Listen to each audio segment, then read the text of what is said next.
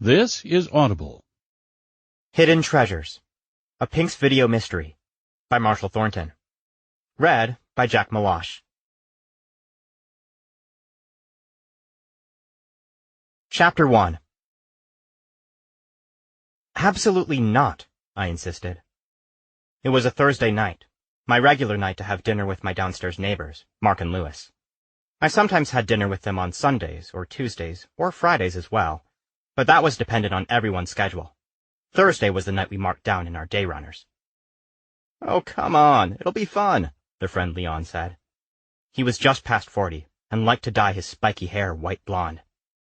"You're not the one who ended up hanging off a balcony," I pointed out, sipping a cup of coffee that was more cream and amaretto than coffee.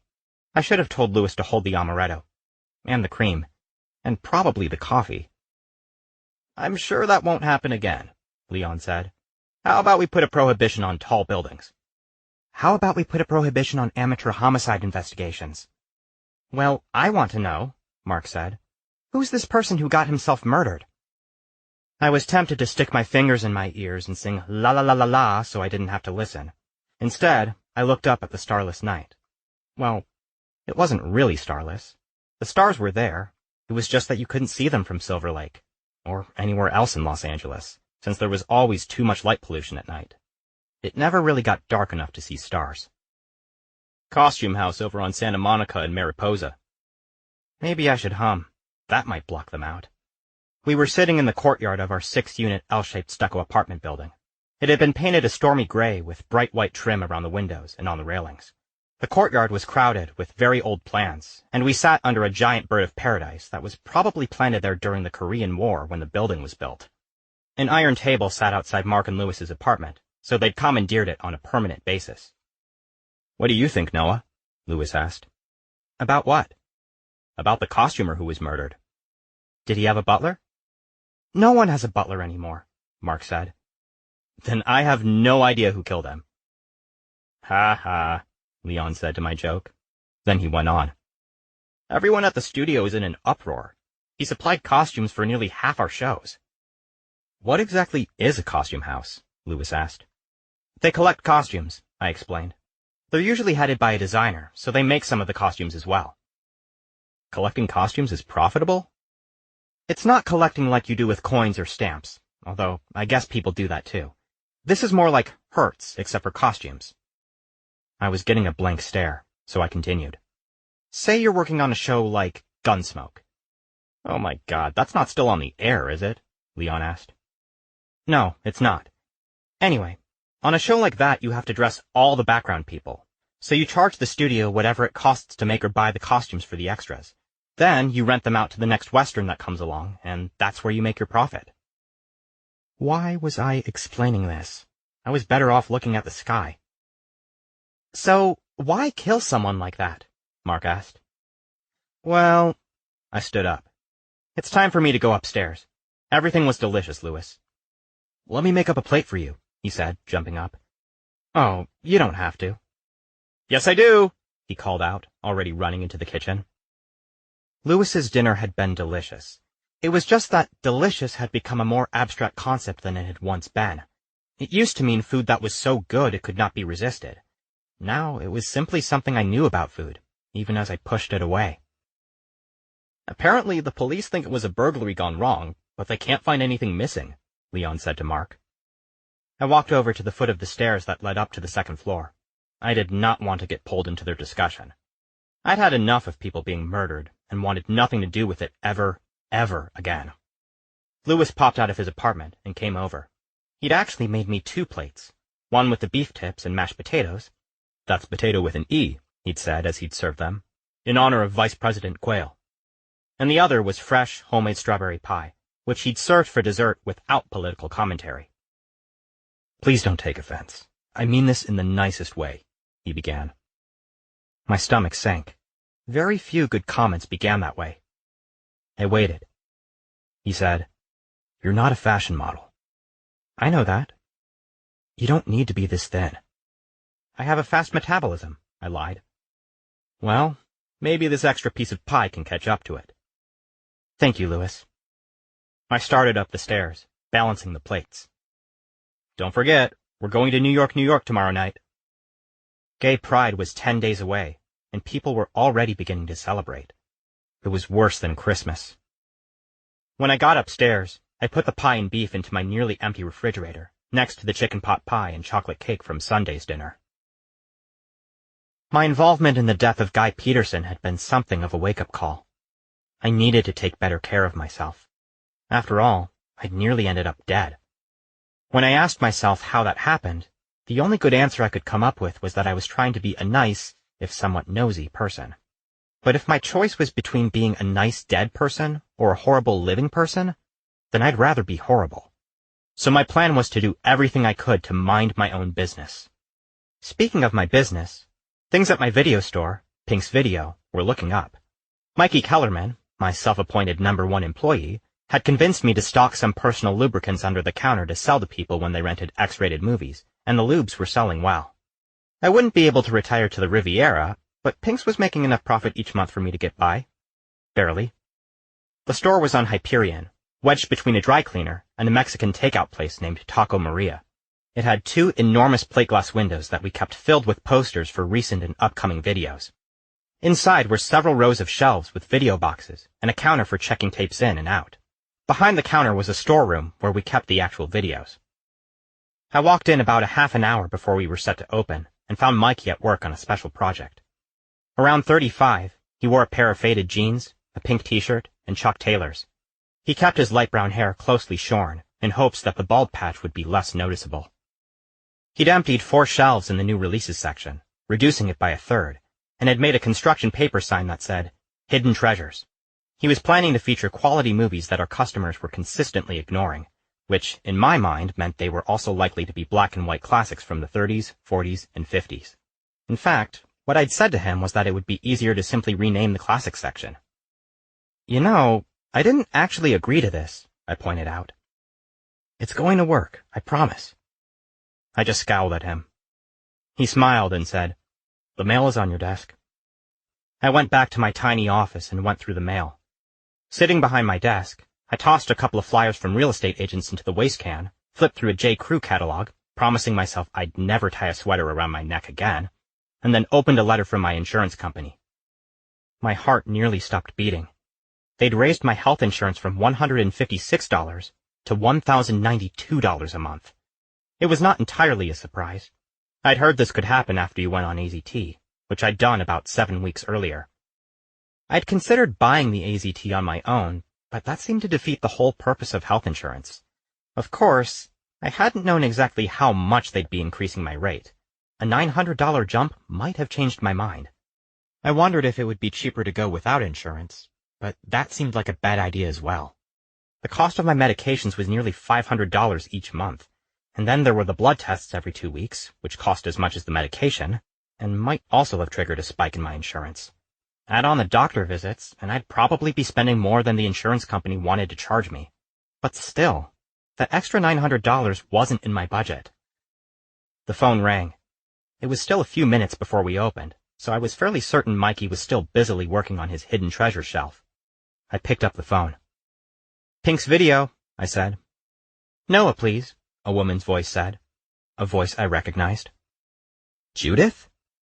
Oh, it's you. What can I do for you? I asked stiffly. Our last conversation had not been pleasant. I wonder if you'd like to have lunch. That was a stunning offer. Judith was my late partner, lover's sister. In a way, she had been my sister-in-law. When Jeffrey died, for various reasons, my relationship with his family had swiftly deteriorated, and now, a year later, she wanted to go to lunch. I left a long enough pause that she asked, Noah, are you still there? Yes, I am. Lunch? I know it's the last thing you were expecting. It is. Why don't you pick the restaurant? She suggested, as though that somehow made up for things. I haven't said I'll go, I pointed out. Look, I called you. Shouldn't that count for something? It should count for something. I just wasn't sure exactly what. Did it mean she was going to apologize? Were we going to let bygones be bygones and resume some sort of familial relationship? Or did she have something else in mind? Since there was only one way to find out, I said, La Casita Grande at 1 o'clock. After the call, I went into the tiny employee bathroom and looked at myself in the mirror. My hair, which on a good day was thick and unruly, looked like a bramble bush. To be honest, I didn't know what a bramble bush looked like, but it sounded as terrible as my hair looked. I tried not to look closely at myself. Lewis was right. I had lost weight. Not that I had much to lose.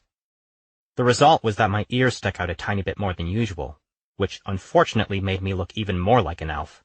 It seemed very unfair. If I had to look like a mythical creature, what was wrong with resembling a Greek god or even a vampire? I didn't really want to look like a prolific toy maker. Of course, I was wearing the wrong outfit. I had on a pair of cream-colored corduroy pants, a celery-colored vintage velour shirt I'd gotten from St. Vincent de Paul, and a pair of drugstore flip-flops. I was going to have to go home, re-shower, struggle with my hair, and choose an outfit that would shame and humiliate Judith, while pointing up the fact that I was a far better person than she. And I had only 2 hours to do it. Mikey was thrilled that I was leaving. Really, I think he'd fire me if it weren't for the fact that I owned the place and was, at least symbolically, his boss. I rushed out of the store and was back home in less than 10 minutes. 15 minutes later, I stood in front of the bathroom mirror, blow dryer and brush in hand, ready to take on my hair. I'd had it cut 3 weeks before and was definitely at the midpoint between haircuts. I basically had two choices: try to make all of my hair stand up, or coax it into lying down. I did know that no matter how hard I tried to do either of those things, my hair would do neither, choosing instead some combination of standing up and lying down. I did my best to make it all lie down, and refused to look at it again. I put on a pair of loose-fitting black jeans, my docs, a white t-shirt, and finally, a blue plaid flannel shirt worn like a jacket. It wasn't remotely cold out, but I knew the air conditioning at La Casita Grande could sometimes be arctic, and I tended to chill easily. Pulling my little red Sentra into the restaurant's parking lot at about 10 after 1, I was, what we call in LA, on time. The restaurant had once been a small mansion. It had about 6 rooms on the first floor that had been opened up with cutouts and pass-throughs, giving the place a feeling of openness. Each room was painted in a different vibrant color, and decorated with the kind of souvenirs that cost pennies in Tijuana. The hostess led me to a table for 2 in the lime green room, and there sat Judith Cole. In her early 40s, she was elegantly thin, wore her blonde hair long and perfectly highlighted. She favored little black dresses, and that day, her LBD was a sleeveless mini she wore with bare legs and strappy leather sandals. On the floor next to her sat a gigantic leather purse. She didn't wear any jewelry other than a gold wedding ring. When she saw me, she tossed her hair over her shoulder and crossed her legs. A margarita sat in front of her. Not bothering with a hello or have you been, I asked the question that had been bothering me since she called. Why now? What happened to change your mind? She flinched. It's just, well, I think enough time has passed. It seems like the right thing to do. A middle-aged waitress in a Mexican peasant dress came over and asked if I'd like anything to drink. I ordered an iced tea. Then she walked away. Judith took a sip of her margarita and said, I hope you've been well. I'm sure Tiffany would like to see you. I think you're her favorite uncle. Judith's overindulged child had always made it clear she couldn't stand me. How old is she now? 8, going on 14. That must be pleasant for you. You have no idea. She looked down at her drink.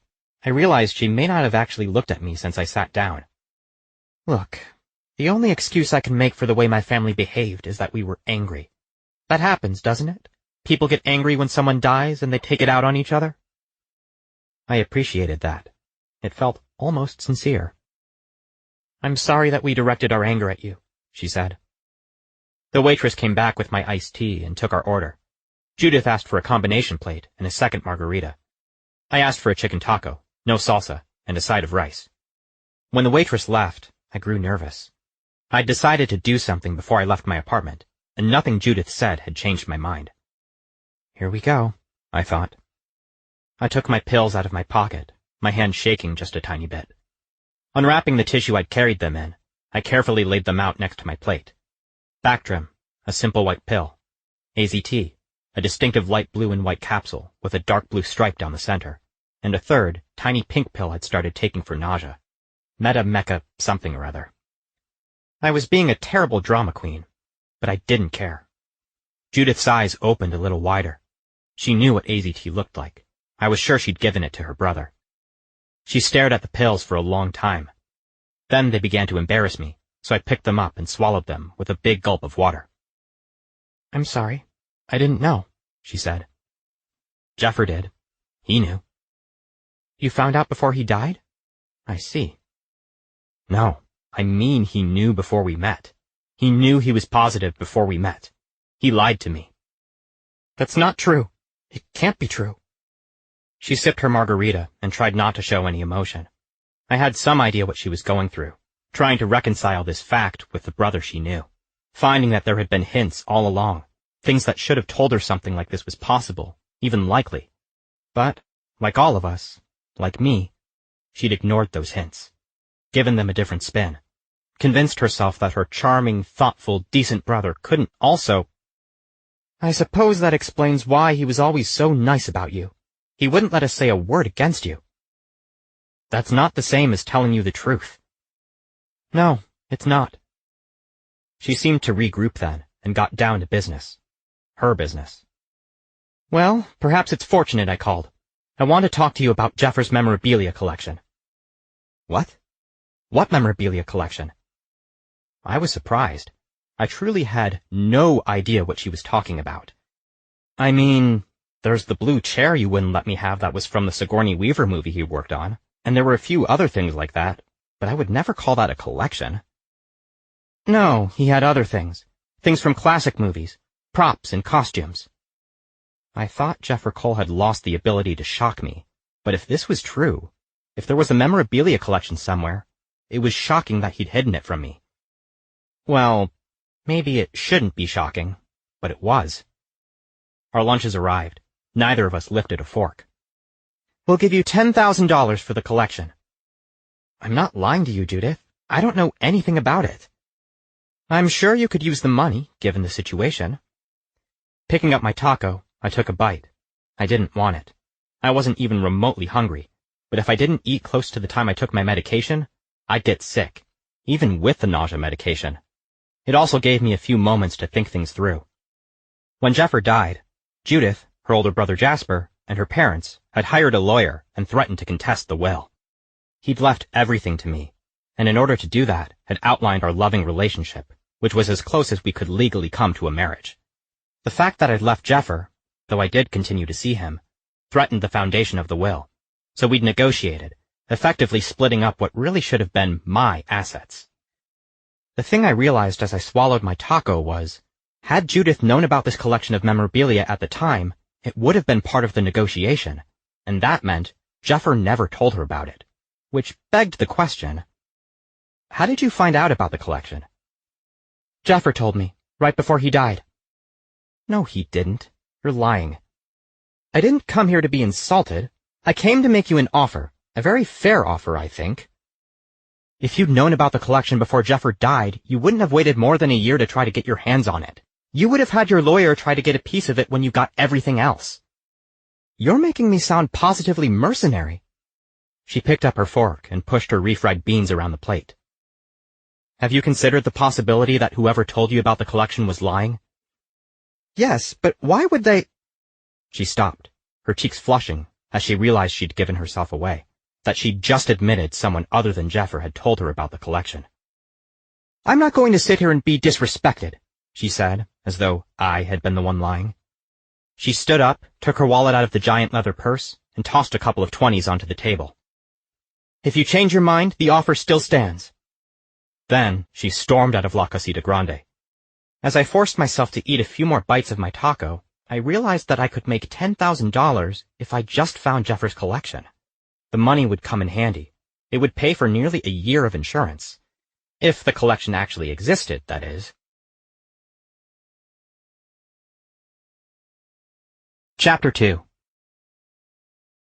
Can we roll a few of the windows down? I asked. We were in Mark's Infinity on the way to New York for happy hour. An Indigo Girls cassette was playing. They were getting closer to fine, whatever that meant. It was probably a lesbian thing. There were 4 of us in the car. Mark and Lewis, Leon, and myself. We'd each worn a different cologne, and the mix was making me dizzy. Are you all right? Lewis asked. It's just, The combination of the different colognes is starting to bother me. Mark powered down all the windows. The sounds and smells of LA on a summer night drifted in, and I was reminded why people drive around with the windows up and the air conditioning on full blast. Still, they were easier on me than the blend of lemony, oaky, woodsy masculinity. Perhaps in the future we should coordinate and all wear the same one, Leon suggested. We could be the Aramis gang. I think I just need to avoid closed spaces, I said, noticing that Mark had turned onto Sunset Boulevard and was heading in the wrong direction. Where are we going? We're taking a little detour. We veered onto Santa Monica and continued west. I had an inkling where we were going, and I wasn't sure how I felt about it. My lunch with Judith had left me with a lot of gnawing questions and a sick feeling in my stomach that was definitely not an AZT side effect. The Indigo Girls ended, and Lewis dug through a shoebox to find another cassette. He put on Whitney Houston, who really wanted to dance with someone. Why? Why couldn't she just dance alone? Did you see? Peter Allen died yesterday, Leon said. Liza Minnelli's gay husband? Lewis asked. I think he accomplished a few other things, Leon said. But yes, Liza Minnelli's gay husband. That's sad, Mark said. AIDS. Sad and depressing. I just looked out the window, ignoring the conversation. When we got to Mariposa and Santa Monica, Mark turned onto Mariposa and parked. Across the street was a 3-story tall warehouse. There was a door at the back that had a small neon sign above it, saying, Mercy Costumes. We all stared at the building. Do you think anyone's working on a Friday night? Mark asked. This is the costume house where the costumer was killed? I guessed. It is, said Lewis. Tell me what happened, I said. My stomach was definitely unsettled. Well, Leon began, they say he was killed during a robbery. Shot. Except no one can figure out what was taken. It was Anthony Mercer, wasn't it? Oh my God, how did you know that? Leon asked. It's Mercy Costumes. I knew him, I said. And that was what had been giving me a stomachache. You did? Leon, close your mouth, Lewis said. If you were wearing dentures, they'd have fallen out by now. Anthony was a friend of Jeffers. He came to dinner once. He and Jeffer worked together at Lorimar for a while. Your boyfriend was a costumer? Leon asked. I shook my head. Production designer. He did a little bit of everything, and he worked with everyone. Well, isn't it a small world? It is a small world, I said. There are only 8 costume houses in the city, and 2 of them are owned by studios. If you work in the business, you know everyone else who works in the business. I couldn't count the number of times Jeffer had bemoaned this simple fact. So are you going to help us figure this out? Mark asked. I don't think I have a choice. Because you knew Anthony? Leon wondered. It gets weirder than that. And then I told them about my lunch with Judith. That's creepy, said Mark. Who is she to show up out of nowhere demanding your stuff? Stuff I don't have. Even if you don't have it, it's still yours. Now wait a minute, said Lewis. Anthony Mercer was killed over something he either didn't have or no one knew he had, since they can't figure out what was stolen. And now you've been offered $10,000 for things you don't have or don't know you have. This is all very peculiar. Yes, it is, I agreed. Let's see if there's anyone in there, Mark said, hitting the button that rolled up all the windows. We got out of the car, and he immediately lit a cigarette, taking several quick drags while we crossed the street. The door, of course, was locked. There was a bell next to it, so Leon rang it. We waited a while, long enough for Mark to finish his cigarette. Above the door, a security camera stared down at us. The boys noticed where I was looking, so they all looked up too. That's when the door finally opened a crack, and a very petite, very pale woman in her early 20s looked out at us. Yes? We were friends with Anthony. We're wondering if we could talk to someone about him, Mark said. You don't look like friends of Anthony. Anthony was black, and it seemed she thought all of his friends should be too. We were more like acquaintances, I said. My lover, Jeffer Cole, worked with him years ago. Oh yeah, Anthony talked about Jeffer. Could we come in? I asked. All right. She stepped back to let us in. For a tiny girl, she wore a lot of clothing.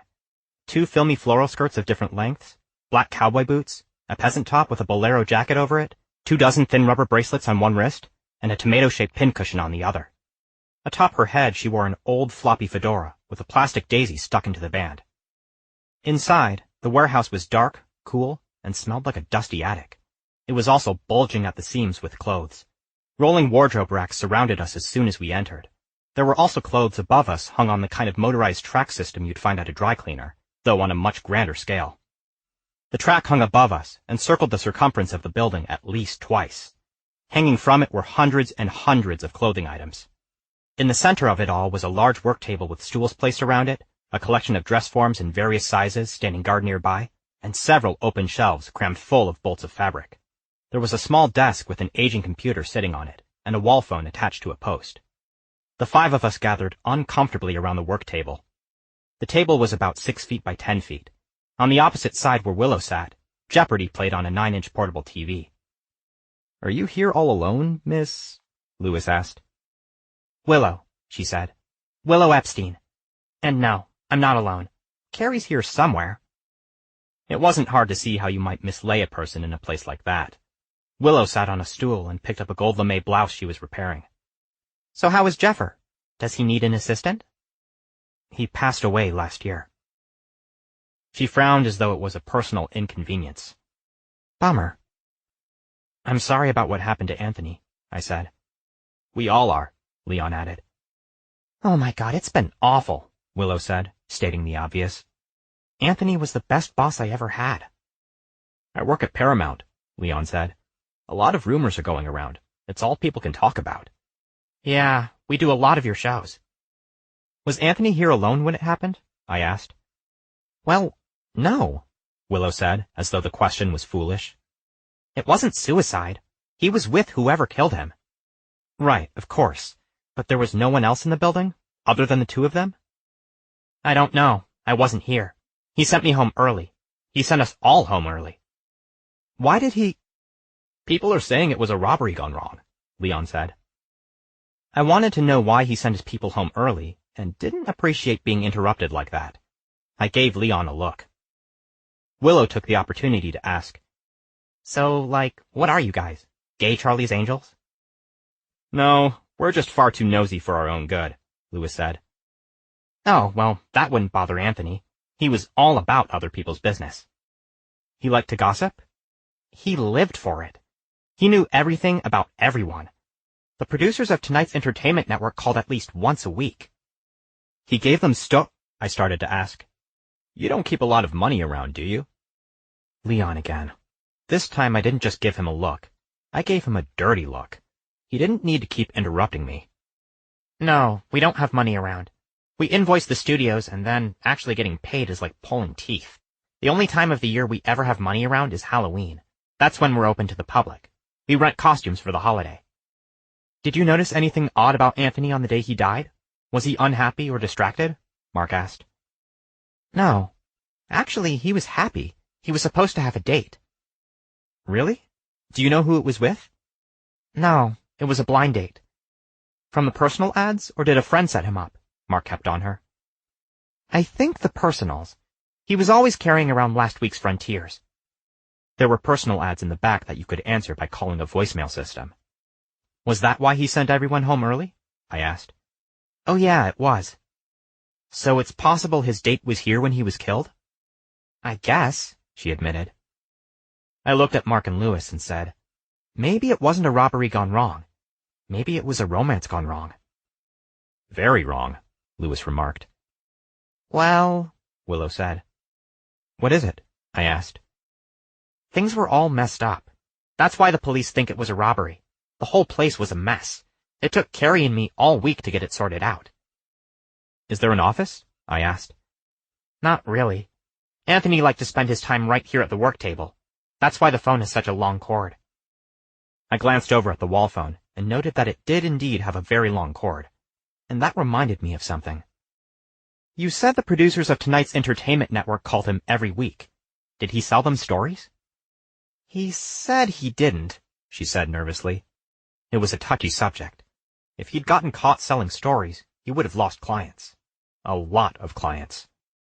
Why did they call every week if... Do you know if anything is missing? Leon interrupted me again. I almost kicked him in the shins, but thought better of it. She shrugged. Not everything is cataloged. We have a temp come in twice a week trying to catch us up, but we're only through half of what we have. What do you mean when you say cataloged? Lewis asked, though of the four of us, my guess was he already had the best idea. Each garment has a number. Then it gets a brief description. It's assigned a period, an overall color, a gender. So you can make a list of all the Victorian men's suits you have? Leon asked. Eventually, yes. I hated having to ask this. Where did it happen? Where was Anthony killed? Right here. Right here where? Where you're standing. I moved. We cleaned it up. It was really gross. We were quiet and uncomfortable for a few moments. Finally, Leon asked, Is the business going to continue? Sort of. Billy Martinez is already talking about buying us. Who's Billy Martinez? Mark asked. The owner of Hollywood Costume, I said. I really hope that doesn't happen, Willow said. Why not? Anthony hated Billy Martinez. He'd be really upset if he knew. New York was even more crowded than usual. In preparation for the upcoming gay pride, they decorated the narrow Big Apple-themed bar with balloons in rainbow colors and a gigantic rainbow flag tacked up on the ceiling. They never bothered with a DJ, so the music tended toward the top 100 pop tunes the jukebox provided. Mariah Carey was singing I'll Be There when we walked in. Lewis volunteered to fight his way to the bar, while the rest of us stubbornly tried to stake a claim to about 4 square feet of floor space. That was cute that she thought we were the gay Charlie's Angels, Mark said. The only thing I remember about that show was that there was the smart one, there was the pretty one, and there was the one that was Farrah Fawcett, Leon said. Generally speaking, why would you kill a costumer? Mark asked. To steal his business, I suggested. Billy Martinez wants to take over. He'd practically have a monopoly if he could get his hands on Mercy costumes. You think this Martinez person had him killed so they could buy his business? Mark asked. I don't know. You said generally speaking. It is a good reason to kill a costume designer, don't you think? A cocktail waiter selling rainbow Jell-O shots came by. They were missing half the colors, but they were still cute and very effective. Leon bought 4. There was no sign of Lewis. What else? Mark asked. What are the other possibilities? Leon handed out the Jell-O shots, then ran his tongue around the paper cup his shot came in and sucked up the Jell-O pellet. When he swallowed, he said, International drug cartel? And how would that work? I asked. Sew the drugs into the lining of costumes, Leon suggested. You've seen too many Bruce Willis movies. How many is too many? 1, Mark and I said at once. I stared at my Jell-O shot. I was supposed to avoid alcohol. It didn't mix well with my meds. But I was sure this was mostly Jell-O. I squeezed the paper cup into my mouth. It was sweet, and stronger than I'd hoped. Then there's tonight's entertainment network, I said after I swallowed. If Billy was selling them stories, he might have crossed the wrong person. By the time Lewis got there with a tray of drinks, we'd heard Finally, something by ABBA, and one by George Michael, who just wanted our sex. It was still 2-for-1 happy hour, so Mark and Lewis each had a Kettle One and soda, while Leon juggled 2 Kettle One and cranberry juices. I had a bottle of Calistoga with a lime, which apparently was not 2-for-1. Lewis asked, What did I miss? Nothing really, I said. We were just thinking up logical motives for killing a costumer, Mark explained. There was a lull, and I took advantage of it. I turned to Leon and said, Did you have to keep interrupting me? I have no idea what you're talking about. Besides, you didn't even want to be there. Well, I was there, and you kept interrupting me. Children, Lewis said, am I going to have to turn this car around? Leon pursed his lips and said, Sorry. Now I felt stupid for bringing it up, but really glad I didn't kick him in the shins. Don't worry about it. What about jealousy? Mark suggested. Maybe he stole a client from another designer and they just wouldn't have it. That's a fun theory, Lewis said. But doesn't it need to have something to do with Noah's sister-in-law showing up out of nowhere? Remember, she wants something that she thinks Noah has, and whoever killed Anthony wanted something they thought he had. So do they want the same thing? Yes. Probably. Maybe. Okay, Lewis said. What is it? I want to say a costume, I said. But it just seems ridiculous to kill someone over a costume. Your sister and... Judith, I said. I didn't really want to call her my sister-in-law. She wasn't legally, and she certainly wasn't in any other way, shape, or form. Judith used the word memorabilia, right? Lewis asked. Yes, she did. So it's some old movie costume. Or a prop. Jeffer worked more with those, actually. But you wouldn't go to a costume shop to steal a prop. No, you wouldn't. Well, that does seem ridiculous. I agree with Noah. It's hard to believe someone being killed over some old costume, Mark said. Not if the costume is really famous. I would kill for one of Scarlett O'Hara's dresses, Leon said. Or something Marilyn Monroe wore, Lewis added. But I can't imagine that Jeffer had anything like that. So, what should we do next? Leon asked. I should call Detective O'Shea, I said. Detective Javier O'Shea was a homicide detective who worked out of the Rampart Division. We'd met just a few weeks before when we actually, stuck our noses into the Guy Peterson murder. It was very possible this murder was his too. The idea of calling him didn't make anyone happy. I suppose that's the right thing to do, Lewis said. It's just that he's going to want us to butt out, Mark said. Well, we just won't let him spoil our fun, Leon said. Will we? The conversation drifted to our plans for the weekend. Mark and Lewis were going to a couple of open houses. They were nowhere near ready to buy a house, but loved looking. Leon had a date that he pulled out of the back of Frontiers. As soon as I read his ad, VGL, GHM, ISO, GWM, HWP for LTR, well, he had me at LTR. I didn't understand any of that, I said. Because you don't date. If you're going to date, you have to learn a whole new language. So how does it work? You read his ad and wrote him a letter? Oh my God, you really haven't been dating, Leon crowed, though I had no idea why it seemed to amuse him. No, he has a voice mailbox. You call the general number and input the number at the end of an ad, and then you say hello and whatever else and leave your phone number. So he called you? He has the most charming accent. I don't know why you go to the trouble, Lewis said. You could just hang out at the Mercado. I broke down and had a Kettle One and cranberry. Leon wandered off to flirt with a really cute Latino guy. The crowd thinned a tiny bit. I bought another drink, but began to feel nauseated halfway through. 10 minutes later, I was in the bathroom, throwing up. Take my word for it. There is nothing in life as disgusting as vomiting in a crowded gay bar. Nothing. Mark and Lewis insisted on taking me home. They were ready to change bars anyway, and were happy to stop at home on their way to the Gauntlet. Leon had disappeared entirely, though the boys didn't seem particularly concerned about abandoning him. A half an hour after getting sick, I was feeling better. I grabbed a red and black Afghan my mother had knitted me, curled up in my Pung easy chair from IKEA, and was watching Valley of the Dolls, for the 5th time, while nibbling on saltines and sipping flat ginger ale. Chapter 3. The next morning, after a few hours' sleep, I felt better and, making a mental list of everything I needed to do, hurried down the 36 rusty red steps down to my garage. Blocking it was a long, flat limousine. It was at least 20-some years old, and black, with black-tinted windows. The back window hummed as it rolled down. Then, surprisingly, Wilma Wanderley leaned out and asked, "Young man, are you Noah Valentine?" I was stunned. The movie star Wilma Wanderley was talking to me, and she knew my name. How did that happen? Yes, I'm Noah. Wonderful. Get in. I need to talk to you. The passenger door opened opposite to the way car doors normally opened, and I climbed in. Now, I did know better than to get into vehicles with people I didn't know, but it was Wilma Wanderley, so in a way, I did know her. I'd grown up on her movies. In the dark of the limousine, I realized she was in full makeup first thing in the morning, and the blonde helmet of hair on her head was likely an elaborate wig.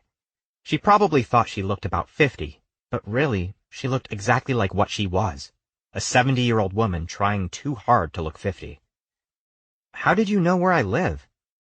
You're in the phone book, a man said, startling me. I hadn't noticed him there. In the inky night of the limo, I could barely make him out. From what I could see, he was homely, and somewhere between 30 and 50. "My assistant, Albert," Wilma said. "Albert, give him one of my cards." Albert reached into his shirt pocket, pulled out a silver business card holder, and promptly dropped it onto the floor of the limo. "Oh, for God's sake," Wilma said. Albert was down on the floor, feeling around for the business cards in the dark. I couldn't be sure, but I think she may have kicked him. "Here it is," he said as he got back onto his seat, opened the holder, and took out a card for me. Then he handed it to me. I glanced at it. It was a bright white card, printed with royal blue ink. I put it into my pocket. "Do you have one?" she asked. I didn't. You already know where I live." "That's right, I do," she laughed. "Now, let's get down to business. Do you have my address?" It was a strange question, though after the possibilities I discussed with the boys the night before, perhaps not that strange. I said, "No, I don't have your address." Because I didn't. She tried again. "I've been told your deceased lover had my address from the girl from Albany. I'd like you to give it to me." "But I don't have it." Although, I now assumed it was part of the imaginary collection of memorabilia Judith was looking for. "Did you give it to someone else?" she asked. "No, I mean, I never had it, so I couldn't give it to someone else." "It's blue, sequined," Albert said, in case I had dozens of Wilma Wanderley's old dresses and simply couldn't figure out which one we were talking about. "I know what the dress looks like." Then to Wilma, I said, "I've seen most of your movies." "Most?" "Well, the ones on VHS, I mean." "Oh, but you haven't lived until you've seen me on the big screen. They show them all the time at that art house on the west side." She snapped her fingers until Albert supplied, "The New Art Theater." "Yes, that's the one. Don't deny yourself. Go." "Yes, ma'am." She sighed, and then, as though remembering why we were there, said, "I'll give you $25,000 for the dress." "I'm sorry. I can't sell you something I don't have. Not at any price." "Mother, he doesn't have it." "I've told you not to call me Mother when there are people around." "Yes, Miss Wanderley." I sighed. She simply wasn't going to believe I didn't have the dress. "Look, I had lunch with Jeffers' sister yesterday, and she seemed—" "Judith," Wilma supplied. Things began to come together. "Oh, I see. You offered Judith $25,000 for the dress, didn't you?" "Don't be silly. I only offered her 20. I offered you more because I'm getting desperate." Miss Wanderley, don't tell people you're desperate. It's not a good negotiating tactic." "But I am desperate. I should be allowed to say it." "Are you the one who told Judith about Jeffers' memorabilia collection?" "She claimed to know nothing about it. Obviously she was lying."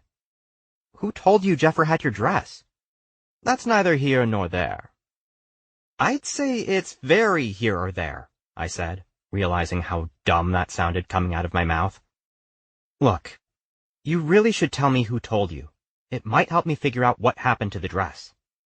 She turned away from me and held a hand in front of her face. "Miss Wanderley is tired," Albert said. He held out a business card, saying, "Please call us if you find you have the dress." "You already gave me a card," I pointed out. "Oh, sorry. I think you should go." Clumsily, I felt around until I found the door handle and then got out of the car. Shutting the door behind me, I stepped back and stared.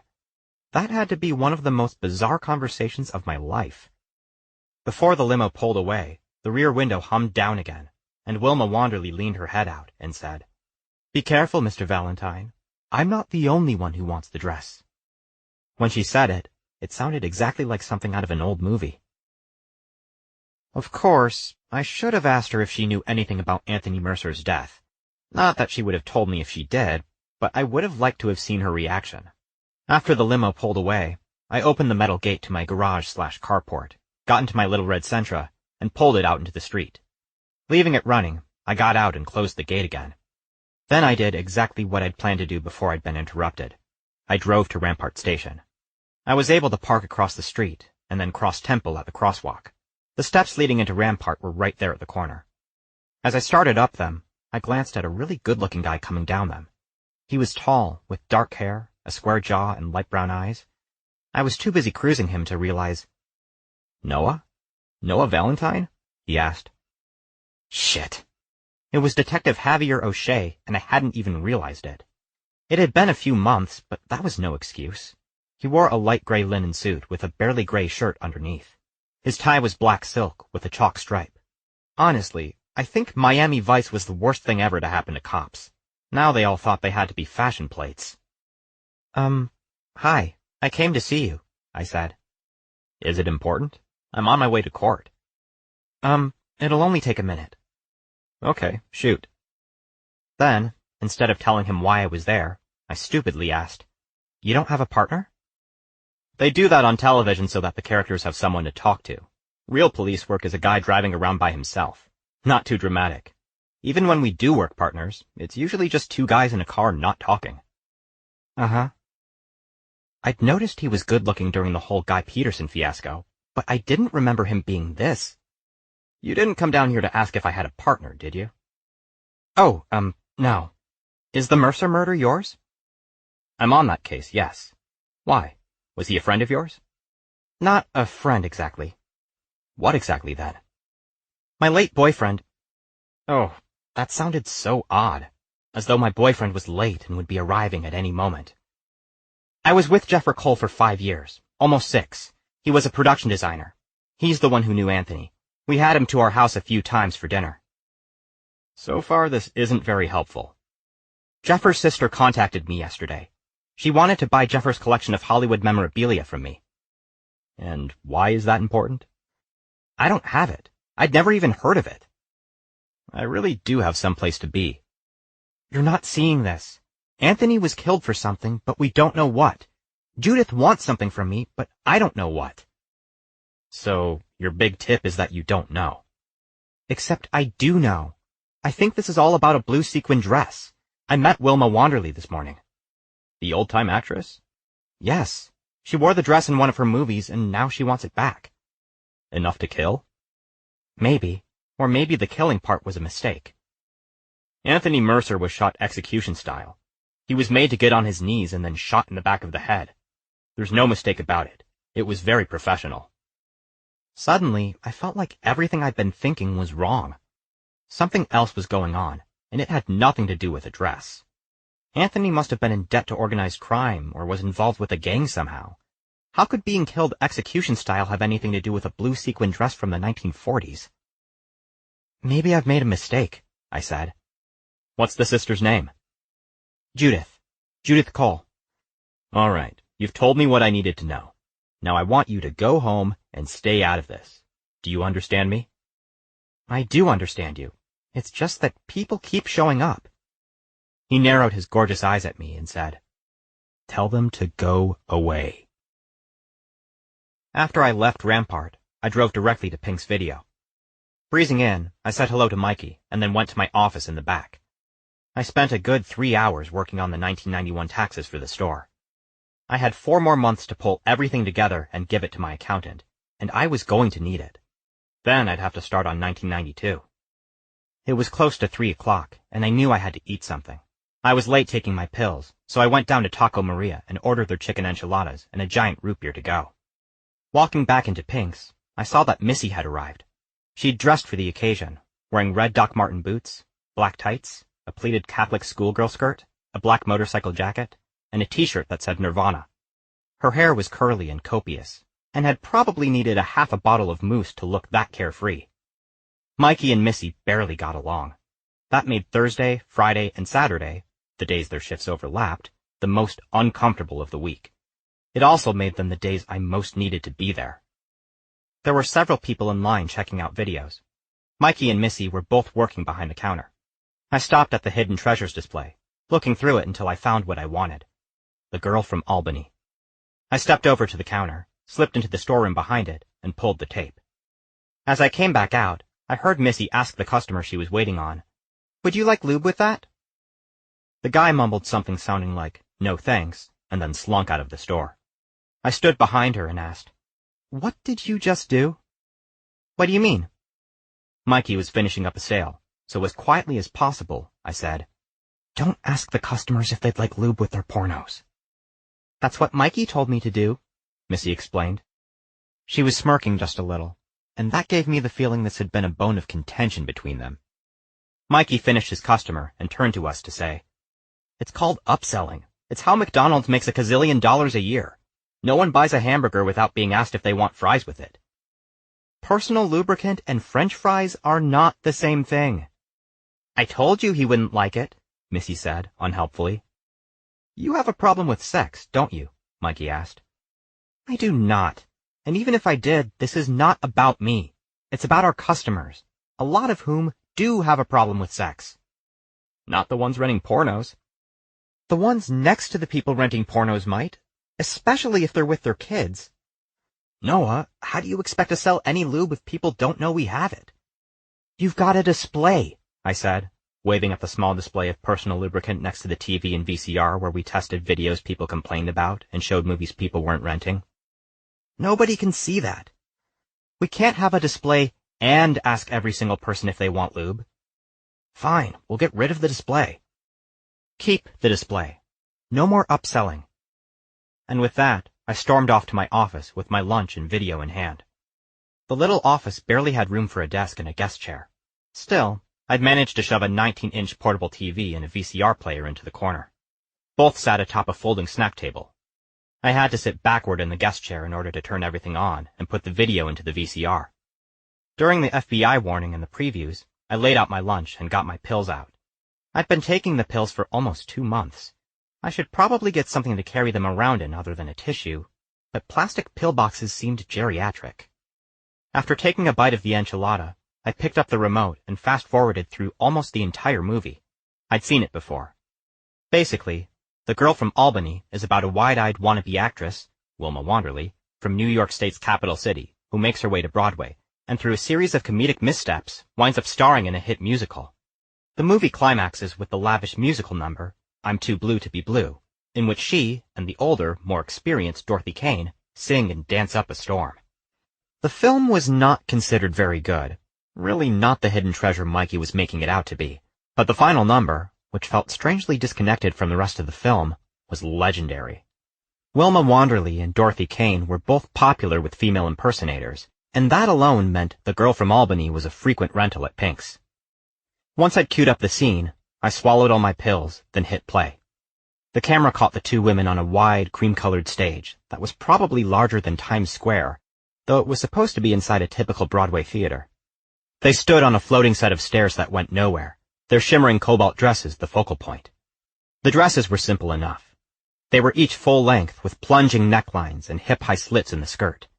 Each was carefully cut to the actress's body and then covered in light-catching blue sequins. Both women wore large hats made of white and blue ostrich feathers as they sang, I'm Too Blue to Be Blue. Once in a while I cry till I smile, crooned Dorothy.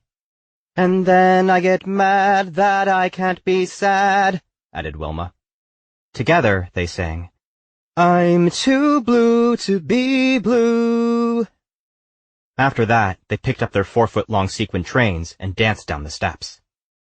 Immediately, 12 tuxedo dancers rushed in, 6 for each actress. The dancers deftly lifted Dorothy and Wilma up and floated them to opposite ends of the stage. The camera cut to a long shot as the women were set down. When you looked closely, their trains were perfectly arranged, so their landings must have ended up on the editing room floor. What you didn't realize, largely because of the editing, was that Dorothy Kane was nearly a foot taller than Wilma Wanderley. When they stood next to each other, they were shot close up and looked close to the same height, presumably because Wilma was standing on a box. It was only in the very few distance shots in which they stood next to each other that you could see how much bigger Dorothy was than Wilma. You broke my heart, and right from the start, warbled Dorothy. I've been so glad that you're such a cad, answered Wilma. I'm too blue to be blue. The 12 male dancers had lined up, and as they sang the chorus, each actress knocked over 6 dancers, one after the other. The dancers scrambled to their feet and formed a kick line. My phone rang. I picked it up. Pinx video. Noah, is that you? My mother asked. Just then, Mikey picked up. Pinx video. Mikey, I've got this. It's my mother. Oh, sorry. He hung up. I don't mean to bother you at work, but I hadn't heard from you, and I have to meet Carolyn Harvey. We're going to the senior showing of House Sitter, and then we're having the early bird special at Bennigan's. That sounds fun. Have a good time. You're going to want to get a bunch of copies of House Sitter. Mom, you haven't seen it yet. Oh, I know, but it's going to be so good. Steve Martin and Goldie Hawn. If they can't make you laugh, you don't have a funny bone. Anyway, I could have waited until tomorrow, but Carolyn invited me to her church, and I decided to go. I didn't want you calling and worrying about my not being here. I don't worry about you, Mom. You're doing great. You don't know, dear. Getting old is not for the faint of heart. She stopped for a moment, and then said, Oh my gosh, I shouldn't say that, should I? Jeffer didn't get to be very old, and it's not that he gave up, it's just... It's all right. I understand what you meant. Getting old is hard. Actually, these days, being young was sometimes hard too, but I decided not to say so. She'd want to know why I felt that way. Well, how are you? She asked, as though I'd been doing my best not to tell her. I'm fine. I was dying to tell her I'd met Wilma Wanderley, but I worried about what she'd think of Jeffer keeping secrets from me. It wasn't that I really cared whether she still liked him. It was that it mattered to her that she still liked him. If I was more honest about who Jeffer was, well, it felt like I'd be taking something away from her. And then, after thinking all that, I told her anyway. I met Wilma Wanderley. She gasped. You did? Did she come into the video store? That was the perfect lie. She'd just handed it to me. I could easily have said Miss Wanderley came in to rent a video, but I didn't. Not exactly. An old friend of Jeffer's passed away, and she wanted to say how sorry she was. It was closer to the truth, but still a big fat lie. Oh, that was so nice of her. I always thought she'd be nice in person. Such a hard life, though, poor thing. Do you know she began performing when she was practically an infant? She said her first word on stage. I had the feeling that was studio publicity, but my mother liked believing it, so I let her. How did she look? She looked wonderful, every inch the movie star. Did you get her autograph? No, there wasn't a convenient moment for that. When you see movie stars, you really need to get their autographs. You could put them in the window of your store. It would draw more people.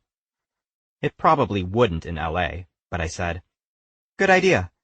Well, I should get going. I am at work after all. Oh, of course. I'll call you next weekend. Bye-bye.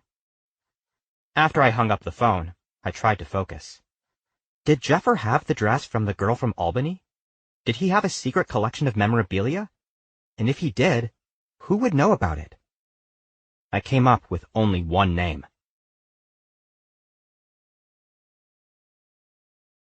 Chapter 4. Robert lived in a World War II-era building in West Hollywood, right below Sunset Boulevard. It wasn't actually a building. It was 5. 5 Spanish-style bungalows with 2 one-bedroom apartments in each bungalow. They looked like 5 tiny stucco houses arranged in a U-shape around a simple courtyard. There was a sidewalk down the center, a couple of very tall, very old trees at the front, with various pots of plants, and the occasional straight-back chair set out by tenants to personalize their front stoops. I met Robert, along with his best friend and next-door neighbor, Tina, when I worked as a waiter at Rinaldo's, an Italian restaurant on the top floor of a 12-story building in Hollywood, a block or two from the Cinerama Dome. A few years older than me, Robert was tall and frequently sunburned, and had a tiny bit of curly blonde hair that barely covered his head. He was the bartender at Rinaldo's, and when I found out he had a theater degree with a focus in costuming, I immediately connected him with Jeffer. He and Tina adored Jeffer, and for a long time the 4 of us were thick as thieves. Then Jeffer got ill. When he opened his front door, I said, What do you know about the blue dress from the girl from Albany? I was half expecting you. I suppose you should come in. Though Robert had lived in his apartment for years, it wasn't what you'd call decorated. There was a sofa, that I'd slept on for a few months after I left Jeffer, and a dining table with 4 chairs, and not much else. He'd worked for a couple of years with Jeffer on various projects, and then took a job at Hollywood Costume for stability. I'd always felt like Robert used up all his creativity on his career, and there wasn't anything left by the time he got home in the evening.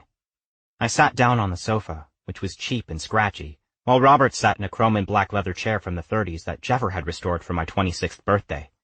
Robert adored it, really more than I did, so I'd given it to him during the divorce, separation, whatever it was. The end is the phrase that feels best. "Wilma Wanderley got in touch with you?" Robert asked. "She showed up in front of my apartment in a big black limousine. Do I have you to thank for that? All I know is that Wilma's looking for the dress, but everyone knows that. She's been looking for months." I stared at him for a moment, not sure whether I should believe him. "Tell me about the dress. Tell me everything." He sighed. "Well, first of all, it's not one dress, it's two, or rather, 4. Whenever you film a scene like that, you make backups. There were 2 dresses for Wilma and 2 for Dorothy Kane. That way, if anything went wrong, they could be filming again in just a few minutes." "Okay, so what happened to the dresses?" "After the movie wrapped, Wilma and Dorothy were each given one of the dresses." "Wilma didn't mention that." "Well, no, she probably wouldn't. During the 60s and 70s, she wore the dress in her Vegas act. In fact, she wore it out. Eventually, it was nothing but shreds and was thrown away." "What about Dorothy's dress?" "That's a little murkier. Somehow, Wilma recently came into possession of Dorothy's dress. I'm not sure how." "So, if she's got one of the dresses, what's the big deal?" "They're most valuable as a set." "So she wants the backup for her dress?" "Yes, exactly." "Why does she think Jeffer had it?" "Maybe Judith told her." "No, Judith didn't know about it until Wilma told her." "Really? Well, that does surprise me. I knew it was a secret, but that doesn't mean people don't know." "Jeffer did have it?" "Yes, of course," Robert said simply. "Anthony Mercer and Dick Congdon found the backup dresses in a dumpster. They were being thrown away." "I don't believe it." "No, it's true. It was the late 70s. Things weren't going well at Warner Brothers. The lot wasn't even called Warner Brothers anymore. It was the Burbank Studios then, and they were sharing with Columbia. Can you imagine? Studio roommates. Anyway, there probably wasn't a lot of space for old costumes from the 1940s. "So, Dick Congdon gave Jeffer one of the dresses before he died?" "Yes. You knew they had a thing, right?" "Yes, I knew that." Jeffer had made it sound like a rather insignificant thing, though maybe it wasn't. "Do you know which dress he had? Did he have Wilma's dress or Dorothy's?" "That I don't know. We only talked about it once or twice." He eyed me suspiciously. "He never talked to you about the dress? Ever?" "No, we never talked about the dress. We never talked about anything in the memorabilia collection." "Collection implies something much more deliberate. I think Jeffer only had a few things, most of which were stolen." "Stolen?" "Well, eventually the studios became much more aware of the value of things. Even if you took things out of the garbage, they'd still call them stolen just to get them back." "So, where is this collection, or whatever you want to call it?" "I don't know. I assumed you knew." "Other than the dress, do you think there's much that's worth anything?" "Even if there is, there may not be. You have to be able to prove provenance for these things. You can't just show up with Judy Garland's gingham dress from The Wizard of Oz and not say how you got it." "So, the blue dress. Dick Congdon got it from the trash, then gave it to Jeffer. If I can find it, then it has a clear chain of ownership." "Exactly, so it's worth something." "You said you don't know how Wilma got Dorothy's dress. Could it have been the dress Anthony had?" "You think Wilma Wanderley killed Anthony?" "She wouldn't have killed him herself, but she might have paid someone to do it." "She'd have to make up a story about how she got the dress." "I think that might be Miss Wanderley's specialty." Walking out of Robert's apartment, I struggled to understand what I'd just learned. The idea that Wilma Wanderley might have had Anthony Mercer killed did make sense. She'd spent all those years in Vegas, after all, and had to know her share of mafia types. One of them could have easily set her up with a contract killer. Thinking that brought me to a stop in the courtyard. Wilma Wanderley was so sweet and charming in all of her films. She would never have made a movie where she hired a hitman. So how could she do that in real life? Well, that was a silly thought. I'd rubbed elbows with enough celebrities to know they were seldom anything like their screen personas. Tina, who lived next door to Robert, called out through her open door. "Noah?" Noah, is that you? I wasn't sure I was in the mood for this, but I couldn't just walk away. I walked over to her door and said, "Yes, it's me. Come in for a minute." Tina's apartment was a mirror of Robert's. She'd floated a sofa in the middle of her living room, and in front of it had put the largest coffee table she could find. Her entire life revolved around that coffee table.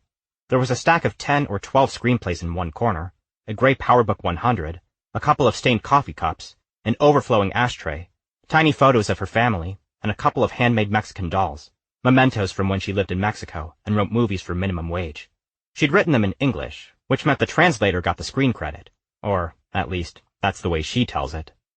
She was curled on the sofa in a pair of Laura Ashley flannel pajamas, with her blonde hair down and flowing over her shoulders, smoking a cigarette, and with 2 open scripts in front of her. She worked as a professional reader for one of the mega agencies in town. She read scripts so that the people who made decisions about them didn't have to. "I was going to call you. I spoke to Judith." Judith is speaking to a lot of people these days. "I just want you to know that I had no idea. And I would have been much kinder if I'd known that you were sick too." "I'm not sick, though. I'm HIV positive. That's not the same as being sick." "Well, at least not until you started taking AZT." And as if to emphasize that point, my stomach rumbled uncomfortably. "You know what I mean, Noah." "No, actually, I don't. And I'm not sure you know what you mean." She decided to ignore that.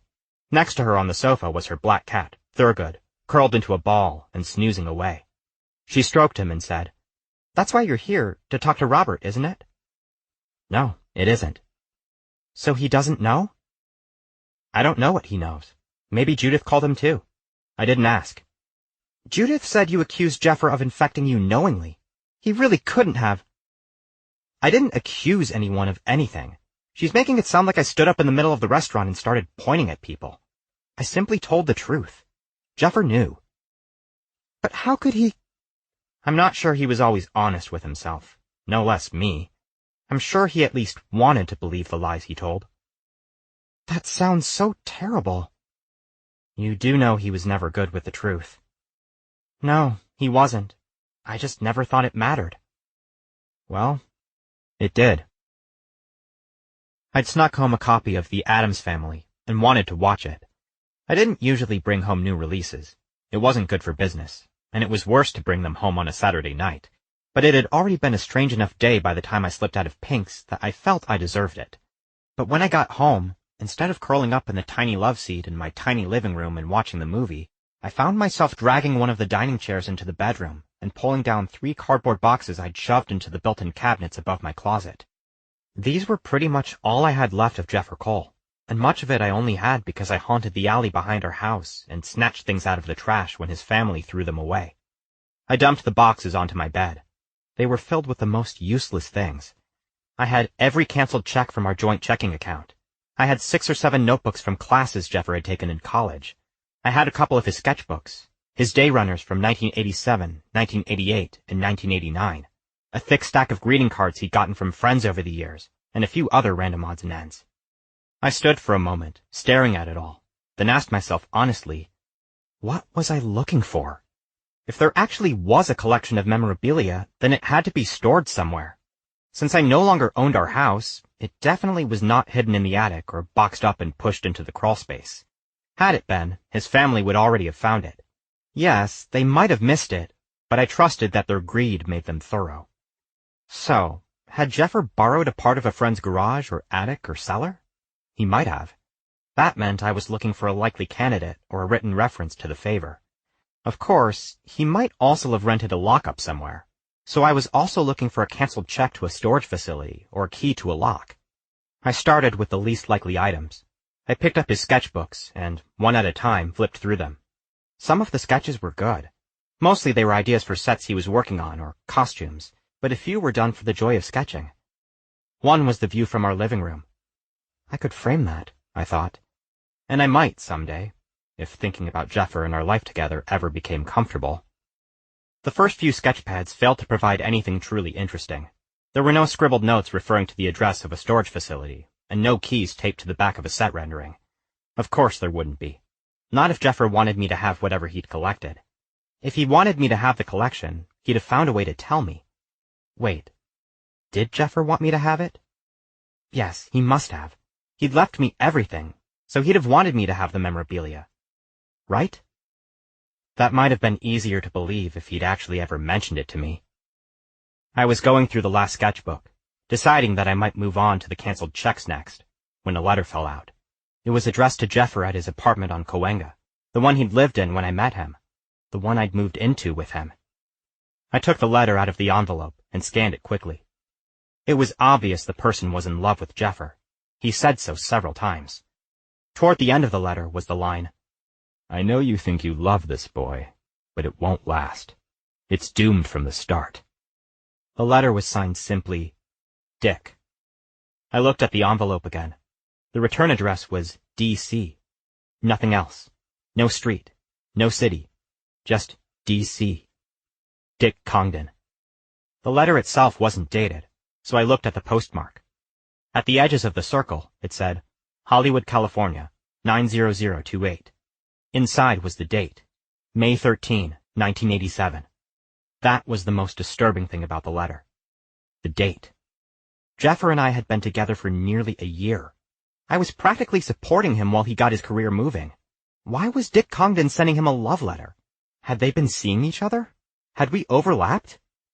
I scanned through the letter again and didn't see anything that suggested they'd been seeing each other. Dick certainly could have carried a flame for that long, or maybe they were still involved. It wouldn't have been hard for Jeffer to hide it from me. I was only a naive 22. Hell, it was never hard for Jeffer to hide things from me. My age didn't have much to do with it. I took everything and stacked it on the floor next to the bed. I'd had enough. I wasn't looking at anything else. In fact, I grabbed my comforter, dragged it into the living room, made myself comfy on the love seat, and watched The Addams Family. Chapter 5. It's about a blue dress, I said as soon as I got downstairs. It was 9:30, but I'd been up since 5. Louis and Mark were busy setting up the table.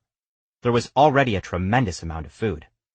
24 muffins, several quiches, pounds of crisp bacon, biscuits, gravy, some kind of egg casserole. I was gaping at it all when Louis asked, "What blue dress?" "One of the blue dresses from the girl from Albany." "Wilma Wanderley and Dorothy Kane?" Leon asked. God, I haven't thought of either one of them in decades. He was not actually helping set up. Instead, he was leaning up against the building, sipping a mimosa. He wasn't being as awful as it might seem, though. With Mark and Louis, it was sometimes best to just stay out of the way and lend an encouraging word here and there. "I met her yesterday. Wilma Wanderley," I explained. "Wilma Wanderley? You met Wilma Wanderley?" Leon asked. "Yes, she came by in her limo." "You lucky dog. There isn't a drag queen in the city who wouldn't rip your eyes out for the chance to meet Wilma Wanderley." I didn't feel all that lucky, but I smiled anyway. "She thinks I have the dress from the girl from Albany." "Why on earth does she think that?" Mark wanted to know. "It has to do with Jeffer. It's a long story." "Mimosa? Coffee? Both?" Louis wanted to know. "Do you have any tea?" "Absolutely. Herbal?" "Please." Louis disappeared into their apartment. I looked at Mark and said, "What's going on?" "Brunch." "Yes, I know, but that's a lot of food for just the 4 of us." "Well, we've invited a few other people." Oh, that was disappointing. I just wanted to sit around with the boys discussing everything I'd learned the day before. Meeting people was the last thing on my mind. "So here's something I've been thinking about," Leon said. "Why kill Anthony? Why not just bonk him on the head and steal the dress?" "Provenance," I said. "Oh, well, that explains everything," Leon said sarcastically. "What in God's name does provenance mean?" "Leon, behave," Mark admonished. "If Anthony were alive, you couldn't sell the dress," I said. "Of course you could. That swap meet on Western? Half the stuff in there was shoplifted from Nordstrom's and Bullock's." "That's true, if all you want is $100, I said. I knew that Leon was being deliberately contrary to get a rise out of me. I wasn't going to let that happen. "The dress is worth at least $25,000, though. Maybe more. I don't think Anthony was killed for $100. "You do have a point," Leon said grudgingly. In order for the dress to be worth that much, you'd have to explain how you got it. If Anthony were alive, he could tell people the dress was stolen, and then nobody would buy it. So, whoever has the dress is just going to make up a story explaining how they got it? Mark asked. Yes, I'd say that's the plan. Lewis came out with a cup of orange-flavored herbal tea for me. He put at least 2 teaspoons of honey into it, and a couple of mint Milanos balanced on the saucer. Obviously, he was trying to fatten me up. This is a lot of food, I said to Lewis. Did you invite everyone from your office? No one told you? Leon had the most brilliant idea. We turned to look at Leon, who said, I know, I was surprised too. Anyway, I've invited people from the shows Anthony did business with so we can ask them questions. Originally, I was just hoping we could find out who Anthony's blind date was. And who set up the date, Mark added. Now we need to ask about the blue-spangled dress. What time is everyone supposed to be here? Lewis glanced at his watch. In about 5 minutes. Oh my God, I said. I was tempted to run back upstairs and rework my hair. I'd tamed it into an S-shaped swoop, but I had the feeling it had come completely undone simply walking down the steps from my apartment. Speaking of dates, how was yours the other night, Leon? Mark asked. He groaned. Heterosexuality never looked so good. What does that mean? I asked. It means another date like this, and I'm going to start dating women. It was horrid. This boy was the epitome of machismo. He picked me up in a goddamn truck, and then took me country and western dancing. He refused to buy me anything but a long-neck beer, and then we're dancing and he wouldn't let me lead, even after I told him I get motion sickness going backward all the time. Worst of all, he hadn't told me we were going dancing, so I was wearing the wrong shoes. No one can 2-step backward in a pair of Converse high tops. It's just not possible. Suddenly, someone screamed on the other side of the courtyard. A knot of 4 men stood near the stairs. One of them wore a dark green kaftan. Oh my lordy! A memorial brunch! Anthony would have adored it. Leon stepped forward. Ford, how are you? Under his breath, he said to me, Ford Wheeler, the service. Hour-long procedural about the Secret Service. Mondays at 10. I know Ford, I whispered back. Oh, do you? He gave me a look. Ford, these are my friends Mark and Lewis, and, of course, you know Noah. Hello, yes. Ford adored Jeffer, but did not care much for me. Ford, who are your friends? Leon asked. These are my assistants. They have names, but I never remember them. Is that a picture of mimosas? I'm dying of thirst. If I didn't know better, I'd think I spent the last night crawling across the Mojave. 2 of his assistants said, You did. And then, before Ford got his hands on the mimosa pitcher, another designer came up the stairs. Then another. Soon, the courtyard was brimming with chatter that was punctuated by Ford's shrill voice saying, Oh my lordy, I haven't seen you in ages, darling. I stood at the edge of the party, trying not to be noticed. In addition to Ford, I'd already met a couple of the other designers. I didn't want to mingle for fear of getting pulled into conversations about Jeffer. Lewis came over to me with a plate of food. Here, eat this. Oh, I don't know if I can. I'd eaten both of the cookies he'd given me and felt a little full. Well, just hang on to it. You'll look like you belong. I'm not great at parties. And this one was a minefield. Don't think of it as a party. Think of it as a group interrogation. You need to be asking questions about Anthony's murder.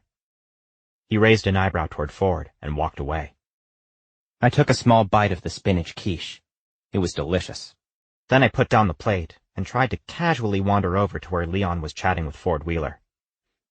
I am in love with Bill Clinton, Ford said. You know he's friends with Linda and Harry. I adore designing women, Leon said. I'm lending a hand with some jackets they're having made for the campaign. You know, trying to find an in.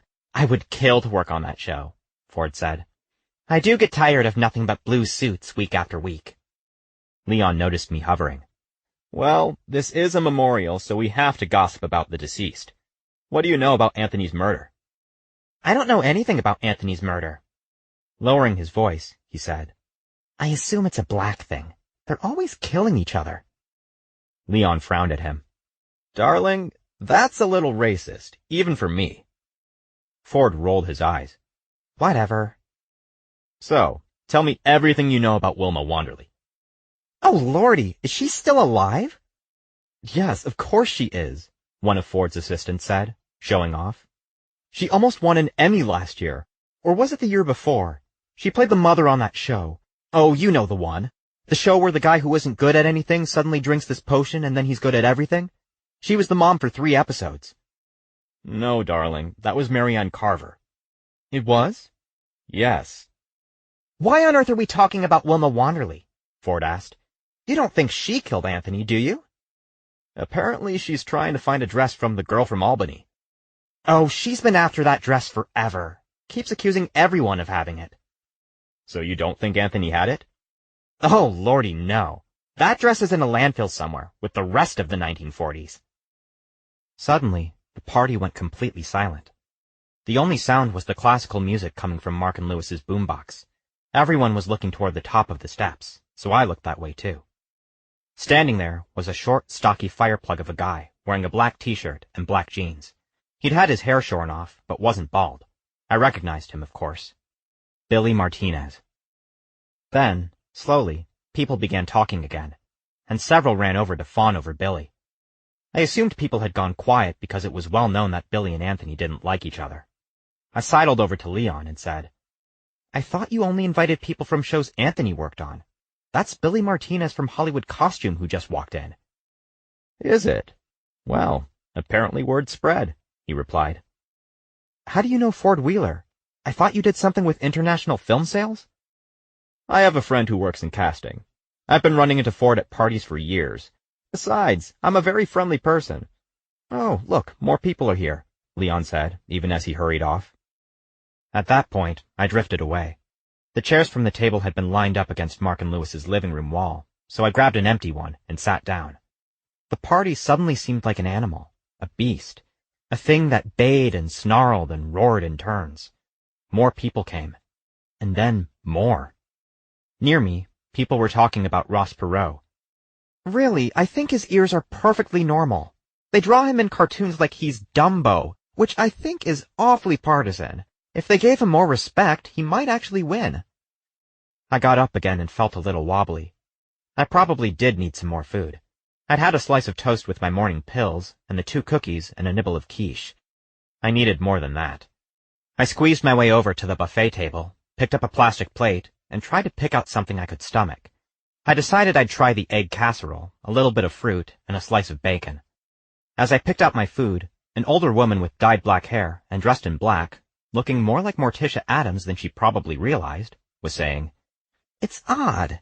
People keep bringing up Wilma Wanderley and everyone's acting like they never met her. I'll admit it. I worked with her when I first started out. The man she was talking to, who was very short, looked up at her, enraptured, and nodded furiously. She continued, It was for one of her Vegas shows. I did the beating on the bodice of this fuchsia-colored dress. Oh my God, it was the 70s, said the short man. Yes, I said it was the 70s. Anyway, we ended up doing several fittings. She was very pleasant.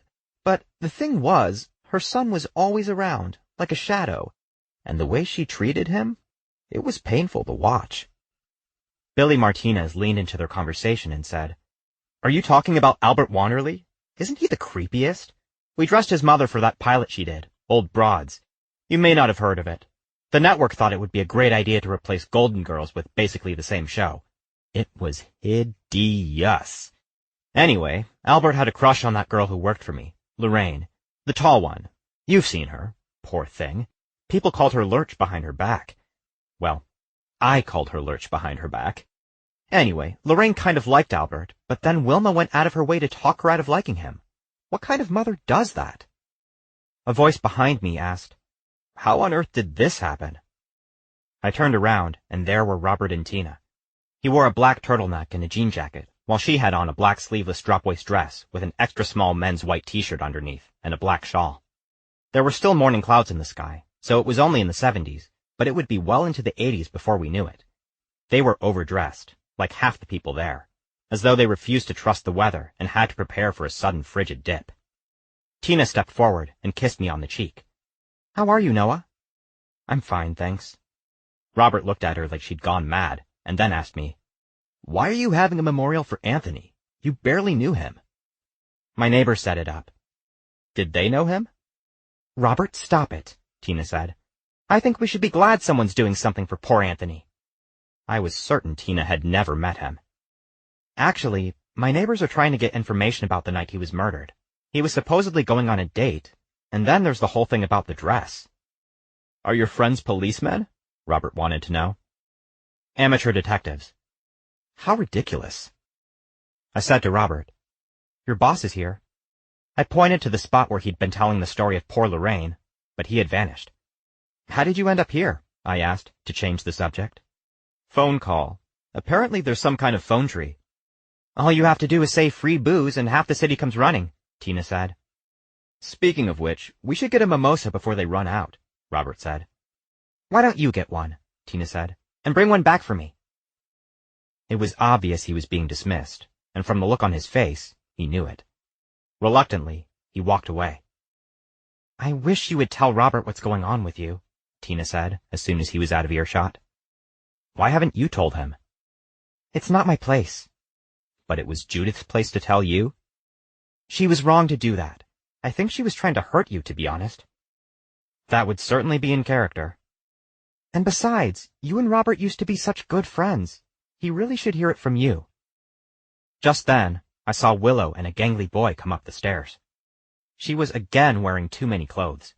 She'd pulled a pair of Daisy Dukes up over a pair of black stretch jeans pegged at the ankle, wore a men's white shirt with loose French cuffs, and on top of that, a pink tube top. For shoes, she'd chosen a pair of pink jellies. It was a bizarre look, but not too far out of step with the rest of the crowd. The young man with her was possibly still a teenager, if the scruff on his chin was any indication. I have to talk to these two, I told Tina, then walked over to Willow. Tina tagged along, despite that I hadn't encouraged her. This is Carrie, Willow said after I said hello. Hi, Carrie. I'm Noah, and this is Tina. Yeah, he said in greeting. He feels really bad about Anthony, Willow said. Yeah. To Tina, I said, Willow and Carrie were Anthony's assistants. Oh, well, I'm sorry for your loss, she said. Thank you, Willow said. Carrie looked concerned and a bit lost. Say, Carrie, do you remember, did you get sent home early the night Anthony died, like Willow? I asked, cringing because I was being so obvious. But Carrie just said, Yeah. Do you have any idea who Anthony had a date with? Yeah. You do? He's afraid to say, though, Willow helped out. Is the food any good? Delicious. Why? Why are you afraid? There's a rumor it was a mafia hit, Willow interjected. Yeah, Carrie agreed. Do you know his date's name? No. He doesn't know the guy's whole name. He heard Anthony call someone Brick on the phone. We don't know anyone named Brick. That was interesting. Anthony had a date with someone named Brick. Something else occurred to me. You haven't figured out if anything's missing yet, have you? Willow shook her head and looked longingly at the buffet. Do you know if the dress from the girl from Albany is there? The blue sequined one? Yes, that's the one. I guess. I'd have to check, but I don't remember seeing it lately. If it's not there, it might be what was taken, I suggested. Just then, Robert came back, carrying 2 mimosas. He glanced at Willow and Carrie and said, Oh, hello. Carrie whispered something to Willow, and she said, Yeah, he's the guy who works at Hollywood Costume. Then they both looked uncomfortable. Having pity on them, I suggested, You should go get something to eat.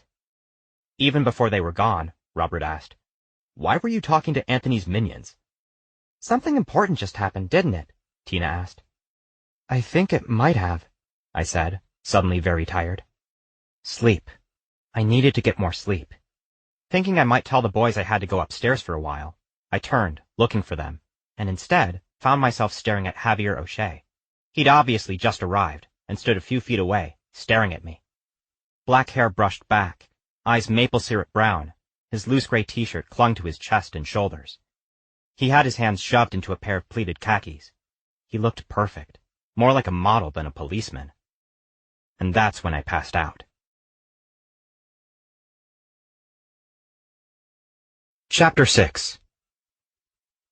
When I came to, I was upstairs lying on my futon bed with 4 men hovering around me.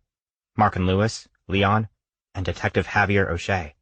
I was very tempted to say, "And you were there, and you, and so were you," but their dour expressions told me they wouldn't appreciate the joke. "Do we need to get you to the hospital?"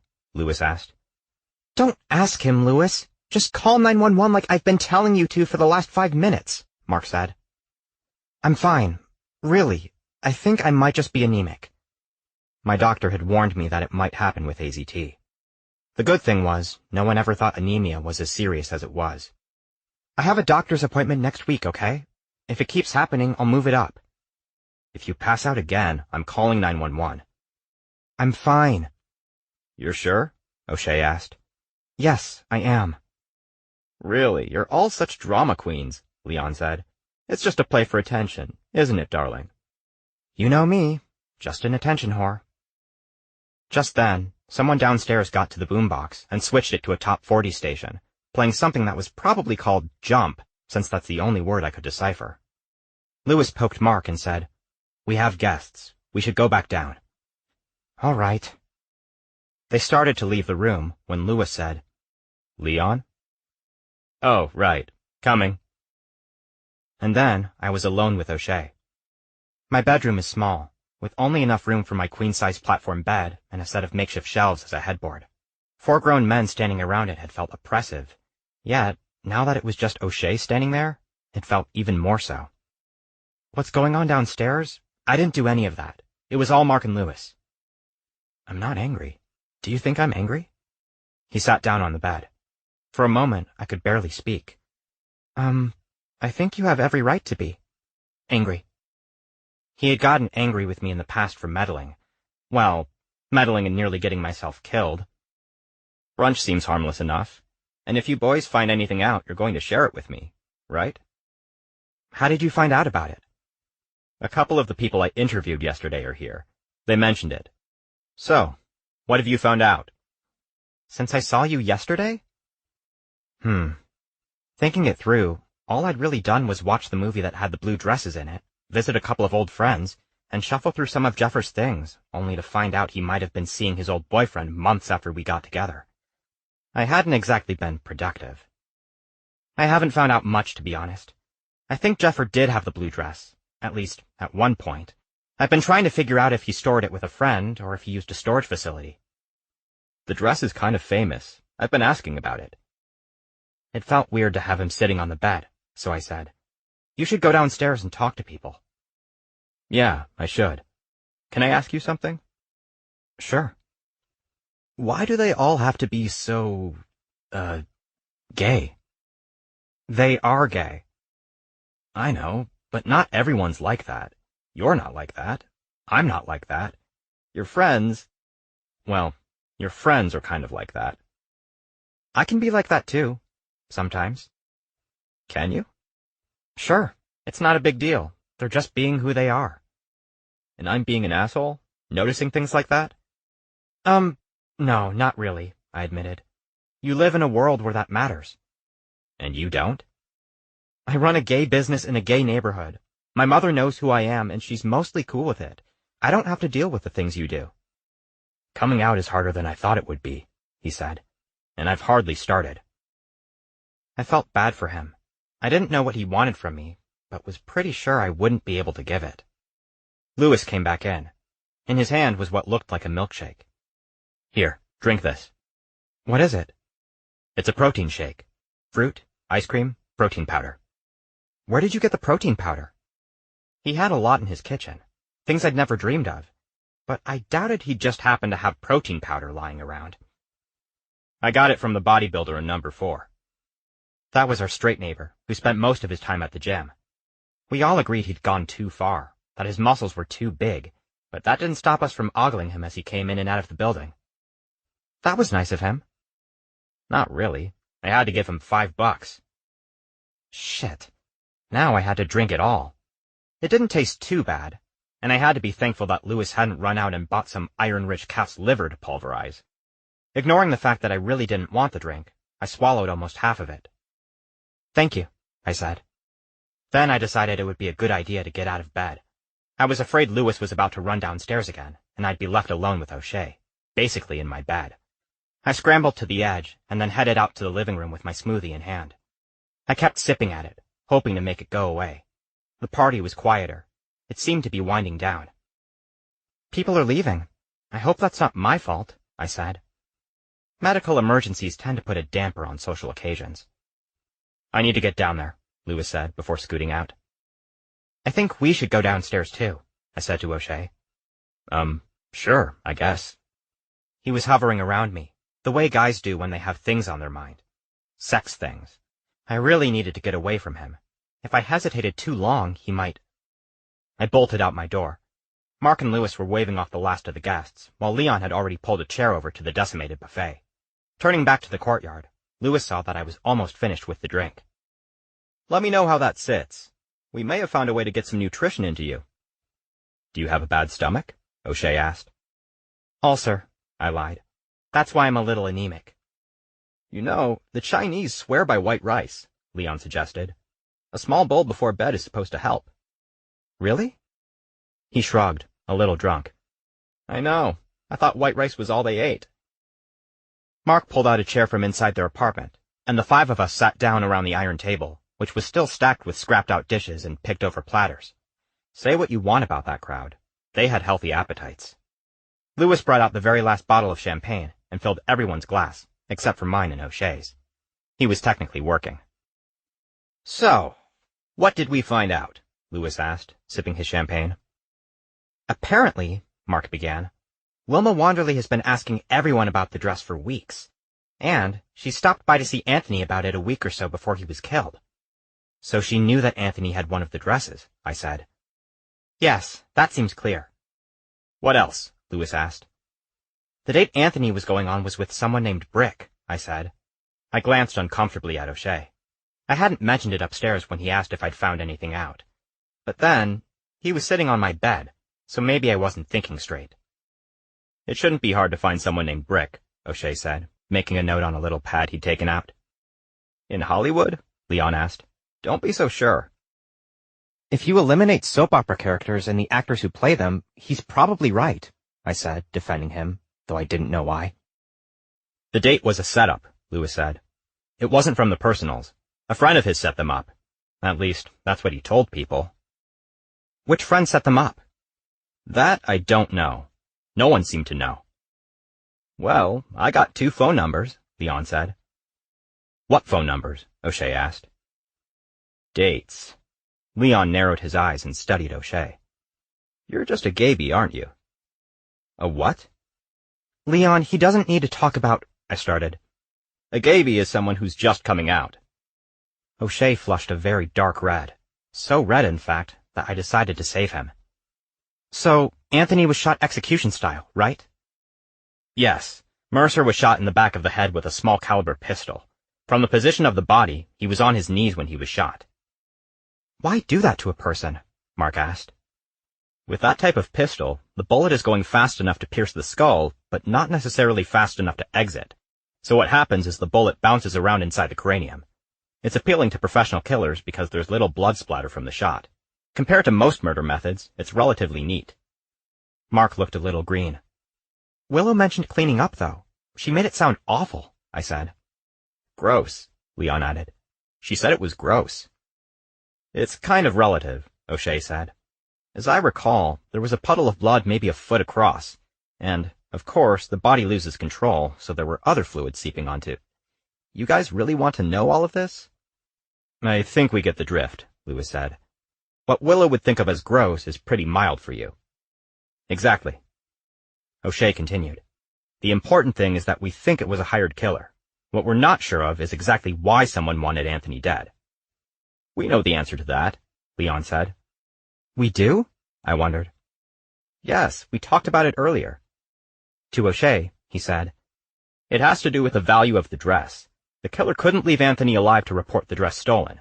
This way, whoever had him killed can make up a story about how they got the dress. Like Anthony had given it to them weeks ago, Lewis added. Yes. O'Shea thought it through. That's interesting, but as long as the murder investigation is open, whoever has the dress can't come forward. They may not have thought things through, Leon admitted. Most people who murder don't think things through, O'Shea said. So, who do we think killed Anthony Mercer? Mark asked. Brick, we all said at once. His blind date, Leon added. A professional hitman? Oh my God, that's a great name for a movie. Blind Date with a Hitman. Noah, get 10 copies. They'll rent like crazy. I ignored him. The real question is, who hired Brick? My guess is Wilma Wanderley. Hollywood Costume, Mark suggested. Wait, what's that? O'Shea wanted to know. Billy Martinez, the owner of Hollywood Costume, is trying to buy Anthony's costume shop. He could have had Anthony killed. Now he's practically the only costume shop in town. I'll check him out tomorrow. But Billy Martinez wouldn't have stolen the blue dress, Lewis said. Would he? We don't know for sure the dress was stolen. We don't know for sure if it was even there, Mark pointed out. No, I said. Willa was familiar with the dress. She said she hadn't seen it lately. Well, somebody was looking for something, Lewis said. Didn't she also say the place was ransacked? It was a mess. And I agree. Someone was looking for something, O'Shea confirmed. We should put down Dorothy Kane as a suspect, Mark said. Why? Did someone say something? I asked. Just that she's fallen on hard times. But think about it. If she sold the dress, she didn't get much. So maybe she's figured out how much a set is worth and feels she was cheated. She could have had Anthony killed just to keep Wilma from getting the dress. So, wait a second, O'Shea said. This is like a card game, isn't it? Whoever gets the right pair wins the pot. Pretty much. Who do you think did it, Detective O'Shea? Leon asked. I'm not really supposed to say. Well, this isn't official. This is a parlor game. Murder is always about sex or money. Until we find this Brick person, it could still be a date gone wrong. The style of the murder suggests a professional, but it could also be something the killer saw on TV. And then Lewis stood up and said, Well, it's nearly 2 o'clock. I suppose I should start dinner. Chapter 7.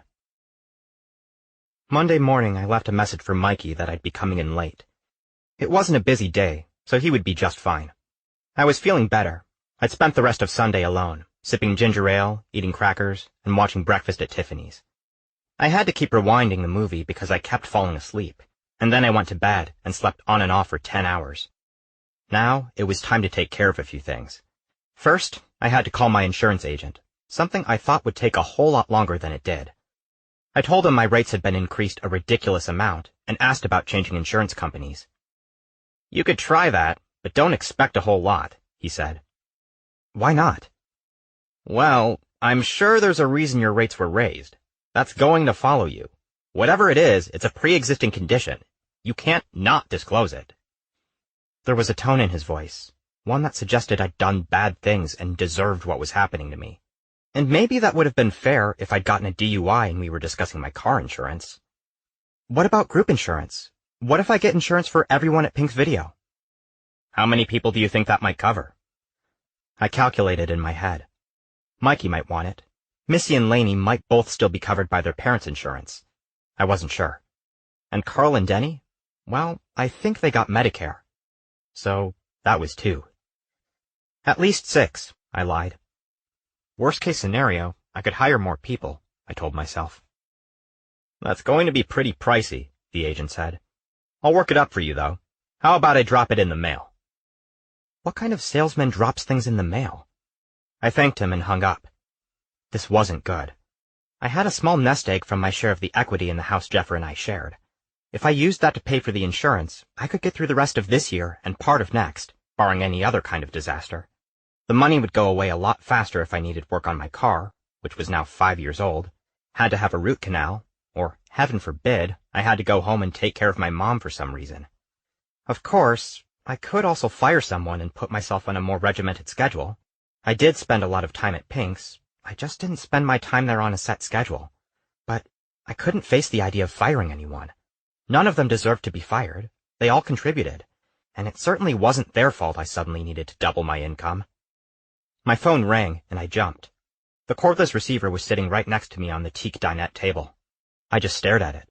The only person who called me in the morning was my mother, but I'd just talked to her the other day, so I had no idea who it was. I waited until the answering machine picked up, and my message played. Hello, this is Tina. I just want to make sure you're okay. The way you passed out yesterday isn't good. So just, please let me know that you're okay." She hung up. It seemed she wanted to be friends again, and I wasn't sure I was interested. A lot had happened. She'd been awful. So had Robert.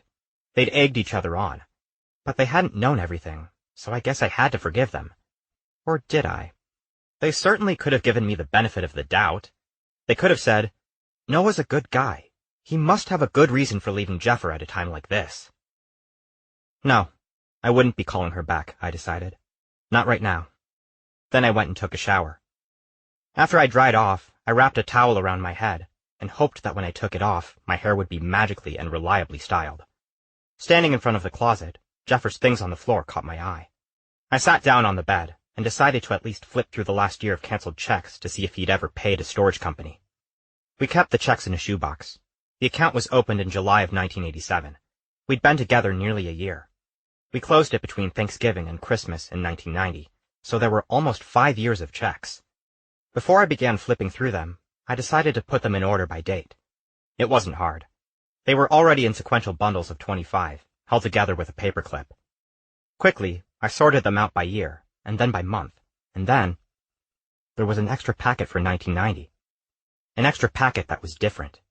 The check itself was the same color as ours, but it had just Jeffer's name on it. The rest of the checks were from the joint account we had with the Entertainment Credit Union, the one we'd been able to join because Jeffer was a production designer. This bundle of checks belonged to an account Jeffer had all by himself at Security Pacific. I flipped through the checks. They were in order and covered almost 6 months. Jeffer, or someone, had accidentally thrown them in with our joint account. They began in April 1990 with check number 1051 and continued until August 1990 with check number 1073. Looking through, about half of the checks were to a Dr. Paganelli. I guess that made sense. Jeffer hadn't wanted me to know he was sick, so he'd used the account to pay for his doctor visits. The checks were for $10 each, so he was only paying his copay. He always had insurance through his union, IATSE. I wondered for a moment how things might have been different if he'd been in my position and had to get insurance on his own. He would have had to tell me what was going on with him, I imagine. He would have had to be honest. The checks that weren't to Dr. Paganelli were more random. There was one to a boutique on Melrose, where Jeffer bought me a royal blue velvet suit jacket for my birthday. It does look good on me, but I've only worn it once, to dinner with Jeffer. I really don't have places to wear a blue velvet jacket. There were several checks for cash, monthly, for $49, and a few others for larger amounts. Where had the money come from? I wondered. Did the account still exist? Unfortunately, there were no statements in the shoebox for the credit union account, or the Security Pacific one. $49 sounded about right for a storage facility. Did he pay cash? Why wouldn't he write a check directly to the facility? I doubt Jeffer knew that his family would make a grab for our things, so he must have thought I'd eventually find everything, including this secret account. Did he not want me to know about the storage facility? Did he not want me to know about the blue dress and whatever else he'd collected? Why wouldn't he want me to know? I put the checks back into the box. That was as much as I could deal with at the moment. It was drizzling outside, very unusual for June, and looked cold, so I put on a white turtleneck with a denim work shirt, my black jeans, and my black and white checked Vans. On the way out of the apartment, I grabbed the Addams family, then hurried down to my car. I stopped at the Mercado and got a dozen fresh churros, then headed to Pinx, promising myself I'd eat at least 2 churros, maybe 3. When I walked into Pinx, Mikey was sitting alone behind the counter, and there were 2 customers skulking about. He handed me a list of videos, and I handed him the box of churros. "What is this?" I asked. "Those are the titles we rented this weekend from the Hidden Treasures shelf." Then he opened the box and said, "Oh, churros. Yum." Pulling one out of the box, he took a bite. I took one and bit into it. It should have tasted crisp and sugary, but instead, all I could taste was the fat it had been cooked in. "These are wonderful. From the Mercado on Sunset?" "Yes, they are good. Or at least they used to be." I decided not to be churlish about the shelf and said, "Congratulations on the success of Hidden Treasures. I'm going to work on time cards." "I already did that, and I filled out the checks. All you have to do is sign them." I might have been annoyed by this. In fact, I should have been. He was doing my job for me and not even asking. But the extra time allowed me to ask something I'd been wondering about. Have you heard anything about the murder of costume designer Anthony Mercer? I think a customer mentioned it. I don't really watch the news if I can avoid it. Too depressing. Well, the night he was killed, Anthony was supposed to have a date with someone named Brick. Do we have anyone named Brick in the system? You're not getting involved with another murder, are you? I mean, that would be a terrible idea. It was a terrible idea, and I knew it. It's just, I felt like Anthony's murder was involving me much more than I was involving myself, even if only because everyone thought I had a blue dress. A blue dress worth killing for. I'm not involved. My neighbors were talking about it, that's all. So, just out of curiosity, do we have anyone named Brick in the system? Mikey turned to the CRT and plugged in some search terms. Bryce, Byron, and a whole lot of Bryans, but no Brick. Okay, thanks. I slid the bag containing the Addams Family video toward him. He opened it up, and as soon as he saw it, said, "This was so great. Are they made from real Girl Scouts?" I smiled. That was funny. This is random, but Dorothy Kane isn't one of our customers, is she?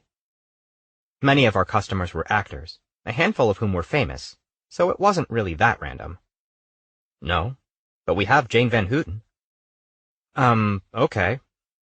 Jane Van Houten was another actress from the same period, but I didn't see what her being a customer had to do with... Her sister, Mikey explained. Oh, that's right. Then I remembered. Aren't they involved in some kind of feud? They despise each other. But that doesn't mean Jane wouldn't know where her sister is, and I can't imagine the feud would stop her from giving you her sister's address. All right, give me the address. Does this have something to do with the costumer's death? Probably not, I said. It was a semi-honest answer. So, you knew Jeffer pretty well. Did he ever mention that he had a collection of memorabilia? No, he never said anything. Did he ever mention a dress from the girl from Albany? No. Is that why you wanted to talk to Dorothy Kane? It's about the dress? Yes. Apparently, he didn't consider that getting involved with murder, since he clicked the keys that would get me Jane Van Houten's address. And, of course he wouldn't, since I hadn't given him all the information. I have a collection, he said. You do? Sure. We get 3 times as many posters as we can put up in the window. I take them home. Oh. I mean, I hope that's okay. You said to throw them out, so I didn't think you cared. No, it's fine. I just never thought about it, that's all. It's hard to imagine that a poster from Hudson Hawk might someday be worth something, but you never know. Jane Van Houten lived on Mitchell Terrena in a butter-colored mansion that looked out over the north end of the Silver Lake Reservoir. The house was 2 stories, with decorative shutters painted a weathered tan. It sat on a large mound, lifting it high above the street and vastly improving its view. The mound was planted with icicle plants that hung over the retaining wall at street level, where there was also a garage and a gate in front of a flight of cement stairs leading up to the house. Next to the gate was an intercom system. I was going to have to think of a story. I doubted I could just ask for the information, no matter what Mikey thought. There was an actress killed a few years ago by a guy who just came to her door. The famous were a bit more careful these days. I pressed the call button on the intercom and waited. 30 seconds later, a woman's voice came on and asked, "Who is it?" "Hello. I am, trying to find Dorothy Kane. She has an overdue video, and the information we have on her is out of date. Would you be able to—" The intercom made a screeching sound, and I grabbed the gate and opened it. I hadn't really expected it would be so easy to get in. I climbed the steps up to the house. There was a lovely walkway that led to the front door, and beyond that, a large terrace. Glancing over my shoulder, I saw that the view of Silver Lake was spectacular. The wide front door opened before I got there, and I found myself face to face with Jane Van Houten. She was taller than I expected, painfully thin, and somewhere around 65. Her dyed blonde hair was coiled onto her head like a fuzzy snake. "If that story's true about the video, you can kiss it goodbye." "I'm sorry, you don't know where your sister is?" "Of course I know where she is. She's out back. What I also know is that she doesn't have your videotape. What was it? Some sex movie?" I was beginning to feel protective of Dorothy, so I said, "The Sound of Music." "Ha! No, it's not. Dorothy hates Julie Andrews." "Why would anyone hate Julie Andrews?" "She hates her because I like her. If I say white, she says black. It's been like that since we were kids. What are you really doing here?" Telling Jane anything was probably a bad idea. It's kind of personal. Oh, really? You're too little. I'm sorry? She likes her gigolos to be big and strapping. You're neither. I decided to ignore that. If I could just see her for a couple of minutes. Jane shrugged. I told you, she's out back. You have to follow that path around the house. She pointed at some terracotta tiles that had been set into the lawn. I thanked her and started on the path. Be careful. The bitch bites.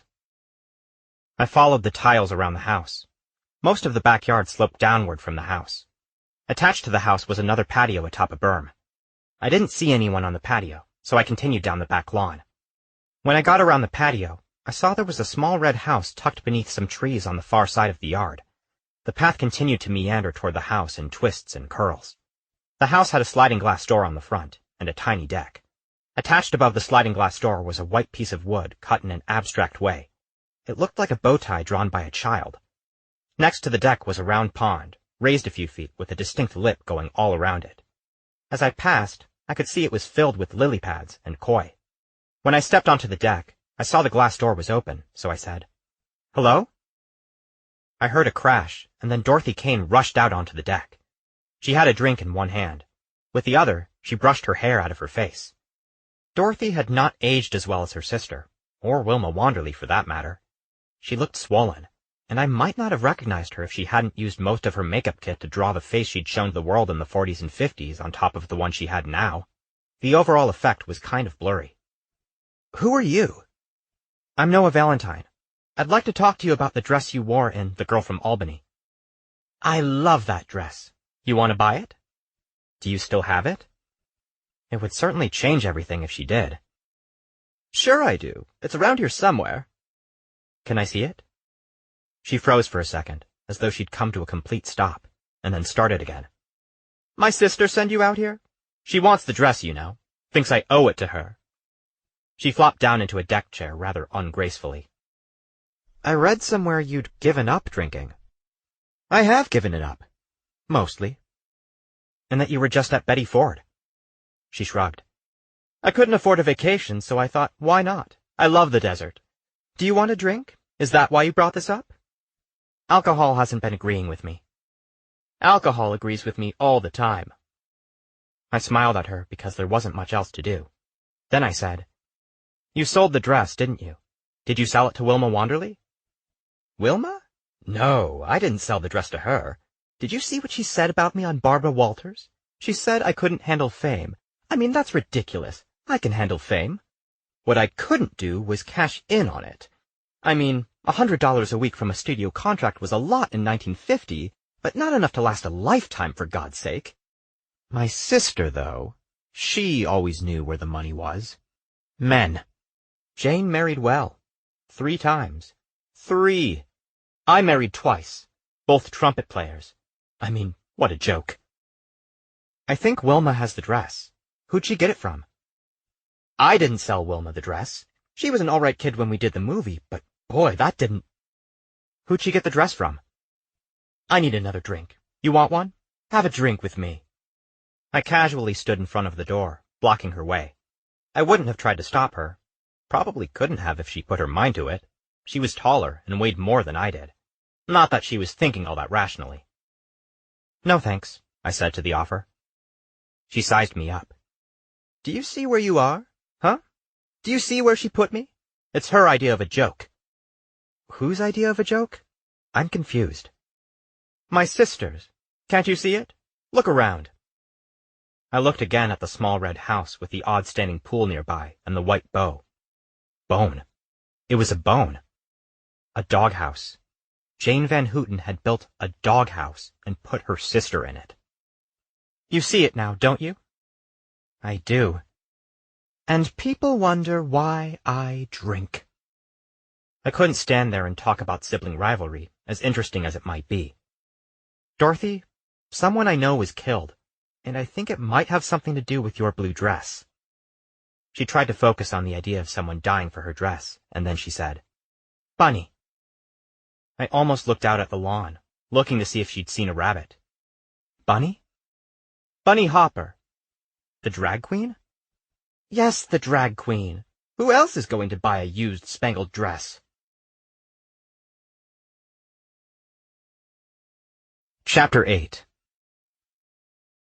Feeling guilty about ignoring Pinx for most of the day, I went back and sent Mikey home early. He didn't want to go, even when I said I'd pay him for the full day.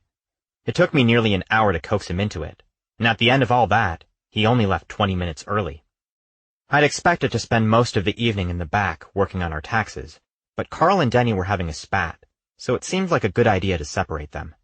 I had Carl in the tape room cleaning up, and Denny out on the floor re-alphabetizing, while I sat at the counter dealing with the occasional customer.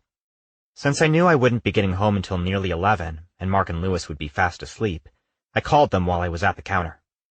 I talked to Dorothy Kane, I told Lewis. He went and saw Dorothy Kane, he repeated for Mark. What was that like? I could hear Mark in the background saying, Was she drunk? I hear she's a drunk. She sold the dress to Bunny Hopper. She sold the dress to a drag queen, Lewis told Mark. Bunny Hopper. Is she still performing? I wondered. Lewis was listening to Mark. Then Mark came on the line. Noah, Bunny Hopper used to perform at the Queen Mary. In Long Beach? No, dear, in Studio City. The Queen Mary Show Lounge. The drag bar in Ventura. Oh. I'd never heard of it. She hasn't been there in ages, though. Let me see. I have a light morning tomorrow. Let me see if I can find her. All right. I'll call you in the morning. When I got home a couple of hours later, there were 2 fresh blueberry muffins wrapped in plastic outside my front door. From Lewis, obviously. I ate half a muffin while watching the Palm Beach Story, which, I have to admit, I chose from the hidden treasure shelf. I fell asleep partway through the movie, thinking how nice it would be to love a man so much I'd run off to marry a bespectacled millionaire, just so I could make all of my true love's dreams come true. Sometimes movie logic made so much more sense than real life. In the morning, a suspicious package arrived. Well, it was suspicious until I saw the return address was Grand Rapids. It was from my mother, though I had no idea what she might be sending me. After the delivery guy left, why do real-life delivery men never live up to their gay porn counterparts? I put the package onto the dinette table and got a knife to open the box. Inside were old copies of Photoplay with Wilma Wanderley on the cover, Life from the 60s, and People from the 70s. There were also clippings, dozens of them, from newspapers, supermarket scandal rags, and other periodicals. All told Wilma Wanderley's life story, her difficult, challenging life story. Already a star, Wilma had married a much older man when she was only 17. 2 years later, her son Albert was born. Considering the dates given in the stories, I calculated Wilma's age at around 70, and Albert's as just past 50. One of the clippings mentioned Wilma's claim that she'd lied about her age, and was actually 13 when she began at the studio, and just 15 when she married. But it was common for older actresses to make claims like that in order to make themselves appear younger. Though why 2 years would matter to a 70-year-old woman was beyond me. When Wilma was just 22, or 20, depending on what you believe, her husband dropped dead on a Hollywood street. It was later determined he died of a fractured skull. Wilma claimed she had no idea how this might have happened, though there were rumors of a terrible row a few days before, a heavy crystal ashtray, and a maid who was given a small house in Glendale by the studio. The young widow swore off marriage, though she was often shepherded around Hollywood by young, attractive up-and-comers. In the late 50s, when she was in her mid-30s, her career began to falter, and she went to England to make a series of films with director Terence "Scotty" Scott. She fell desperately in love with her married director, and after the second film they made together, had a child by him, who tragically only lived for 8 days. Scotty stood by her, though somehow forgot to divorce his wife, and there was a second pregnancy that ended in a miscarriage while they were making their final picture together. The films were, in retrospect, mediocre, but due to the scandal that swirled around them, quite profitable. It was after this that Wilma reinvented herself as a Las Vegas headliner. She spent nearly 2 decades singing in smoky lounges, backed up by nearly naked Koreans. In the early Vegas years, she was romantically linked to several mob figures, like Gianni the Rat Ignati and Big Jim Pirelli. Then, throughout the 80s, she was semi-retired, appearing occasionally in guest roles on sitcoms, and even a few times on game shows, working just enough to meet her eligibility requirements for SAG insurance. After I read through everything in the box, I called my mother. "Hi, Mom. I got the package."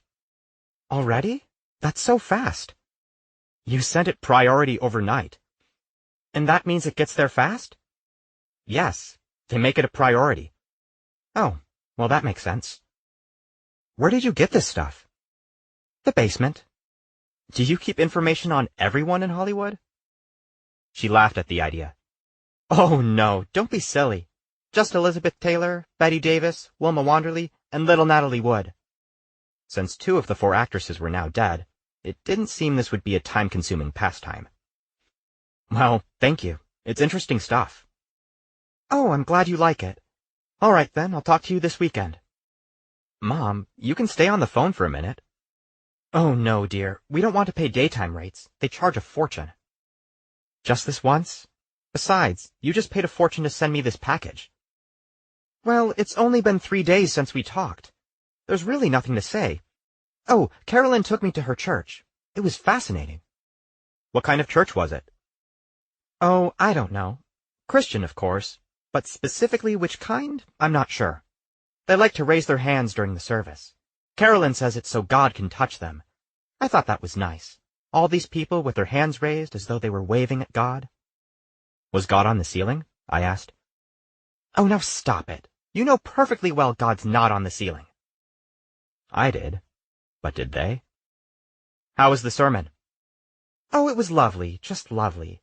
There were a few things that were, well, uncomfortable. And I did say so to Carolyn afterwards, specifically that you and Jeffer were never that kind of gay." I didn't want to know what that kind of gay was. I had an inkling, of course, and thought the preacher should probably mind his own business, but didn't see much point in bringing that up. "Her daughter and son-in-law were there. They've got 3 little cherubs and another on the way. I like kids, but Carolyn does go on and on about them. She asks me every time I see her if I'm sad I won't ever be a grandmother." "That doesn't seem very nice." "Oh, I think she just forgets she's already asked me." I doubted that. "Well, I'm glad you had a nice time." "I did. Well, I watched the Palm Beach Story last night." "Oh, gosh, Joel McCrea. He was so handsome in that movie." "He was." "And Claudette Colbert. Oh, she was just lovely. Is she still alive?" "I don't know. I think so. Do you remember It Happened One Night?"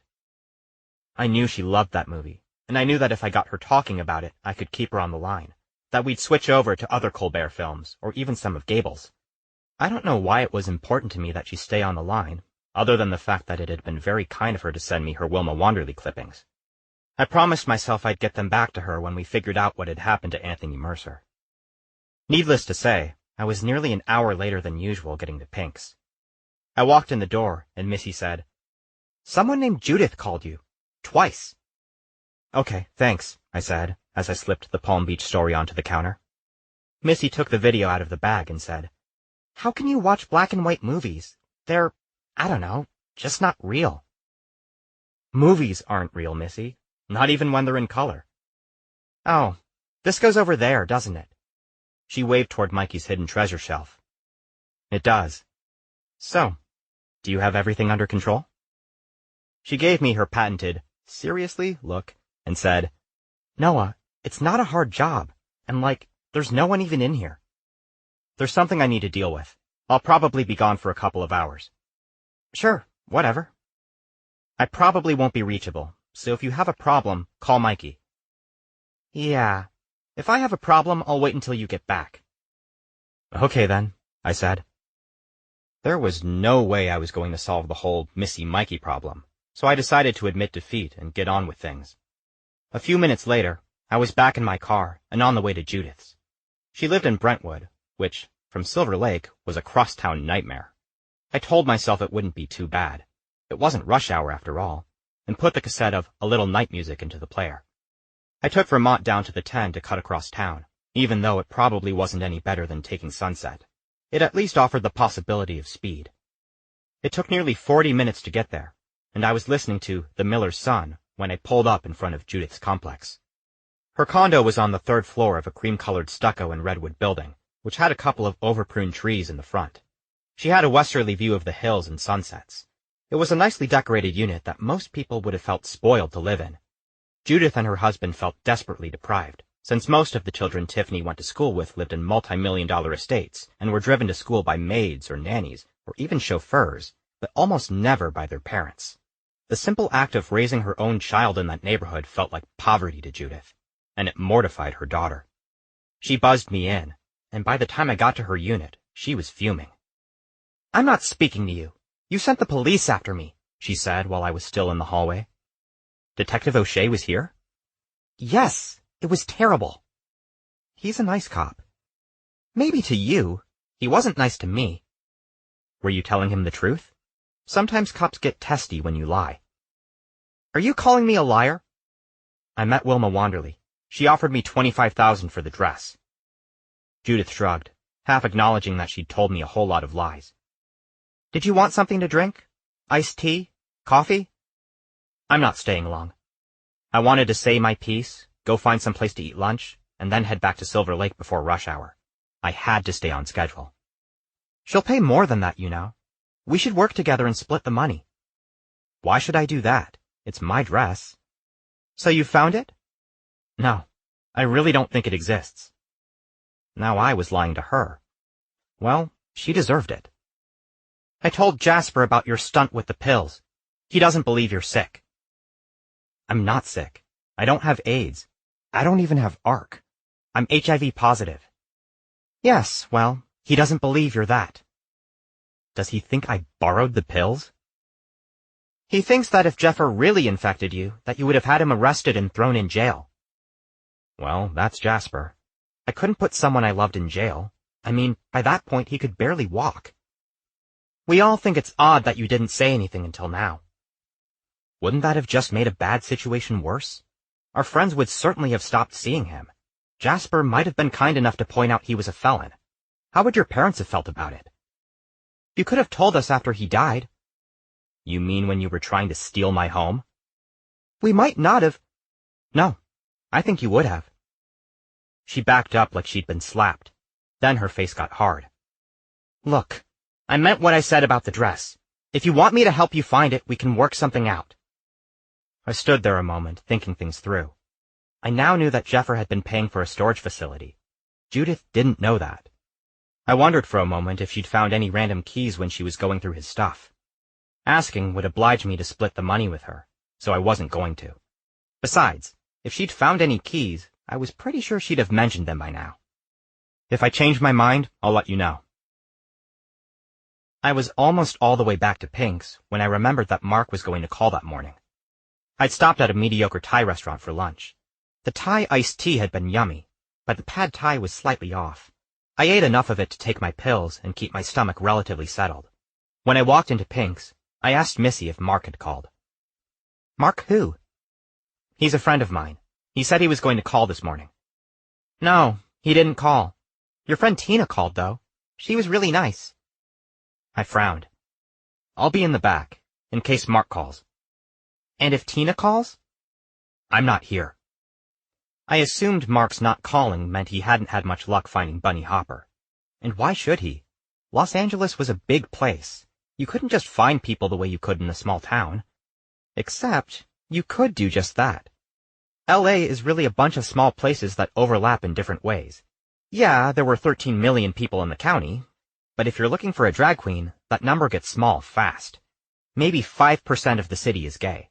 That's around 600,000 people, about the size of Columbus, Ohio. A Columbus of gay people. Subtract the lesbians, and you're talking Cincinnati. Remove every guy who doesn't do drag for a living, and, well, it's a pretty small town no one's ever heard of. All we had to do to locate Bunny was find someone else who lived in that same small town. I fiddled with the bookkeeping for a while. I really wanted my 1991 taxes to go away. I was almost sure I didn't owe any money, or at least not much, but I had to get the paperwork right. Jeffer had done our taxes the first year we had the business. I'd managed to get through 1990 mainly because Jeffer had done 3/4 of the year already. I promised myself I'd get better at this aspect of my life.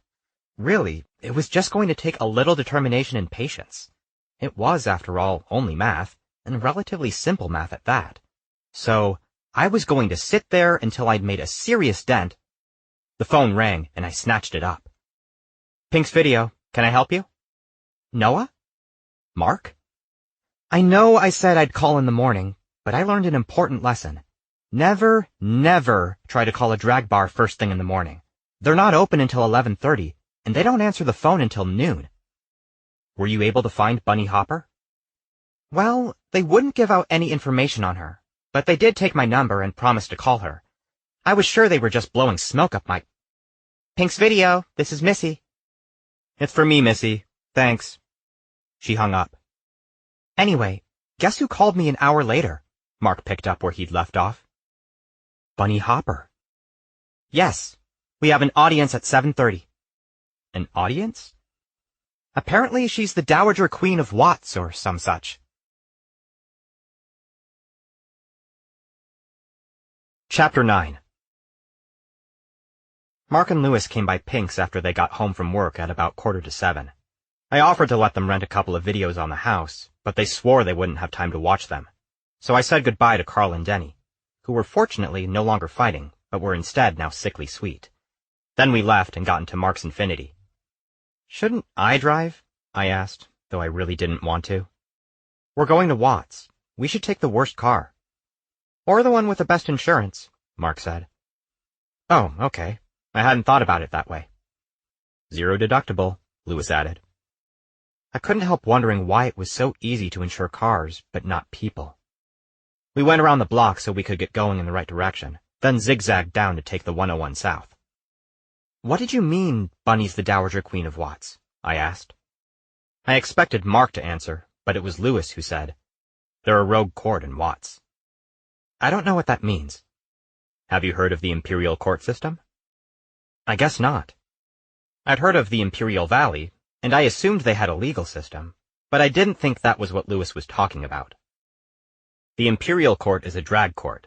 There's one in Los Angeles, Long Beach, Orange County. They put on drag shows and raise money for charity. Every year there's a new emperor and empress. Now it was Mark's turn. Apparently the queens in Watts had a falling out with the rest of the queens and formed their own court. That's how Bunny became the Dowager Queen of Watts. I see. We merged onto the 110 South.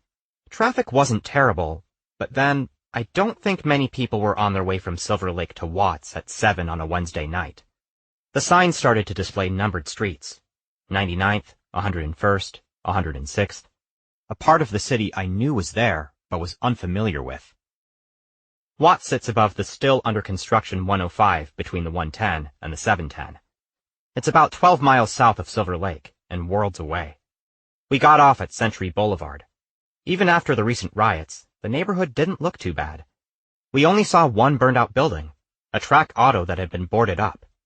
Graffiti had been painted on since the riots, gang symbols mostly, but taking center stage was Fuck the Police 187. It's not too bad down here, Mark said after we drove by the track auto. The worst of the riots were northwest of here, Lewis said. The thing about a slum in Los Angeles is that you don't know you're there at first. People still mow their lawns, touch up the trim on their windows, drive decent cars, and water their lawns. It just doesn't look the way a bad neighborhood is supposed to look. Then, the deeper in you go, the worse it gets. First, bars appear on people's windows and doors.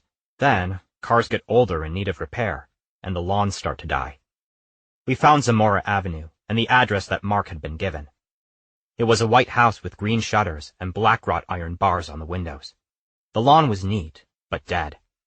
Of course, we were in the 6th year of a drought, so anyone whose lawn was green wasn't following conservation rules that were boldly ignored in the wealthy parts of town. Mark clicked his key fob at the car after we got out, and it beeped.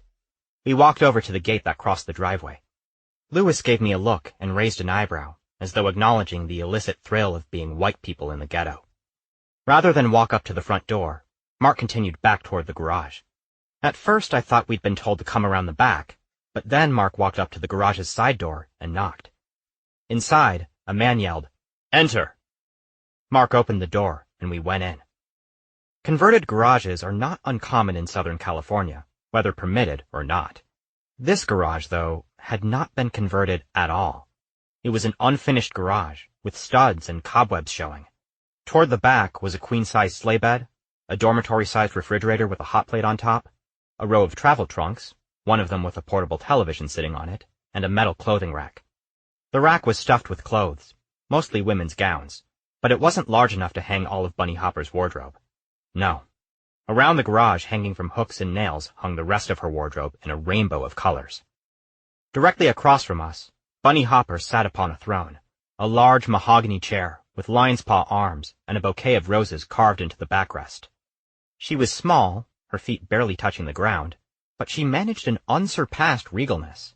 Her cheeks were round, and she wore a gray wig that was parted down the center and pulled back severely into a bun. She looked like a black Queen Victoria. The satiny black dress she wore was decorated with several strands of fake pearls. Over the dress, she wore a purple ermine-lined cape, or more probably, rabbit done up to look like ermine. Her crown was gold-painted plastic, ruby-colored glass, and more fake pearls. She held 2 scepters, both having once been broomsticks that were now spray-painted gold and encrusted at the top with glass ruby gems and plastic pearls.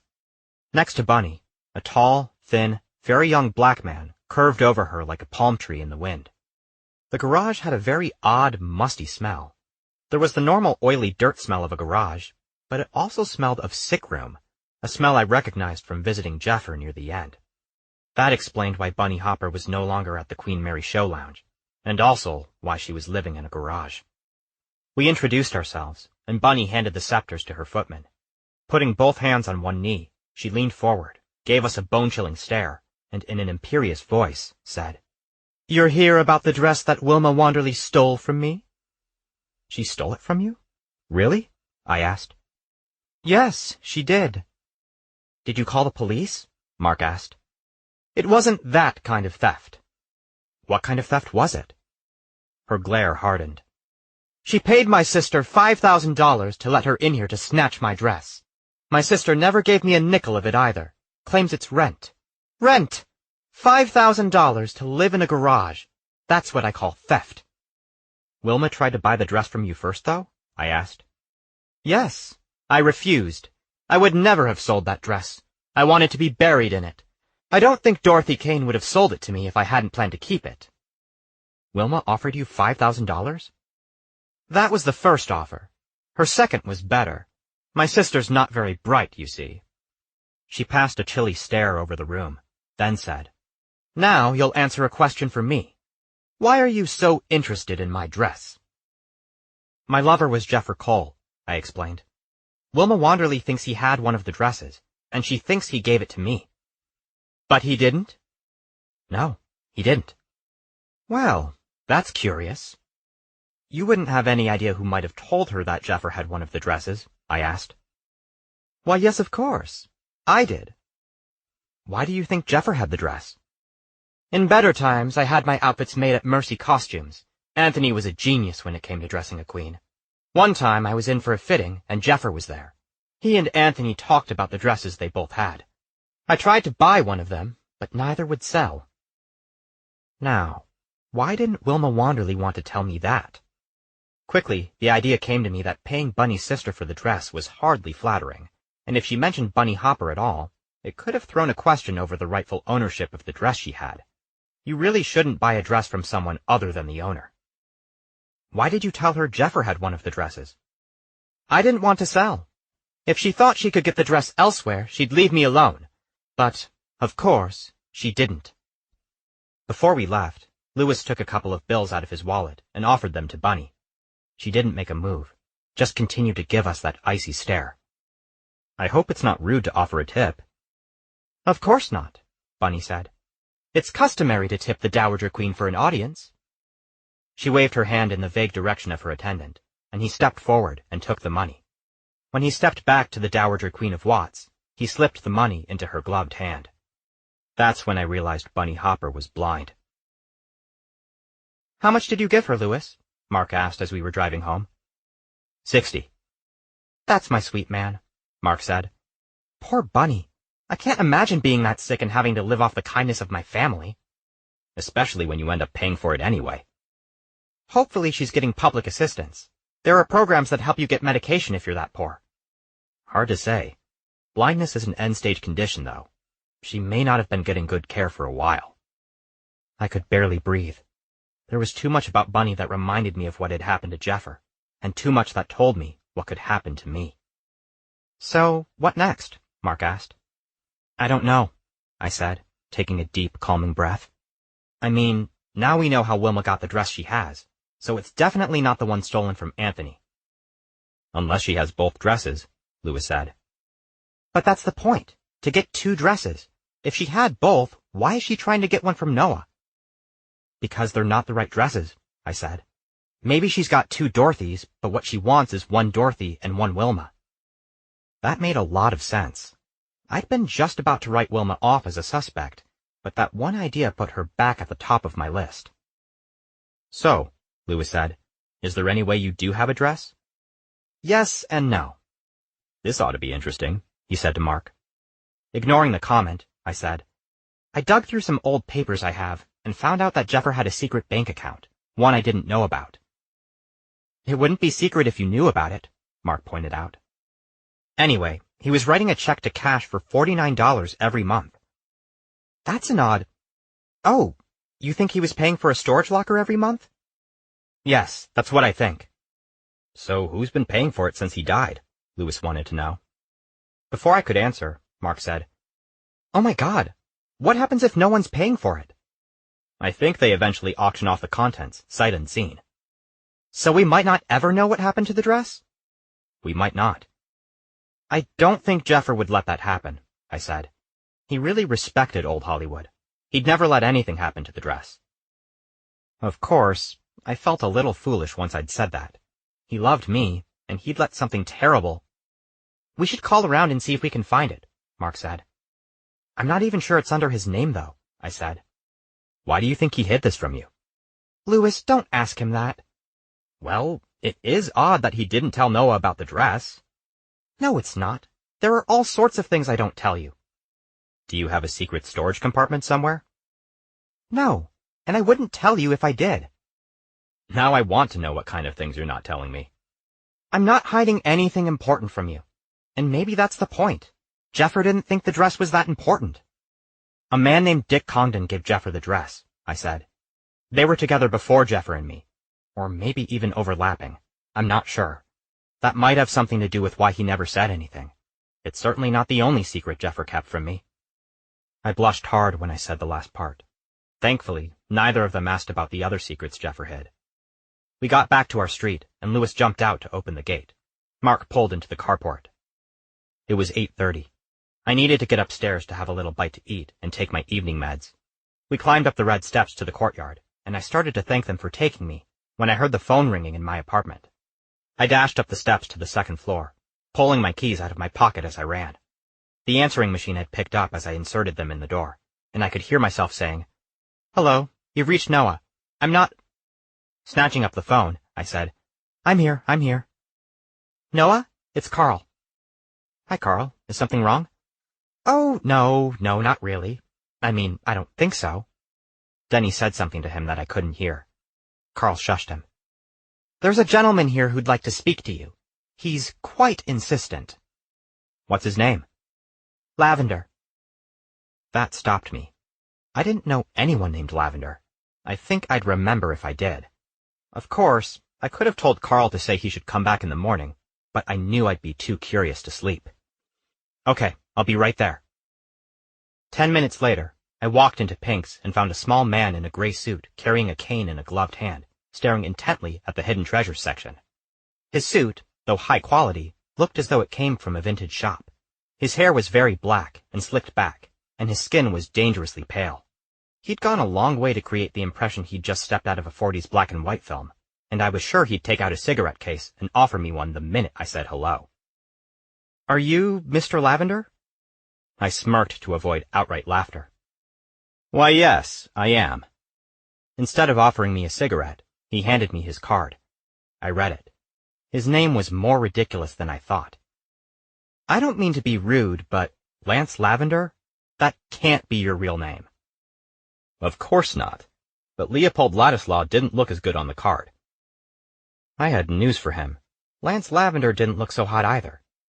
The card also said he was a dealer in fine collectibles. What can I do for you, Mr. Ladislaw? He just smiled at my rudeness, but I wasn't going to call him Mr. Lavender, at least not without giggling. I'm here about the dress. The blue dress that was worn by Wilma Wanderley in The Girl from Albany. Who do you represent? Or are you here on your own? I do have a client who is willing to trade. Trade? What does your client want to trade? A blue dress for a blue dress. My client has the dress worn by Dorothy Kane. He'd like the dress worn by Wilma Wanderley. I had the very real sense he was telling me something. Something I'd almost but not quite figured out. Wilma had one of Dorothy's dresses, and whoever killed Anthony Mercer had a dress, but I didn't know which one, and I didn't know which one I might or might not have. Apparently, though, Lance Lavender did, and that could only mean one thing. Your client is a murderer. I don't have any reason to think that. You don't have any reason not to think it if this person has the dress that Anthony Mercer was killed for. We should at least be suspicious, don't you think? If I listened to my suspicions, I'd be out of business in a month. Are you willing to trade? No, of course not. One blue dress is not like another. And if my client adds $10,000 to sweeten the deal? I don't actually have the dress, but if I did, I would not trade you. You see, by trading with me, you get a dress that you can explain. You got the dress from me, which puts me in the awkward position of having a dress I can't explain. You could say that Jeffer had 2 dresses. But then there would be 5 dresses. The one Wilma ruined, the one Dorothy sold and Wilma eventually bought, the one Anthony was killed for, and the 2 that I got from Jeffer. You see, there's still a problem. I guess you have it all figured out, don't you? And I kind of thought I did. His client was Wilma, of course. I was sure of it. She'd paid one of her mafia connections to kill Anthony, only to find out he had Dorothy's dress. That left her with 2 dresses, but both were Dorothy's. Jeffer had a Wilma dress somewhere, and now she was doing everything she could to get her hands on it. That's not all I've got figured out. Tell your client I know who they are and what they're up to. I think you're lying. But it's not up to you, is it? It's up to your client. Chapter 10. I slept poorly that night. I had weird dreams about being back in my house with Jeffer. He'd rearranged our furniture, and I was furious that he hadn't at least talked to me before doing it. Not knowing where things were left me stumbling around the house, stubbing my toes. The dream woke me, and I stayed awake for a few hours, tossing and turning. The meaning of the dream was so obvious. Jeffer had lied to me, and that had rearranged my life, completely leaving me out of all the decisions. And yes, it did make me angry. My toes, however, were just fine. When I got up the next morning, Lewis was down in the courtyard yelling, "Mark! Mark!" Groggy and exhausted, I sat up in bed, listening to what was happening. A moment later, I heard Mark come out of their apartment and say, "Oh my." Something had happened. I got out of bed, pulled on a pair of cutoffs and a t-shirt, and put on my minty baseball cap. I lumbered into the bathroom and brushed my teeth. I took 2 steps out my door and looked down at the courtyard. Splayed across the iron table where we'd had so many meals was the corpse of a young man nearing 30. I had a bad case of déjà vu, and unfortunately, it wasn't one of the side effects of AZT. It was actual, real déjà vu. Lewis looked up at me and asked, "Anyone you know?" "I've never seen him before in my life." I could hear Mark inside calling the police. I really hoped I'd had nothing to do with the corpse. A pretty vain hope, since I was pretty sure the corpse would turn out to have something to do with me. Or at least with the blue dress I supposedly had, if I could figure out where it was. I went downstairs and joined Lewis. There was little to do but stand there and stare at the corpse. It looked as though he'd been a very attractive young man. He had a well-proportioned face, square jaw, and eyes that would be very pretty if they hadn't already turned opaque. He lay face up, and I couldn't see what had killed him, though I suspected there was a bullet hole in the back of his head. I doubted he was killed in the courtyard, which meant someone went to the trouble of driving him here and then climbing the red steps with the corpse slung over their shoulder. The idea that we were looking for someone very large crossed my mind. Whoever the corpse had been, he hadn't dressed for going anyplace special. He wore a pair of jeans and a UCLA sweatshirt with a hood. The sweatshirt looked warm, which suggested he'd gone out late. The weather recently had been low 70s in the morning, but warmer in the afternoon, sometimes well into the 80s. At night, the temperature dipped into the low 60s. He was dressed for night. Mark came out and stood next to us. "Should we really stand here gawking at him?" he asked. Lewis, who was on the opposite side of the table, looked at me and said, "This is becoming a pattern with you, isn't it?" I'd had the misfortune of having a corpse dropped in my vicinity before. "Me? I'd say this one is on you two. He's closer to you guys than he is to me." "The killer probably just got tired and couldn't face another flight of stairs." "Lewis, you're going to give him a complex. Stop it." A siren started in the distance and grew closer. "Nobody heard anything?" Lewis asked. Mark and I shook our heads. "Oh, wait. I was awake from around 2 to 4. I didn't hear anything, but I would have. This must have happened either before or after." "What time did you go to sleep?" "I think by 10. "We were up until nearly midnight," Mark said. "So the body was dumped here between midnight and 2 a.m., or 4 and 6, Lewis calculated. "Why 6? I asked. "Sunrise.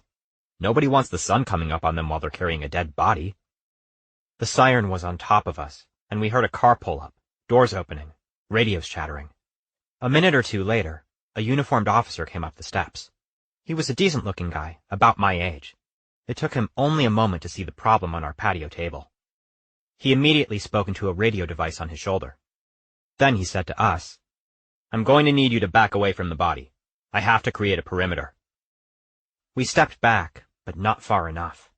When it became clear that the perimeter was probably going to cover their front door, I said to Mark and Lewis, "Come on, let's go upstairs." I brought out my dining chairs and set them in front of my living room window on the narrow walkway that ran the length of my apartment. From there, Mark, Lewis, and I had an excellent view of everything the police were doing. Lewis didn't sit, though. Instead, he said, "I'll make coffee," and disappeared into my apartment. Both Mark and Lewis were partly dressed for work. "You should call your office and tell them you're not coming in," Lewis said. "This is going to cause a dilemma," Mark replied, staring over the railing at the body downstairs. "How so?" "Is this a sick day, a vacation day, or a floating holiday? I know I should get the day off for discovering a dead body outside my door. I just don't know what kind of day to call it." He was only half serious, so I said, "You're right. The studios should have thought ahead. I think it's a personal day." "That'll work. Can I use your phone?" I nodded and went inside. I was alone for a moment on the balcony. Detective O'Shea came up the steps, along with another detective, a woman who looked confused and angry, and only more so when she saw the corpse. O'Shea looked at the corpse, and then up at me. I gave him a little nod. He gave me a half smile in return. A few minutes later, Mark and Lewis had both called their offices and canceled work for the day. Then they came out and sat down. Lewis handed out cups of coffee. To Mark, he said, "We need to buy Noah a coffee grinder and some decent beans." "I doubt this is going to become a frequent occurrence," I said hopefully. "That's no reason not to be prepared." Then Lewis said, as though I might not be aware, "You have no food, no milk, no eggs, no flour. There's nothing in there for me to make us breakfast." "I can make toast." "You don't have any jam." I used to cook, when I was with Jeffer. I was a good cook. I cooked for the two of us. I cooked for company. In fact, I made dinner for Anthony Mercer. Something with pork and apples, I think. What I didn't do was cook for myself. Cooking for one was just messy and time-consuming and depressing. Detective O'Shea looked through the corpse's pockets. He reached underneath him and pulled out a wallet, opened it up, and took out a license. Then he went over to his partner and said a few things. I wanted to ask who the victim was, but decided I ought to try being patient. "Let's have this 1 cup of coffee. Then we'll go down to Millie's," Mark suggested. "That's not a bad idea," Lewis said, "if they let us leave." "We'll come back. We live here. Plus, we know Detective O'Shea. He knows we'll come back." "Tall, dark, and menacing," Lewis said. It was what he'd called O'Shea before we knew he was a pretty good guy. "You can't call him that anymore," I said. "He's a nice guy." "Tall, dark, and amazing?" Lewis said, and winked at me. I couldn't help blushing. 2 men from the coroner's office arrived in their dark blue windbreakers. They'd be taking those jackets off in an hour or 2. They started poking around the body and making comments to O'Shea and his partner. I took a sip of my coffee. It was hot and rich. Lewis hated that I used coffee in a can, But really, he managed to make it taste good. Better than when I made it for myself. We are going to have to wipe that table down with bleach, aren't we? Mark said.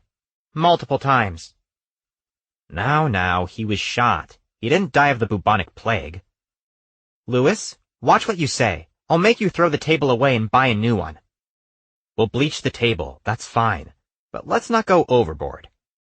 You could use a tablecloth, I suggested. The kind that's coated in plastic. O'Shea's partner was pointing at us, asking him something. Presumably, if she should come up and talk to us. He looked up and nearly smirked. Then he nodded his head at her. She climbed up the stairs. Medium height, she wore a simple pair of brown polyester slacks, brown shoes, and a dress shirt she might have gotten in the boys' department. Her long brown hair was barely combed, no less styled. Her eyes squinted behind a pair of ill-fitting glasses, and what makeup she wore was misapplied. I knew exactly what Jeffer would have said the first time he saw her. He'd have said she obviously didn't have any gay friends. I wondered, though, if it wasn't all a bit deliberate.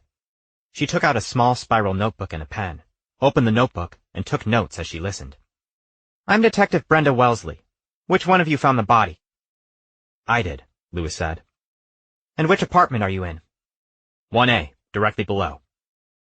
And this apartment is? 2A, I said. She pushed her glasses back up her nose. You live downstairs, and you live upstairs. Where do you live? She asked, pointing at Mark. I live downstairs. Next door in 1B? No, in 1A with Louis. That earned him an unpleasant stare. Do you want our names? Mark asked. It might make this easier. She ignored him. Instead, she asked Louis, Tell me what happened? I was getting ready for work. I was walking through the living room on my way to make coffee in the kitchen, when I noticed that the table didn't look right. I came out to see what was wrong, and there was that guy just laying there. And what did you do then? I screamed for Mark. She looked at me and said, You're Mark? I'm Noah. I'm Mark. So you came out after this gentleman called for you? Louis. His name is Louis, and yes. And what about you? She asked me. When did you come out? Around the same time. I heard them talking, and I knew something was wrong. So which one of you touched the body? I don't think any of us touched the body, Louis said. Then how did you know he was dead? She asked. He looked dead.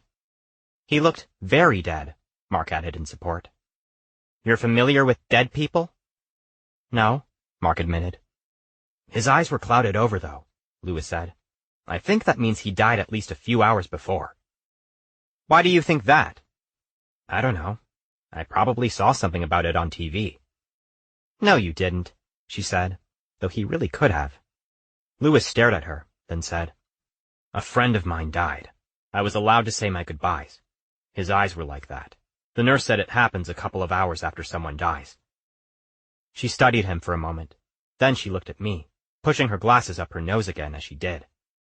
Did you hear anything during the night? No, but this is interesting. You see, we figured something out. The body was brought here either between midnight and 2, or between 4 and 6. Don't do that. Do what? Figure things out. So you didn't hear anything? No, I went to bed at... She raised her hand to stop me from speaking, and asked Louis, And you didn't hear anything? No. And neither did you? She said to Mark. No, I didn't hear anything. She turned back to Louis and asked, How well did you know him? The dead guy? I didn't. I've never met him in my life. We're going to find out. You'll save us some time if you just admit you knew him. But I didn't know him. She turned to Mark and said, What about you? You knew him, didn't you? Mark rolled his eyes. No, I did not know him. Squinting her eyes at Mark, she made a few marks in the notebook. Then she moved on to me. What about you? Did you know him? Not exactly, I said. What is that supposed to mean? It means I think his first name might be Brick. And why do you think that? We heard that Anthony Mercer had a date with someone named Brick on the night he died. Anthony Mercer, she said, squinting her eyes. Then she leaned over the railing, asking, Javier, is this a joke? He raised his hands in the air and shrugged. All right. Who is we? Us, Lewis said. The three of you? We nodded. It didn't seem like such a great idea to bring Leon into this right now. And how did you find out about this date? At brunch. It was sort of a memorial for Anthony, Lewis explained. You were friends with Mercer? We shook our heads. Why did you go to a memorial for someone you weren't friends with? We didn't go to it. We gave it, Lewis said. We were investigating the murder, Mark added. Really? A murder that's none of your business? It is kind of Noah's business. She turned on me. And why is it your business? Well, because Wilma Wanderley thinks I have a blue sequin dress. After taking 3 slow, controlled breaths, she screamed, Javier! Millie's was a small cafe on Sunset, right at the bottom of our hill. Operating out of a small storefront for 60-some years, the place sat about 25 people, not including a couple of tables it kept, illegally I think, on the sidewalk. It was nearly impossible to get a table on the weekend, but on a Thursday morning, we didn't have much trouble. The deep purple walls were covered in memorabilia from the 40s, vintage Coca-Cola trays and cigarette ads, hard plastic Cupid dolls and saddle shoes. The 3 of us sat at a tiny table for 4. The waitress, whose jeans were ripped across both knees and had her hair dyed black and cut like Betty Page, seemed more interested in snapping her gum than taking our order. Still, we persevered. Lewis ordered chilaquiles. Mark had huevos rancheros. I ordered a single pancake with an egg over easy. We all asked for coffee. Before the waitress walked away, Lewis ordered me a vanilla shake to go with my breakfast. Please don't order for me, I said. A pancake and an egg is not enough food. I wasn't entirely sure I'd be able to finish the pancake. Lewis, he's a grown-up person, Mark said. Let him make his own decisions. The waitress was already back with our coffees. She passed them around and said, Your milkshake will be up in a minute. So, Lewis said as soon as she walked away, what do we think of this morning's events? I think Detective Wellesley needs to work on her social skills, I said. Obviously, Mark agreed. 2 questions. Why kill Brick, if that was indeed Brick, and why now? Oh, crap, I said. What? I think it's my fault. You killed him and carried him up the stairs? Mark guessed. No. After we came back from Watts, I got a call from Pinx. There was a man there looking for me, a collector calling himself Lance Lavender. That can't be his real name. No, his real name is Leopold Ladislaw. That's not any better, Mark said. Why is no one named Bob anymore? Or Willie? Or Tom? Are you saying too many people are named Mark? Lewis teased. Oh my God, every other person is named Mark. Shaking my head, I continued. Lavender said he had a client who'd trade dresses with me. Apparently, the dress that was stolen from Anthony was Dorothy's backup dress. So his client must be Wilma Wanderley, Mark said. That's what I thought, so I told him I knew who his client was and what they were up to. And a corpse shows up in our courtyard a few hours later, Lewis said. Yes, I said, cringing. Someone's trying to send a message. But is it Wilma Wanderley? Mark asked. She certainly didn't throw that guy over her shoulder and carry him up the stairs. Obviously she hired someone. From the parking lot at Home Depot? Lewis, don't be racist. Well, where does a movie star hire help for committing a crime? I asked, tongue-in-cheek. Central Casting, joked Mark. I imagine her son is helping her, Lewis suggested, more realistically. Possibly, I said, but he seems very, inept, and she's browbeaten the life out of him. So he'd do whatever she asked of him? Yes, but I doubt he'd do it to her satisfaction. It's hard to imagine him killing someone and then delivering the corpse to our courtyard without making a half-dozen mistakes. Plus, he's like 50. I don't know if he could throw a corpse over his shoulder and climb a flight of stairs. The waitress arrived with my milkshake. I stuck the straw in and took a long sip. It was wonderful. And then it wasn't. It started off sweet and full of the taste of vanilla, but then it turned chalky and fatty. I swallowed it anyway. Before I left the house, I'd wrapped my pills in a tissue. I pulled the wad out of my pocket, and under the table, unrolled the wad. Popping them quickly into my mouth, I chased them with another good long draught of the milkshake. Hopefully, my last. Then I looked at Mark and Lewis and said, "Vitamins." "Just to play devil's advocate," Mark began, "what if it's not Wilma Wanderley? Who else could it be?" "Dorothy Kane," Lewis suggested. "Like Wilma, she'd need a lot of help." "Bunny Hopper. She has minions. We saw one of them. And she wants her dress back." "She wants her dress back. Wilma has her dress. I think she'd kill Wilma before she'd kill Anthony." "What if Lance Lavender doesn't have a client?" I suggested. "What if he was trying to get the dress for himself?" "Then why trade? Why not just buy the dress?" "Maybe trading was just a way to maneuver me into the right place so he could kill me and steal the dress, just like he did with Anthony." "May have," Mark corrected. "Lavender may have killed Anthony. And it doesn't explain the corpse in our courtyard. If Lavender is the one collecting dresses, he doesn't have a reason to leave the corpse there. No. I'm still wondering about Hollywood Costume. What if the blue dresses are just a way to shield the real crime? That the guy who owns Hollywood Costume killed Mercer so he could take over his business?" "Do we know anyone who works there or knows a lot about them?" Lewis asked. "I do. My former friend Robert works there." Our breakfasts arrived, and so did Detective O'Shea. The waitress asked if he wanted anything, and he ordered a couple of eggs with bacon. When the waitress was gone, he asked, "So, have the three of you solved the crime?" "Crimes," Mark corrected. "So you think this is connected to Anthony Mercer's death?" "Isn't it?" I asked. "The man in the courtyard is named Brick Leland Masters, so yes, I'd say they were connected. Does that name ring any bells for you?" "Just the Brick part," I said. "His address is in the Hollywood Flats. We'll go search his apartment later today." "How was he killed?" I asked. "It appears he was shot in the back of the head, like Anthony Mercer." "You're looking for someone large," I said. "They obviously carried the corpse over their shoulder up the stairs." "That's a good guess," O'Shea said. "But we've already seen some post-mortem bruising, and we'll likely discover more when the coroner removes all his clothing. It looks as though he was dragged up the stairs. Bloodstains and scuffing on the stairs seem to support that conclusion."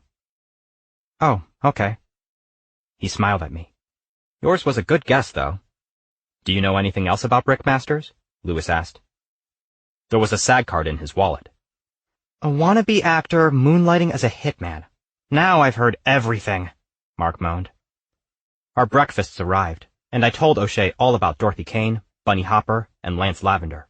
I wanted to keep O'Shea up to date, and I also wanted to avoid my breakfast. I was pretty full from the milkshake. O'Shea stopped me, saying, "Eat your breakfast. You can catch me up later."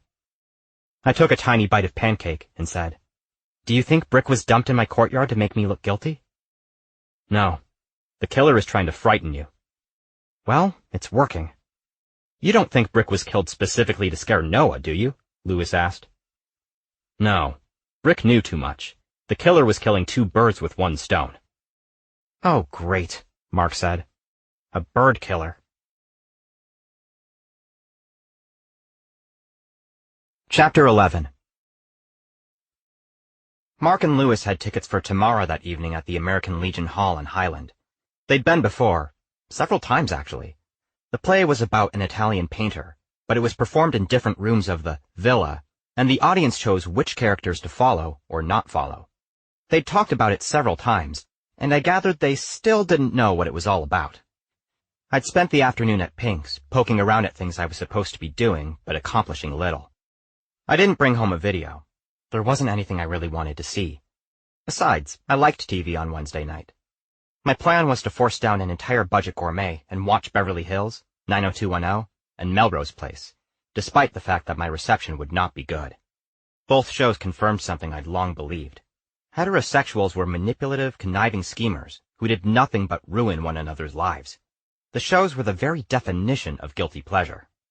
But when I walked into my apartment and threw my keys into the dish on top of my bookcase, I noticed the blue-inked business card Wilma Wanderley had given me. Glancing at my watch, I noted it was 7:30. If I hurried, I could go see her and be back in time for Melrose Place. Unless, of course, she killed me. But she couldn't kill me. Not until she had the dress she thought I had. So I was safe. For now. The Wanderley estate was in Nicholas Canyon, and modest by Hollywood standards. It sat behind a stucco wall and an electronic gate. There was barely enough room between the street and the gate to accommodate my very small car. I pressed the call button. Albert came on. Yes? It's Noah Valentine here to see Miss Wanderley. He didn't answer. He just hit whatever button opened the gate. The front yard was little more than a concrete parking lot, with Wilma's limo sitting in front of the house, apparently too large for the garage. The front of the house had a double door and a couple of small windows, making the house seem small, but the roof was oversized to accommodate a hidden second floor. My guess was the windows were in the back and opened onto the canyon. I parked in front of the garage and walked over to the door. I rang the bell and waited. Finally, Wilma Wanderley opened the double door, pulling both doors open dramatically, and stood there wearing a filmy apricot affair that was half dress, half negligee, and a perfectly styled lemony wig. Without inviting me in, she turned and crossed the foyer to the living room. I shut the front doors behind me and followed. The living room was down a step, and large enough to comfortably hold two large sofas with a wide marble coffee table between them.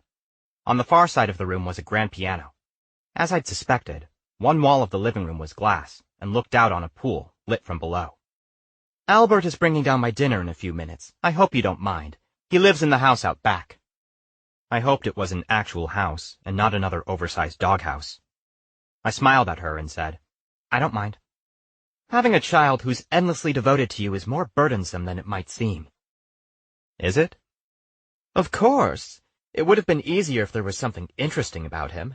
I mean, if I have to have a gay son, why couldn't he be an interesting gay, like a decorator or a makeup artist or costumer? A costumer would have been ideal. I'd have saved so much money. I didn't know, I tried to say. Well, yes, he refuses to come out. I mean, he's a middle-aged man who's not married. Of course he's gay. He even pretended to be in love with this ridiculously tall girl once, just to keep me in the dark. But I knew, and I made sure that poor girl knew. I was about to ask her a more relevant question when Albert walked in carrying a tray. In the light, he was an unattractive middle-aged man with a weak jaw and dark, prominent lips. He set the tray down on the coffee table. On it was a bowl of soup and a grilled sandwich. She immediately reached out and dipped a well-manicured finger into the soup. Putting her soup-covered finger into her mouth, she gave Albert a disappointed look. The soup needs to be scalding. How many times have I told you that? It cools off too fast as you come across the yard. I'll warm it up in the microwave. No, I don't want radiation on my food. Take it back.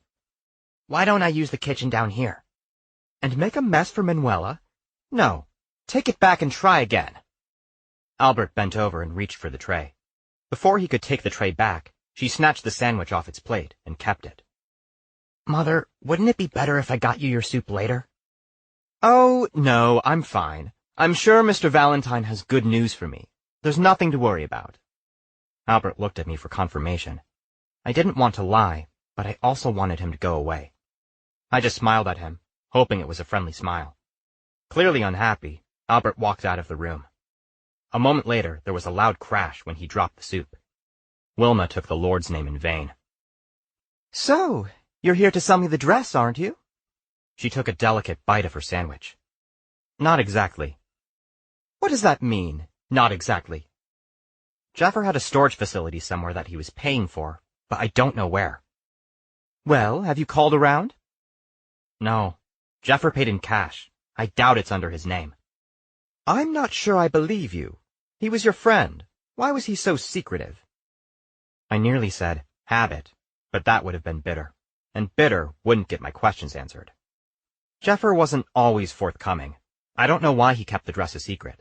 I'm trying to figure that out myself. Maybe you're not the trustworthy sort. Have you considered that? I've considered everything, I said stiffly. Then I turned the tables on her. You went to see Anthony Mercer, didn't you?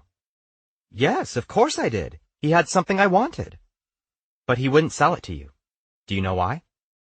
Where did you get an idea like that? He was going to sell me the dress.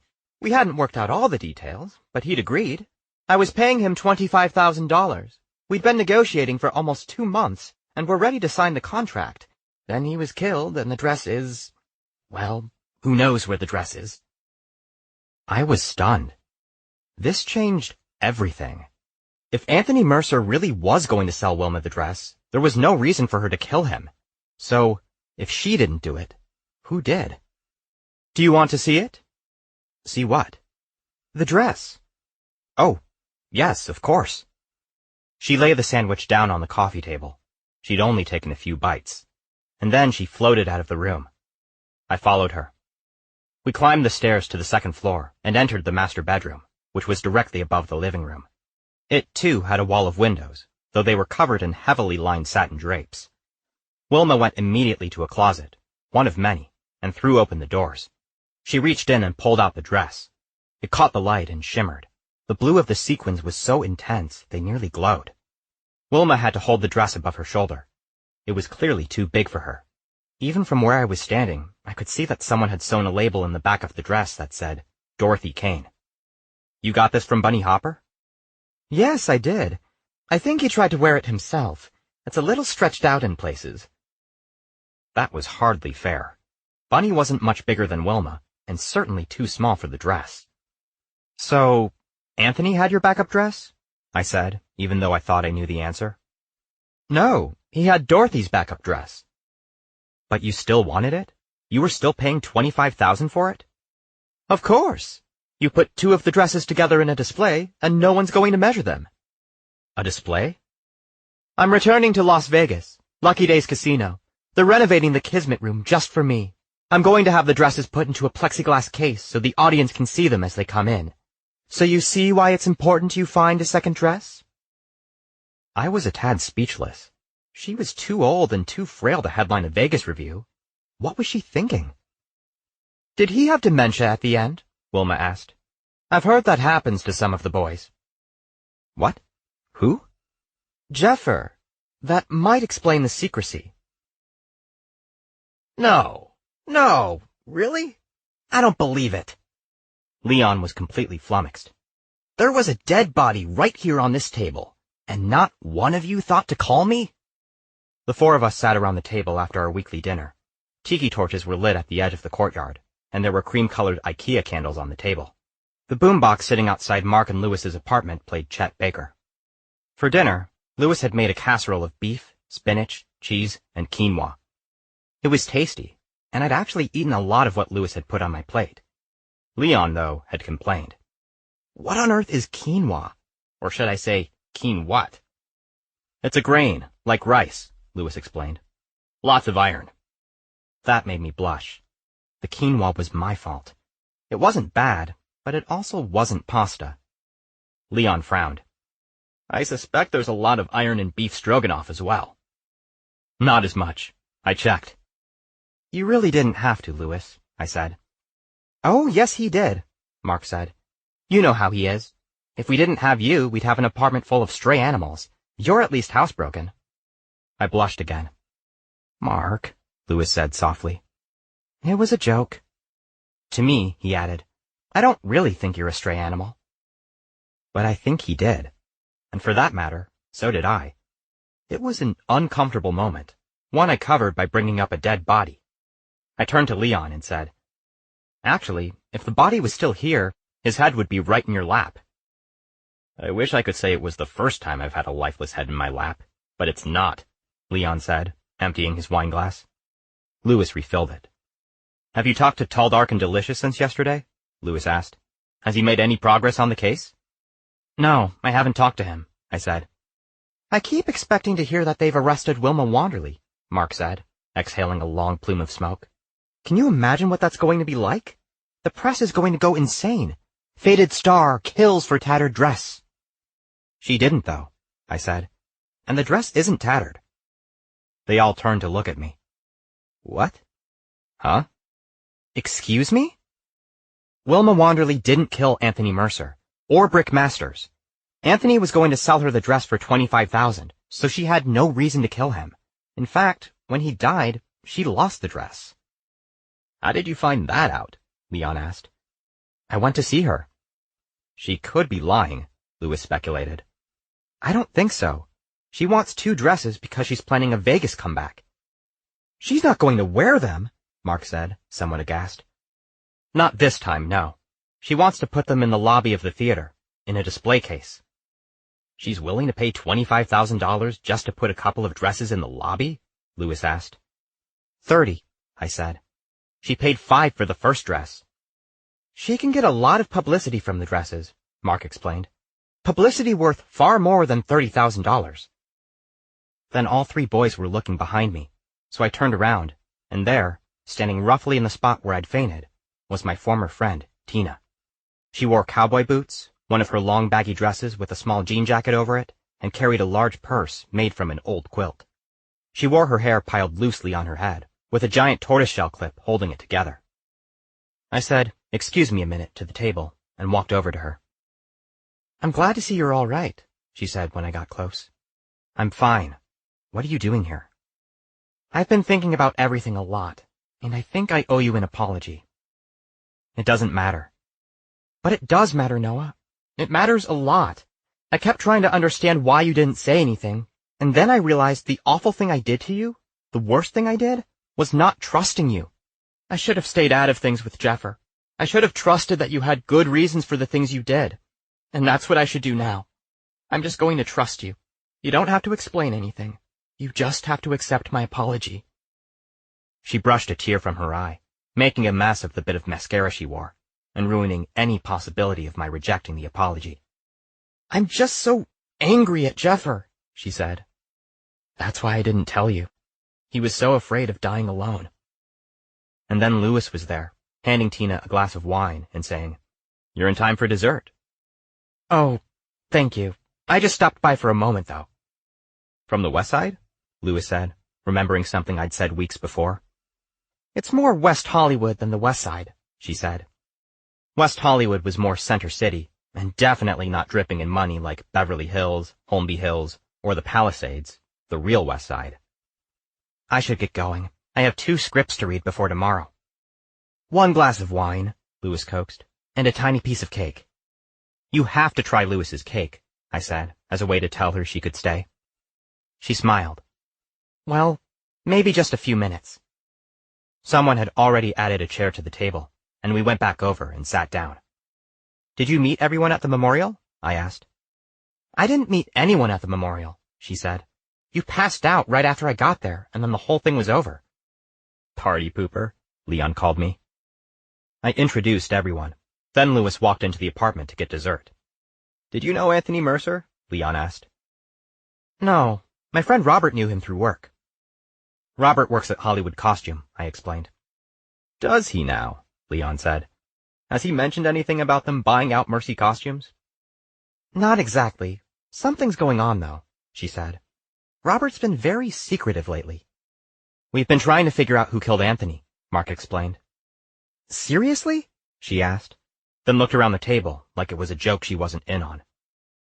"It wasn't Wilma Wanderley," I said. "But it might have been Billy Martinez," said Leon. "Wait, that's Robert's boss," Tina said, lighting a cigarette. "Billy wouldn't kill anyone." "Would he hire a killer, though?" She looked at us for a moment, then said, "I don't know. Robert says he's ruthless, but I didn't think that means—" "What about Robert's relationship with his boss? What's that like?" I asked. "It's contentious. They fight. Robert's come home several times convinced he was going to get fired, but I think that's just Billy's artistic temperament." Lewis came out carrying a 3-layer chocolate cake with a lit sparkler on top. I glanced around. Whose birthday had I forgotten? Mark's? Leon's? Then Lewis set the cake down in front of me. Guys, it's not my birthday." "No, it's not," said Lewis. "It is the 1-year anniversary of your moving in, though." My lease was month to month, so I hadn't had to renew, which might have reminded me. I wouldn't have appreciated it, though. I hated thinking about the anniversary. Jeffer died a couple of weeks after I moved in, and then the mess with his family went on for months. Lewis took the sparkler out of the cake and began to cut it up. "He was very mysterious at first," Mark said to Tina. "It took us almost 6 months to get him to come to dinner, and then when he did come, he barely said a word." "Do you guys take turns cooking?" she asked. That drew a hearty laugh. "Oh, my dear," said Leon. "I couldn't find a kitchen with a map." "Lewis does the cooking," Mark said. "The rest of us are hopeless." "That's not true," Tina said. "Noah is an excellent cook. He and Jeffer entertained all the time, but Noah did everything." "Why did you keep this a secret?" Lewis asked, handing out cake. "I didn't keep it a secret. I'm pretty sure I mentioned that Anthony Mercer came to dinner. Yes, but we assumed Jeffer was the one who cooked, Mark said. Jeffer? Tina laughed. Jeffer was far too creative to follow a recipe. Well, you'll have to cook for us sometime, Leon said, digging into his cake. Here's a random thought, Lewis said abruptly. Who inherits Mercy costumes? We all stared blankly at one another. We had no idea. Chapter 12. It was my job to call Detective O'Shea. After dinner, we'd come up with a short list of steps we could take toward finding Anthony's killer. I got, ask O'Shea about the will. I wasn't sure he'd give me that kind of information, but I said I'd try.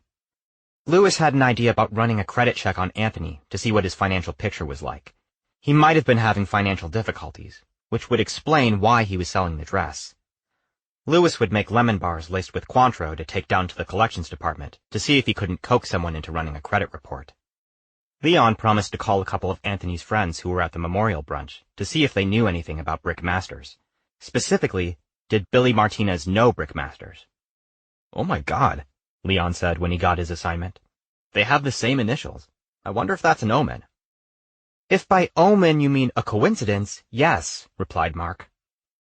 Mark was going to call SAG and see if Brick Masters had an agent, and if he didn't have an agent, he'd try to find out his address.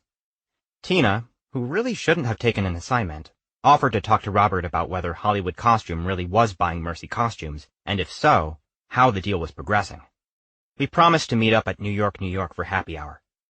The next morning, I got up around 9. I called Rampart Station and got Detective O'Shea on the phone.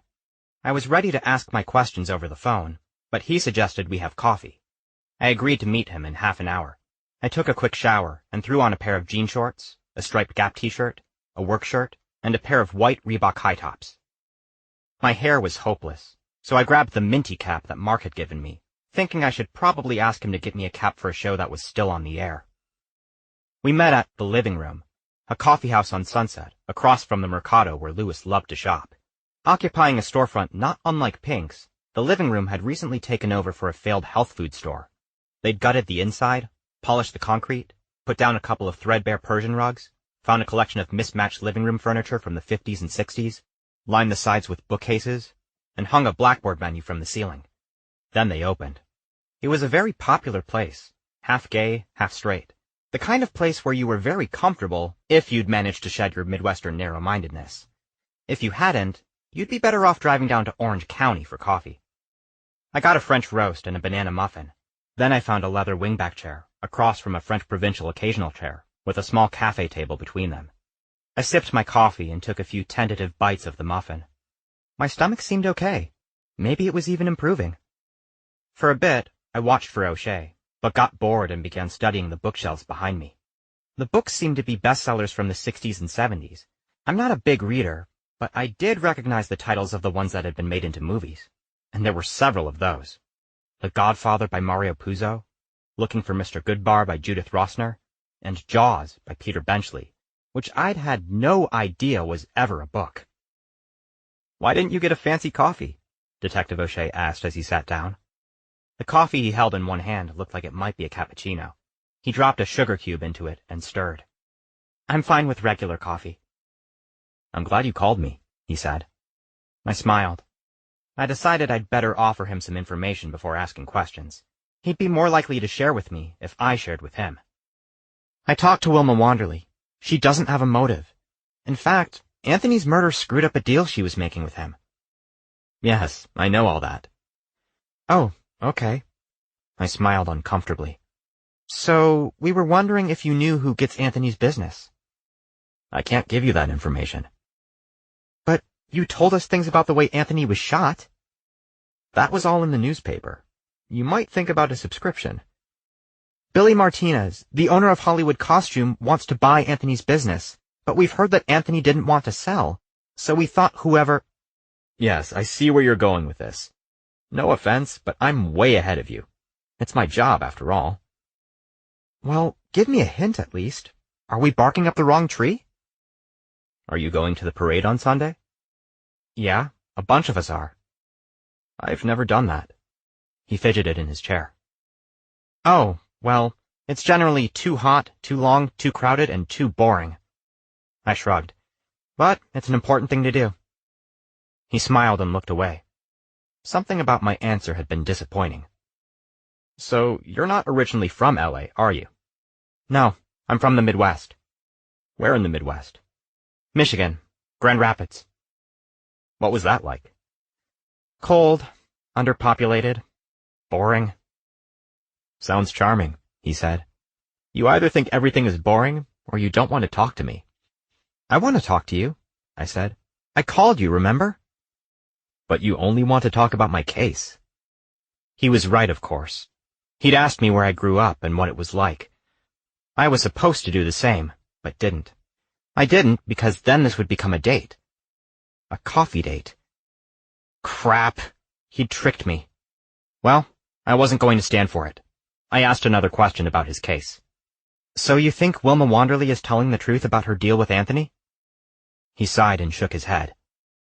Yes, I do. Anthony told people he was going to sell the dress to Miss Wanderley. He did? Who? Did he need money? Don't try to make anything out of that. And leave Miss Wanderley alone, okay? Sure, okay. Detective O'Shea leaned back in his chair and looked at me intently. Very intently. See, here's the thing. I think you like me. I think that's why you're sticking your nose into something that's really not your business. But the dress probably doesn't have anything to do with Anthony's murder. Isn't that what you were just telling me? Yes, I suppose. So there wasn't really any reason at all to call me this morning, was there? I could have told him that I'd promised my friends I'd call and find out about the will, except he was right. I could have said no. I could have said I didn't want anything to do with figuring out Anthony's murder. In fact, that had been my first impulse. When I didn't say anything, he stood up and walked out of the coffee house. I sipped my coffee. It was ice cold. I tried to decide if I wanted a refill. O'Shea was wrong that I was only doing this because I liked him. I had tried not to be involved. It wasn't my fault people kept showing up on my doorstep, dead and alive. Besides, I knew Anthony. Kind of. My friends and I might actually be able to help track down his killer. People would say things to us they wouldn't say to Detective O'Shea. Or maybe I was doing this because I liked him. Just a little. I did order another coffee to go. Then I drove over to Hyperion on my way to Pinx, made a quick stop at the Mayfair to pick up an Entenmann's Raspberry Danish Twist, even though I'd already had half a muffin, several budget gourmets, peanut butter, bread, and orange marmalade. After pulling into the parking lot behind the store, I left everything in the trunk except the Danish and walked into Pinx just as we were about to open. Mikey was angry. I could tell from the look on his face. She's late. Missy? She's not supposed to be here until noon. She was a half an hour late yesterday, and then took an hour for lunch. I told her to come in early to make up for it. She's supposed to be here. You can't do that, Mikey. She's supposed to work from noon until 8:30, with a half-hour lunch and 2 15-minute breaks. If she works an extra hour, then I have to pay her overtime. No, you don't. It's the hour she owes you from yesterday. We have to pay people for the hours they work on the days that they work them. Anything else is illegal. It shouldn't be illegal. Well, it is. And you're not the one who'd get in trouble. I'd get in trouble. So stop it. I set the Mayfair bag onto the counter and said, I got Entenmann's. Raspberry Danish? Yes. Mikey reached under the counter for some napkins and a plastic knife, while I took the Danish out of the bag. What do I do when Missy shows up? Don't yell at her for being late. And make sure she doesn't work more than 8 hours, so either she takes a long lunch or she goes home early. Mikey would have frowned, but he'd already cut a piece of the Danish and was taking a bite of it. I cut myself a small piece and put it on a napkin. Picking up my coffee, I started back to my office. There's a couple days of mail on your desk and a new shipment of videos. Did you open the videos? Not really. That meant yes. I rolled my eyes and walked back to my office. Sitting on my desk was the already opened box. After setting down my coffee and the Danish, I dug through the box and found the packing slip. As I pulled the videos out, I checked them against the slip. There were 3 copies each of Father of the Bride and For the Boys, 2 copies of Into the Night, The Hidden, House of Games, and Electric Dreams, and one copy of Belly of an Architect, which looked too artsy for it to rent very often. Then I turned my attention to the mail. Most of it was junk. There were a couple of bills that I didn't even bother to open, and a letter from my insurance agent. The last was a quote, telling me what it would cost to insure myself and 6 of my employees. $327.48 each. That was a lot better than the $1,092 I'd pay on my own. The problem was, I had to convince all of my employees to take the insurance and convince them that $327 would be easy for them to pay, even though it was close to 1 week's salary for each of us. I was pretty sure I wasn't going to be able to do that. I was also pretty sure I only had 5 employees. This was a mess. How did sick people in this country survive? I sat down and took my pills out of my pocket, opened up the tissue, and placed them on my desk. I ate the Danish in a couple of bites. It actually tasted good. Then I washed my pills down with tepid coffee. Before I finished swallowing, the phone was ringing. I decided not to answer, since I was kind of occupied. A minute or so later, the intercom buzzed. I picked it up, and Mikey told me it was my friend Mark. I thanked him and hung up. Then I clicked over to Mark. What's up? I called SAG and got the name of Brickmaster's agent. I told my boss I had a doctor's appointment, and she's giving me the afternoon off. Of course, she thinks I'm really skipping out to start Pride weekend early, but that's fine too. Do you want me to come pick you up and we'll go talk to the agent? Why not just call him on the phone? It's easier for people to lie over the phone, don't you think?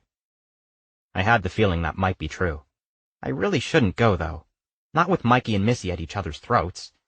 I thought about what my afternoon might be like and said, yeah, pick me up. I hung up and wiped the crumbs off my desk. Taking a deep breath, I walked out to the front. Missy was there looking sullen and miserable behind the counter with Mikey. I could only see one customer, though there might have been another in the adult section. That section took up most of one end of the store, and could only be entered through a couple of louvered half-doors, giving it the feeling of entering a Wild West saloon. Stopping in front of the counter, I looked at both of my employees. I have to go out for the afternoon. Here's the thing. You two need to learn to get along. What that means exactly is, Mikey, you're going to stop trying to manage Missy. You're not in charge here. I am. And Missy, you're going to listen to Mikey when he has a good idea. He's a smart guy and will probably save you from making mistakes you don't want to make. Are we clear? They both looked at me like I was an alien in a Steven Spielberg movie, then began nodding vigorously. You can take the videos off my desk and input them into the system. Try to get them on the shelves by 4 if you can. It would be nice if they'd rent tonight.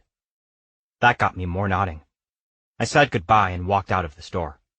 I went over to Taco Maria and ordered a chicken enchilada. I needed something in my stomach besides Entenmann's. I also needed to take a few deep breaths. I probably hadn't said anything even remotely forceful to my staff since Jeffer died, and now I felt like kind of an asshole. I was running off for the rest of the afternoon, and maybe even the day since I was supposed to go to New York later. Somehow, Mikey and Missy were going to have to get along until Carl and Denny got there at 6 o'clock.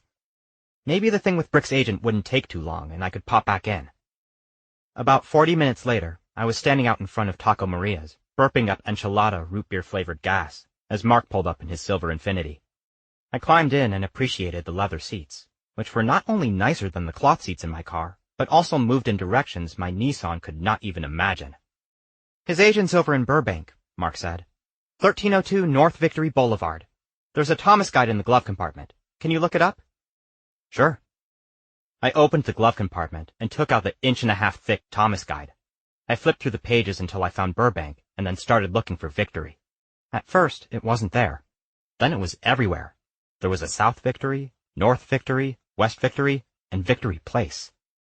Did you say North? I asked. I did. Okay, I got it. I'm going to take the 5. Where do I get off? Burbank Boulevard. And then? We're going to go south. Okay. We were only a few blocks from the highway. We just had to stay on Hyperion until it went under the freeway.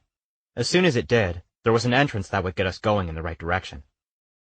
So, SAG just gives out people's agents? I asked. Sure. I mean, I might have said I was a casting director. Actors usually want you to be able to reach them in some way. What do you think his agent might know? It depends on the agent. Some of them want to be very close to you and know everything about you, like they want to be your parents. Others really don't want to know much about you at all. You're just a commodity to them. Why do you know so much about agents? I had one from 74 to 78. Why did you have an agent? I was a teenage actor. The way he said it made it sound like the title of an exposé or a bad sci-fi movie from the 50s. Were you in anything? Of course I was. I wouldn't have had an agent for nearly 5 years if I wasn't. Oh, sorry. It's just, well, I know a lot of movies. I was in 3 movies. Yes, you have them at your store, and no, I'm not telling you what they are. My big claim to fame, though, was a kids' show called Kapowie. I don't remember that. Of course you don't remember it. We're almost the same age. I was 13, 14 when it was on. It was aimed at preteens. Mostly we sang and danced about how important it was to be nice to each other. And sometimes we teach kids how to do crafts or cook or fix their own bikes. It was a really weird show. I was looking at Mark in a whole new light. He wasn't just my nice neighbor who was a little thick in the middle and rushing toward an early middle age. Now he was Mark, a former child actor. It really shouldn't have made him more interesting, but it sort of did. So which kind was your agent? I had 3. The first one wanted to be my mother. She was with a very small agency, specialized in kids, and mothered us all. The second one was going to make me a big star and was with a really good agency. He barely spoke to me after signing me. And then the third one was the worst. She'd been an actress herself, and I think she secretly hated when her clients got work, so she sort of made sure we didn't. Do you ever want to go back to it? God, no. And even if I did, Louis would kill me. Why would he kill you? You can't figure that out? Louis is the star in our relationship. He's the one who's always reaching out and meeting people, inviting them to dinner, making dinner. He's got the funnier jokes and the more interesting stories. I'm just in the background, which is really where I'd rather be. I didn't think that was as true as he thought it was, but I could see how being a working actor might upset anyone's relationship. It was about then that I realized I couldn't remember being with Mark without Louis. It was a funny, awkward kind of feeling. Griffith Park was on our left, and the industrial backside of Glendale on our right. We crossed the 134, and Burbank Boulevard started showing up on the signs. Western Avenue 3, Alameda Avenue 2, Burbank Boulevard 1. We zipped along, and then IKEA was on our right, the very first one in California. Mark said, "Louis is obsessed with IKEA." I was well aware of Louis's love for IKEA. He loved the white candles that came 25 in a box for a tiny price. He loved the tea towels in packs of 5, the inexpensive frames in strange and unuseful sizes, and the down comforters that came with brightly patterned duvet covers. I couldn't exactly criticize, since I owned a Poon chair. Personally, Mark said, I don't think it's much more than a Swedish pick and save. I smiled. He'd used that joke before. And then we were pulling off the freeway, which forced me to keep a closer eye on the Thomas guide. "It's up on the right," I said. "The second right." "I see it," Mark said, working his way over to the lane furthest to the right. Just a few minutes later, we were pulling into a failed 2-story office complex from the late 50s. The building had a Jetson-style brass railing on the second floor, and an awning-style roof that hung out over the walkway. The parking lot was large, much too ambitious for the building. Its only other tenant, a carpenter's local union office. Getting out of the car, it was noticeably hotter than when we'd gotten in. Just simply driving into the valley meant a temperature increase of 10 degrees. "He's in 203, Mark said, leading me up the stairs. "Arthur Feldman and Associates. I doubt there are any associates." His office was second from last, and didn't have his name on the door. Mark knocked, and a moment later we heard a voice say, "Come in." We did. Inside was a single office. On one side was a large mahogany desk, piled with scripts. On the other, near the door, was a card table, where I assumed Mr. Feldman would put a secretary when times were good. It didn't look like times had been good in a long while. Behind the desk was Arthur Feldman, an elderly man without a single hair on his head, and an impressive collection of liver spots. He was well over 80. "Mr. Feldman?" Mark said. "Arthur, please." He quickly looked Mark up and down, and then said, "No, they're not looking for you. Not right now. You're not ready for character work. You're too young. Come back in 5 years. Then, looking at me, he said, "This one, maybe." He was making me feel uncomfortable. "We're not actors, Mr. Feldman," I said. "My name is Noah Valentine." "Good name. Are you sure?" And I'm Mark Rucker. No, that will have to change.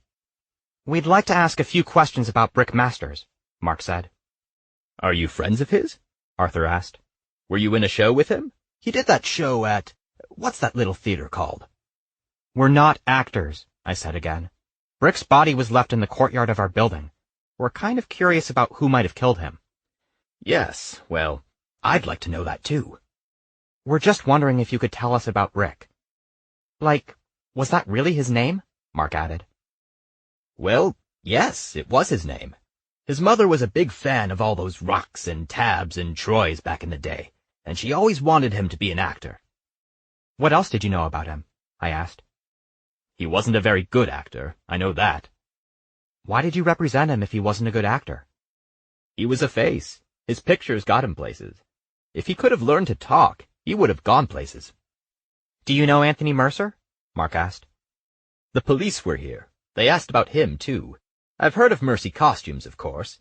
I've had to send my actors there for fittings. But no, I don't know him. Did Brick? Arthur shrugged. Was Brick gay? Mark asked, and then had to clear his throat. Oh, I don't know about that. Some of these boys, they're what they need to be, you know? Was he what he needed to be? I asked. Again, the shrug. The phone rang, and Arthur said, Excuse me a moment, I have to get this. My secretary is out with a bad cold. Mark and I looked at each other. I raised my eyebrows. He raised his in return. Arthur was on the phone getting bad news about a client. Oh, no, she never reads well the first time. You have to give her a call back. She's better if you give her a call back. With nothing better to do, I looked around the office. You won't be sorry, trust me. Uh-huh. On the walls of his office were posters from films that he directed in the 40s and 50s. They had titles like Midnight Lady, Boys of Tuskegee, and A Death in Harlem. They boasted all-colored casts, and at the bottom of each poster it said, directed by Arthur Feldman. I bet you've never heard of any of those pictures, have you? He said as he hung up the phone. No, sir, I haven't. And since I owned a video store, that was saying something. They're race movies. We used to make them to show to the Negroes in the South. They couldn't go to the white theaters, so they had their own theaters, and for a while they had their own movies to show in them. And you directed those? Many of them, yes. And it wasn't just colored films. I did a couple of Chinaman films in the 30s, but I didn't like those as much. He smiled, remembering something. See, my third wife was a negress. Starred in a couple of the movies I made. Amazing woman. If you have the chance to marry a negress, take it. You won't be sorry. Mark and I smiled politely. There was something about his tone that made me feel like he spent most of his time somewhere where the civil rights movement hadn't happened yet. And you're an agent now? I said, trying to pull him back to the present. Oh, I've done everything. People think I didn't amount to much since I never got famous, but that's not true. Lots of people in Hollywood don't get famous, but we still make a good living, have a good life. I wondered how true that was, since it seemed clear he should have retired decades ago. What about Hollywood costume? Mark asked. Did Brick have anything to do with them? Arthur got up from the chair, something that was a bit challenging for him. He might have been a tall man once, but now he couldn't stand fully erect. A few feet from his desk was a filing cabinet. He pulled out a drawer and looked for a file. When he found the one he wanted, he opened it. Here it is. Brick did 2 weeks on The Edge of Light. Terrible. You never saw anyone so scared. He played a robber holding half the cast hostage in a diner. He was more afraid than they were. Do you watch the show? We both work in the daytime, Mark said. Of course, we were there in the daytime, so he added, normally. Why is it important that he worked on a soap? I asked. The costume designer was the guy from Hollywood Costume, Bob Martin. Billy Martinez? Yeah, that's it. Chapter 13. Mark and I walked into New York at about 6 o'clock. It was already packed. The decorations they'd put up for Pride the week before were beginning to look a little wilted. I could see a half-dozen popped balloons and another half-dozen that had simply withered. Cher was playing on the jukebox, saving up her tears. And then, before we'd had a chance to get our drinks, a band I didn't know wanted to talk about sex. We'd had plenty of time to stop at home and change. Mark wore a thick polo shirt with a single stripe across the chest, which somehow seemed to tame his expanding belly, jeans, and a pair of Vans. I wore a black mock turtleneck, Levi's, and my Docs. I had a jean jacket in the car for when it got cold. And it would get cold.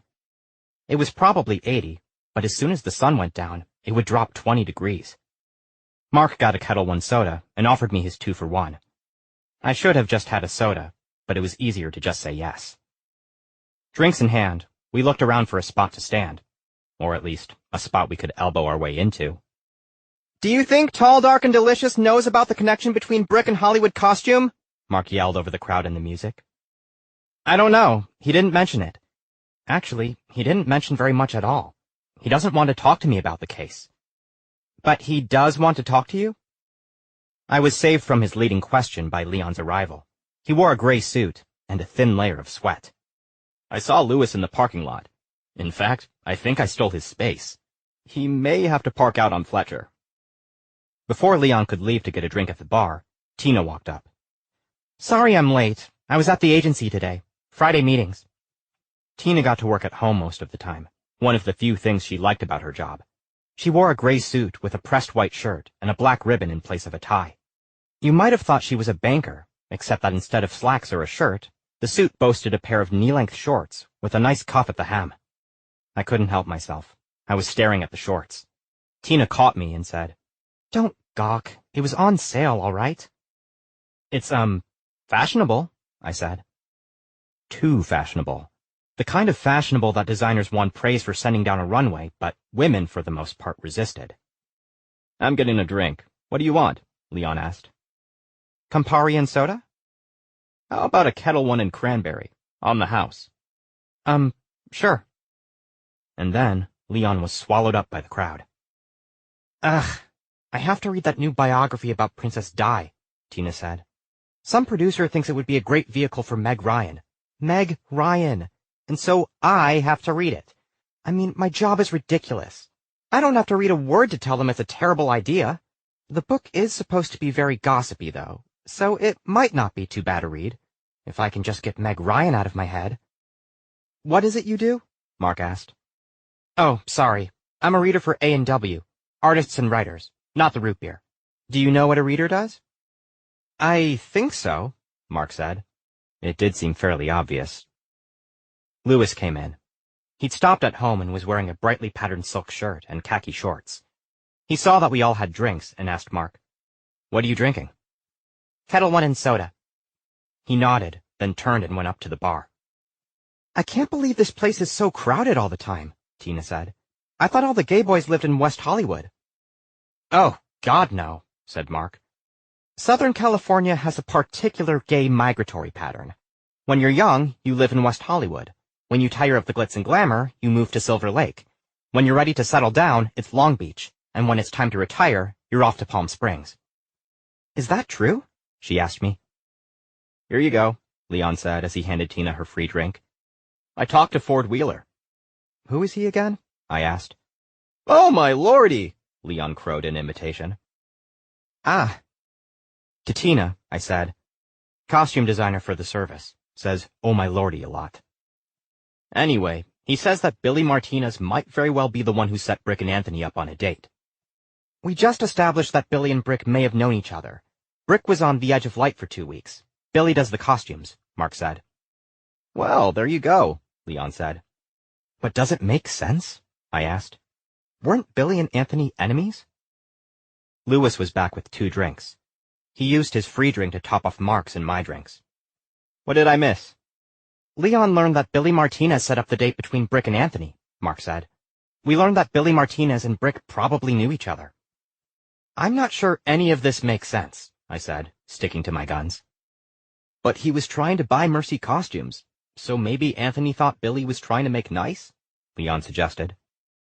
I don't think I'd sell my business to someone just because they got me a date, no matter how pretty the date was, Tina said.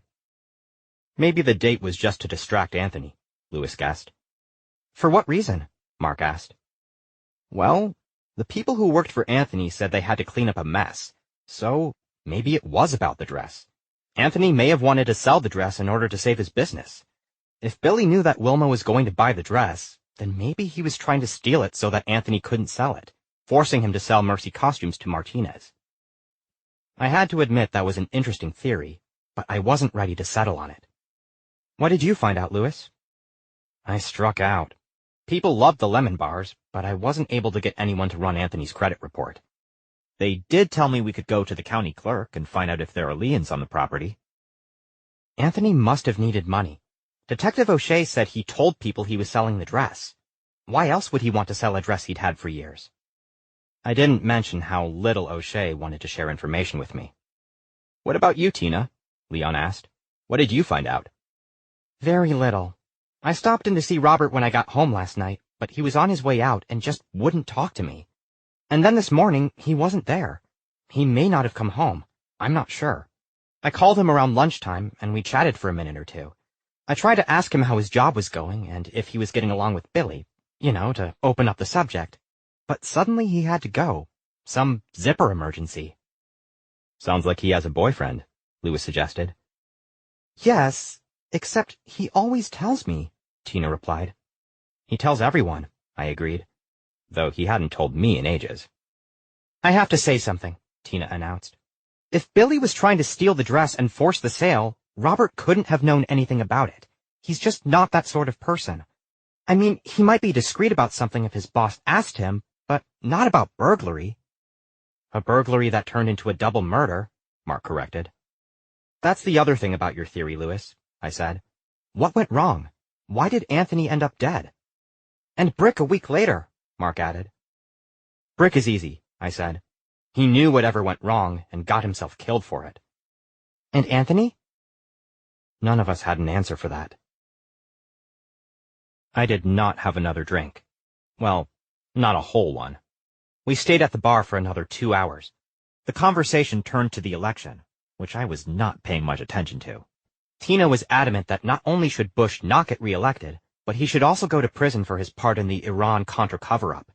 The rest of us thought that whole thing was over, but apparently there was an article about it in the morning paper, and it was all still being investigated.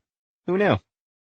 Leon liked Bill Clinton, but was sure no one in America would vote for a man who cheated on his wife, and kept saying, "Look at Gary Hart." The world all found out Clinton was a philanderer at the very start of the primaries, however, and now he was the candidate, so maybe it didn't matter. I think Bush will win, declared Louis, mainly because he's boring. America loves boring. And that started a whole other debate.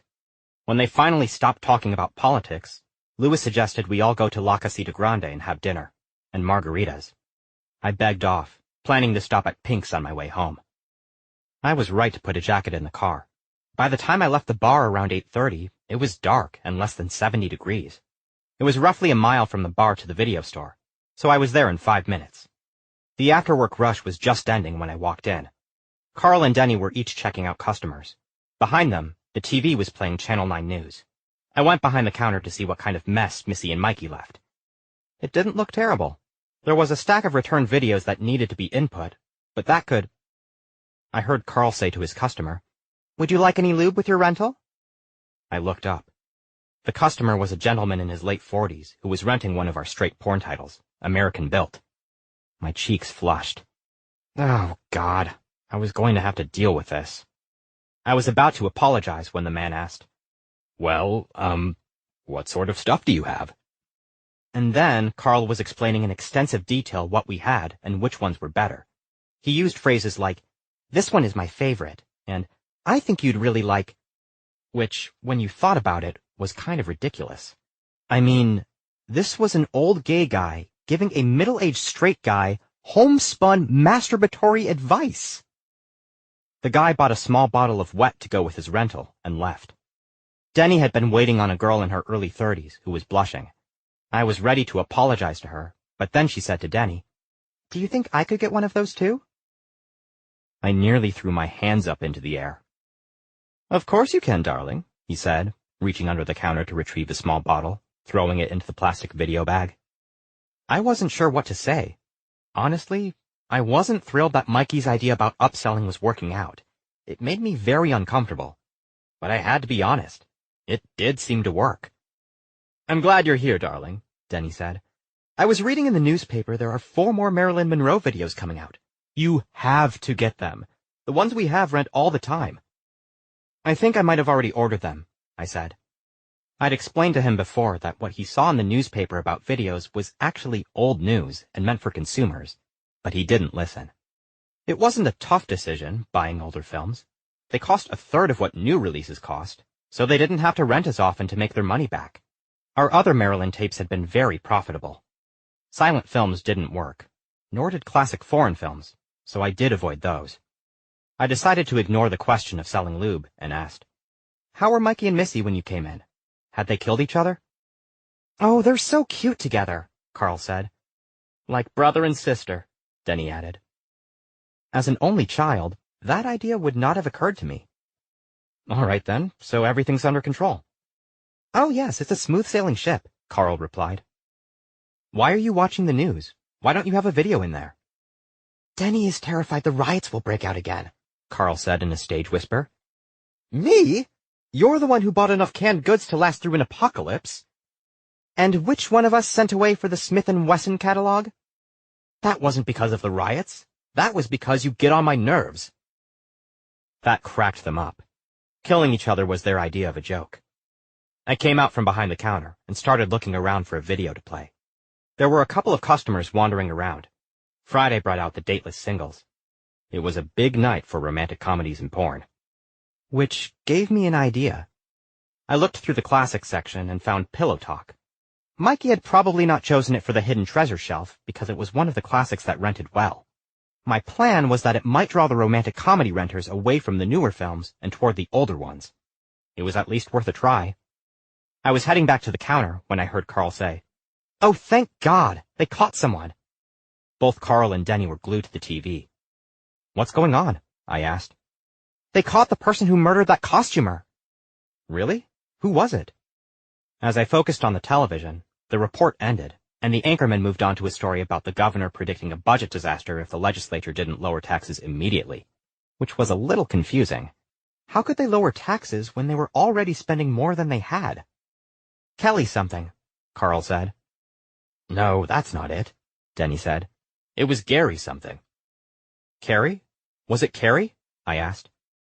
"Yes, that sounds right," Carl admitted. "Mesnick, or Metzer, or Meyer." "He worked for Anthony?" "Yes, that's what they said." But Carrie couldn't possibly have done it, I thought. Something had gone very, very wrong.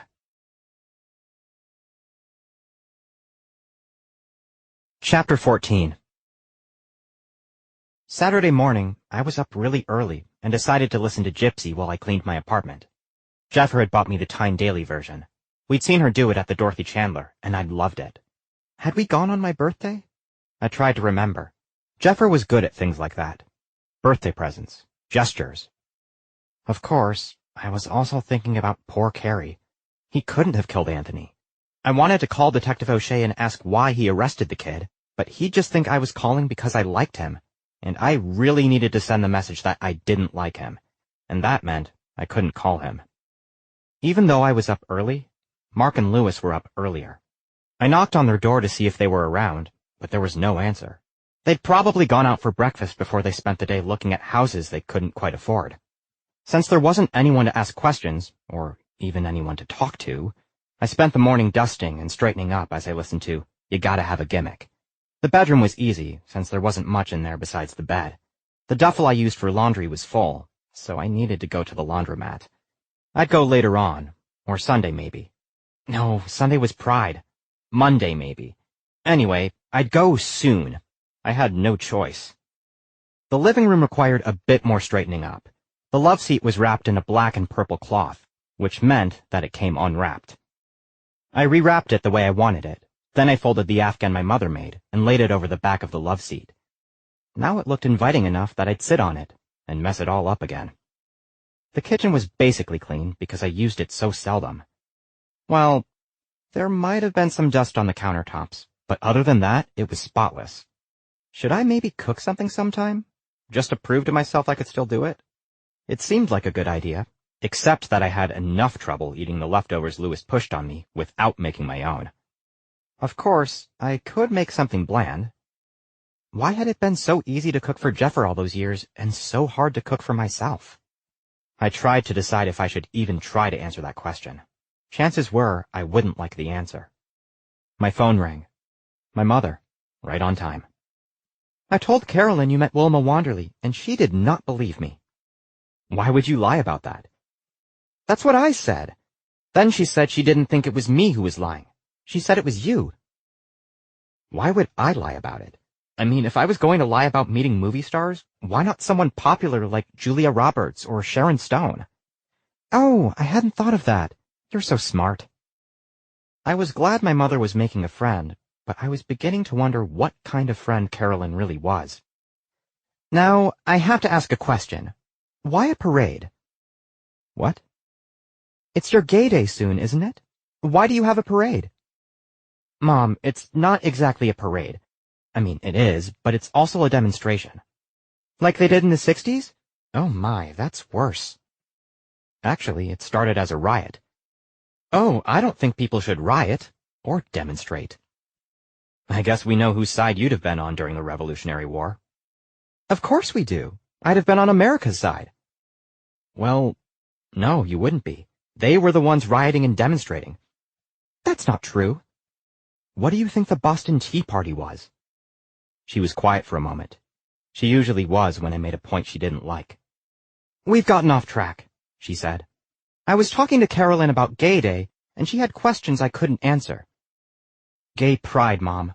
And why are you talking about it with Carolyn? Well, it's next weekend. No, it's tomorrow, I thought. But then something occurred to me. You mean it's next weekend in Grand Rapids? Yes, that's what I mean. You have Gay Pride in Grand Rapids? Of course. This is the 4th year. Okay. This was news to me. Now, Carolyn wants to know why gays get a parade and other people don't. Other people get parades? Who's being parade deprived? Well, Carolyn pointed out there's no parade for straight people. Mom, every other parade is for straight people. The gay parade is the only one that's not. Oh, I hadn't thought about it that way. I should write that down and tell Carolyn. She was quiet for a moment, and I wondered if she'd actually gone off to write it down. The other thing she says is that gays shouldn't be so in-your-face, you know, about sex and stuff. Really? That's what she says? I don't think she means anything by it. Do you agree with her? It's just the pictures they show. What pictures? You know, on the news, half-naked men and such. Didn't you say Carolyn was always in your face about her grandchildren? Yes, but... And there are 4 of them? 3.5. You do remember how you get children, don't you? Yes, but... There are no buts, Mom. Straight people talk about sex all the time. They just don't call it talking about sex. They call it wholesome, but it's still about sex. Anytime you ask if someone has a girlfriend... She was quiet for a long moment. I didn't know if I was convincing her. Then she said, Let's talk about something else. House Sitter was not as good as I'd hoped it would be. I took a deep breath and got off my soapbox.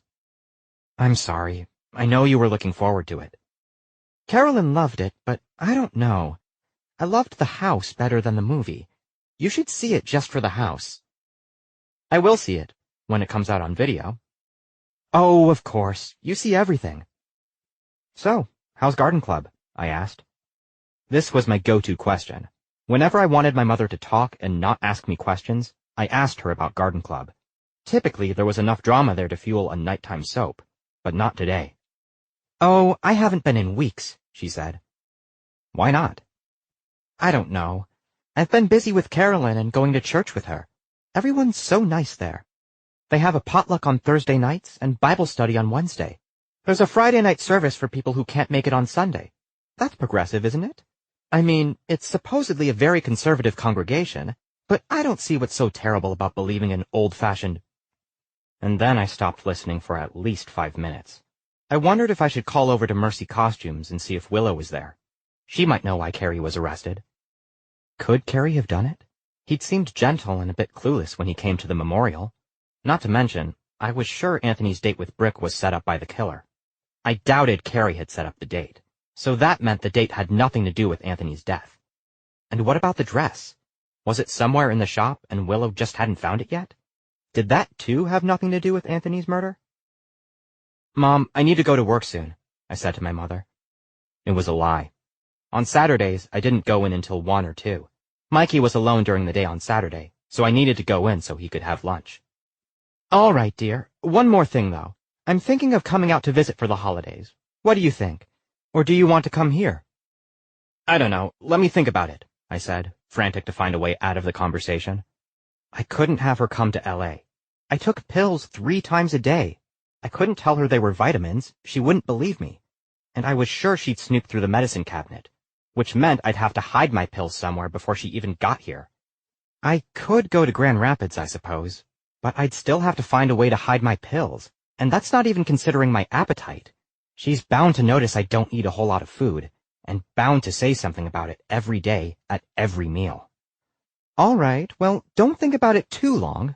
I know it's months and months away, but we should start looking at airfare soon. Okay, I'll think fast.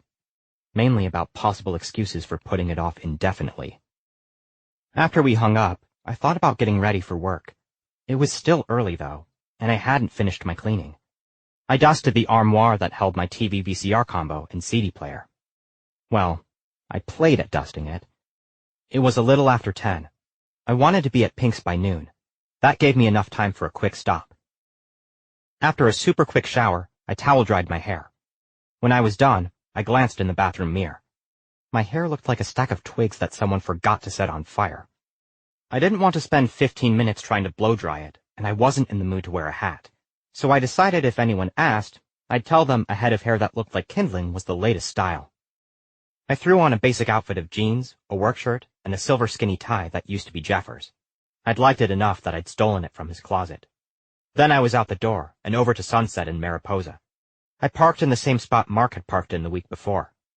Taking a deep breath, I got out of the car and crossed over to the entrance of Mercy Costumes. I struggled to organize my thoughts for a moment before I rang the bell. They didn't organize easily, so I gave up and just rang the bell. I had to wait long enough that I worried Willow wasn't there, but then she opened the door. She didn't say anything, just looked at me. "Hi, how are you?" I said. "Seriously?" She walked away. I grabbed at the door so it didn't fall shut and lock. Once inside the cool, dark warehouse, I headed toward the center and the large work table. The work table was stacked with piles of costumes, each with a piece of notepaper on top. The little television wasn't tuned to a station. Instead, it showed the view from the camera outside. That was how she knew who was there before she answered the door. Willow wore a couple of t-shirts under a ripped sweatshirt and gym shorts over a pair of tights. I said, "Listen, Willow, I have a couple of quick questions." "You're the one who passed out. Are you all right?" "I'm fine. Thanks for asking. Can you tell me why the police arrested Carrie?" Tears gathered in her eyes. "I don't know why they did that. Carrie wouldn't hurt anybody. He's not like that. He's really kind of sweet." "The two of you were close?" "Well, not like that. I mean, once after a party, but no, not..." I was really just wondering if they were friends. "It's a bummer he's not here," she continued. "We've still got 4 shows to do this week, and it's just me." "Uh-huh. That sounds awful," I said, cringing at my obvious insincerity. "When was Carrie arrested?" "Yesterday morning, while they were searching the place." "Why were they searching yesterday? Weren't they here before?" She shrugged. "Yeah, they came back." "And they found something? On their second visit?" "I guess Carrie had the gun that killed Anthony. I heard him say he just took it home so he could try it out." "Try it out? You mean fire it?" "Yeah." That meant there was probably gunpowder residue on some of his clothes, not to mention his fingerprints all over the murder weapon. "Is there a reason Carrie would kill Anthony?" "No, not really." "What's the not really part?" "So that policewoman asked me a bunch of questions, and she made a big deal about Anthony firing Carrie." "It's not a big deal?" I guessed. "No. Anthony fired Carrie 3 times a month. It didn't mean anything, and it certainly didn't mean enough for Carrie to kill him." "The night of the murder, Anthony sent you home early. Did you leave with Carrie?" She shook her head. I stood there for a minute, not knowing what to say. I mean, from what Willow said, it made sense that the police had arrested Carrie. He did look kind of guilty. But looking guilty wasn't the same thing as being guilty, and my gut told me he didn't do it. Not that that meant anything. I'd been wrong about people before. But it did still leave me with all the questions I'd had before. This might seem like a weird question, but what kind of guys did Anthony like? Did he have a type? Gosh, she said, looking uncomfortable. I wasn't sure if that meant she didn't know, or didn't know if she should tell me. Did the police ask anything like that? Oh my God, no. That was interesting. Why hadn't Detective O'Shea asked that? I mean, before he zeroed in on Carrie, he should have asked that. I wondered if he might be afraid of seeming to know too much about gay guys. Not that he knew much at all. Leon was right. He was a gaby. So what do you know about Anthony's romantic life? Well, he liked guys. He had a boyfriend when I started here, but they broke up. What was his boyfriend like? He was kind of young. A black guy. He was nice. I mean, to me. I guess he wasn't very nice to Anthony. The fact that his last boyfriend was black didn't mean that he wouldn't go out with a white guy, but it did mean he didn't only go out with white guys. How young is young? I asked. How much younger than Anthony? A lot. Did you know Anthony was 50? He didn't look that old to me. I didn't know he was that old, but he could have been. If he and Dick Congdon had pulled the girl from Albany dresses out of a dumpster in the 70s, well, he could easily be 50. So his boyfriend was about your age? Maybe. I mean, I never asked. Willow was in her early 20s, so Anthony was seeing a guy who was around 25 years younger. Maybe that was his type. Young. Brick would fit into that category. I was almost ready to thank her and say goodbye when something occurred to me. Why did Anthony need to be distracted? If that was the whole point of the date, why? Why did it have to happen that way? Why couldn't someone just break in during the middle of the night, steal the dress, and be done with it? What's the security like here? I asked. Oh, God, it's a pain. Anthony hired one of those security companies after the break-in. What break-in? It was like a month ago, maybe a little longer. What did they take? Nothing. They didn't really get in. There's an alarm and it was on. I mean, it worked, right? So why did he have to get the security company? It didn't make sense. Let me ask you this then. There's a camera outside the door so you can actually see who's coming by on the TV, right? Uh-huh. The night we stopped by, you saw us standing out there, didn't you? Uh-huh. You looked kind of silly staring up at the camera. Is there a videotape attached to that? No, it's not that great. And if you're watching TV, then you can't see what's happening outside. If someone knocks, we turn the channel. You can't see if someone was trying to break in? No, but the door wasn't broken or anything. And there's an alarm? You mentioned that? Uh-huh. We set it before we leave. I thought about all that. If Brick was supposed to be the distraction, what was the plan? I walked back down the path between the costume racks to the door, opened it, and took a good look. The door locked automatically, but you could use a matchbook to keep it from locking, I guessed, and then some other person could come along, slip through the door, and hide out until everyone left. But then something caught my eye, something that was even simpler. On the clothes rack right next to the door was a very large brown men's sweater. I took the sleeve of the sweater and held it over the lock as I closed the door. It held the door open. I walked back to the work table. I looked at the small screen and saw that the door looked normal. What are you looking at? Willow wanted to know. The door is open. No, it's not. I slipped the sleeve of a sweater into the door jamb. It's open. Willow squinted at the television. Then she shrugged, not seeing why it was important. That's how the killer got in. Brick slipped something into the door jamb, maybe even the same sweater I just used. Then he was supposed to distract Anthony while someone else came into the building. But something went wrong. Chapter 15. The next morning, I had a dream that was exactly like a Roman Polanski dream sequence. It began with the rumbling of a volcano and natives about to throw a virgin into the bubbling crater. But then, I was the virgin, so I was rather relieved when they dropped me and scurried away.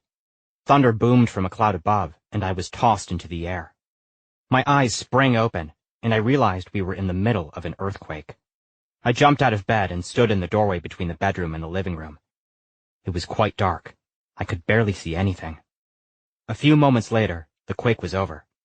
After the briefest pause, car alarms began to go off all over the neighborhood. And then, in the distance, sirens.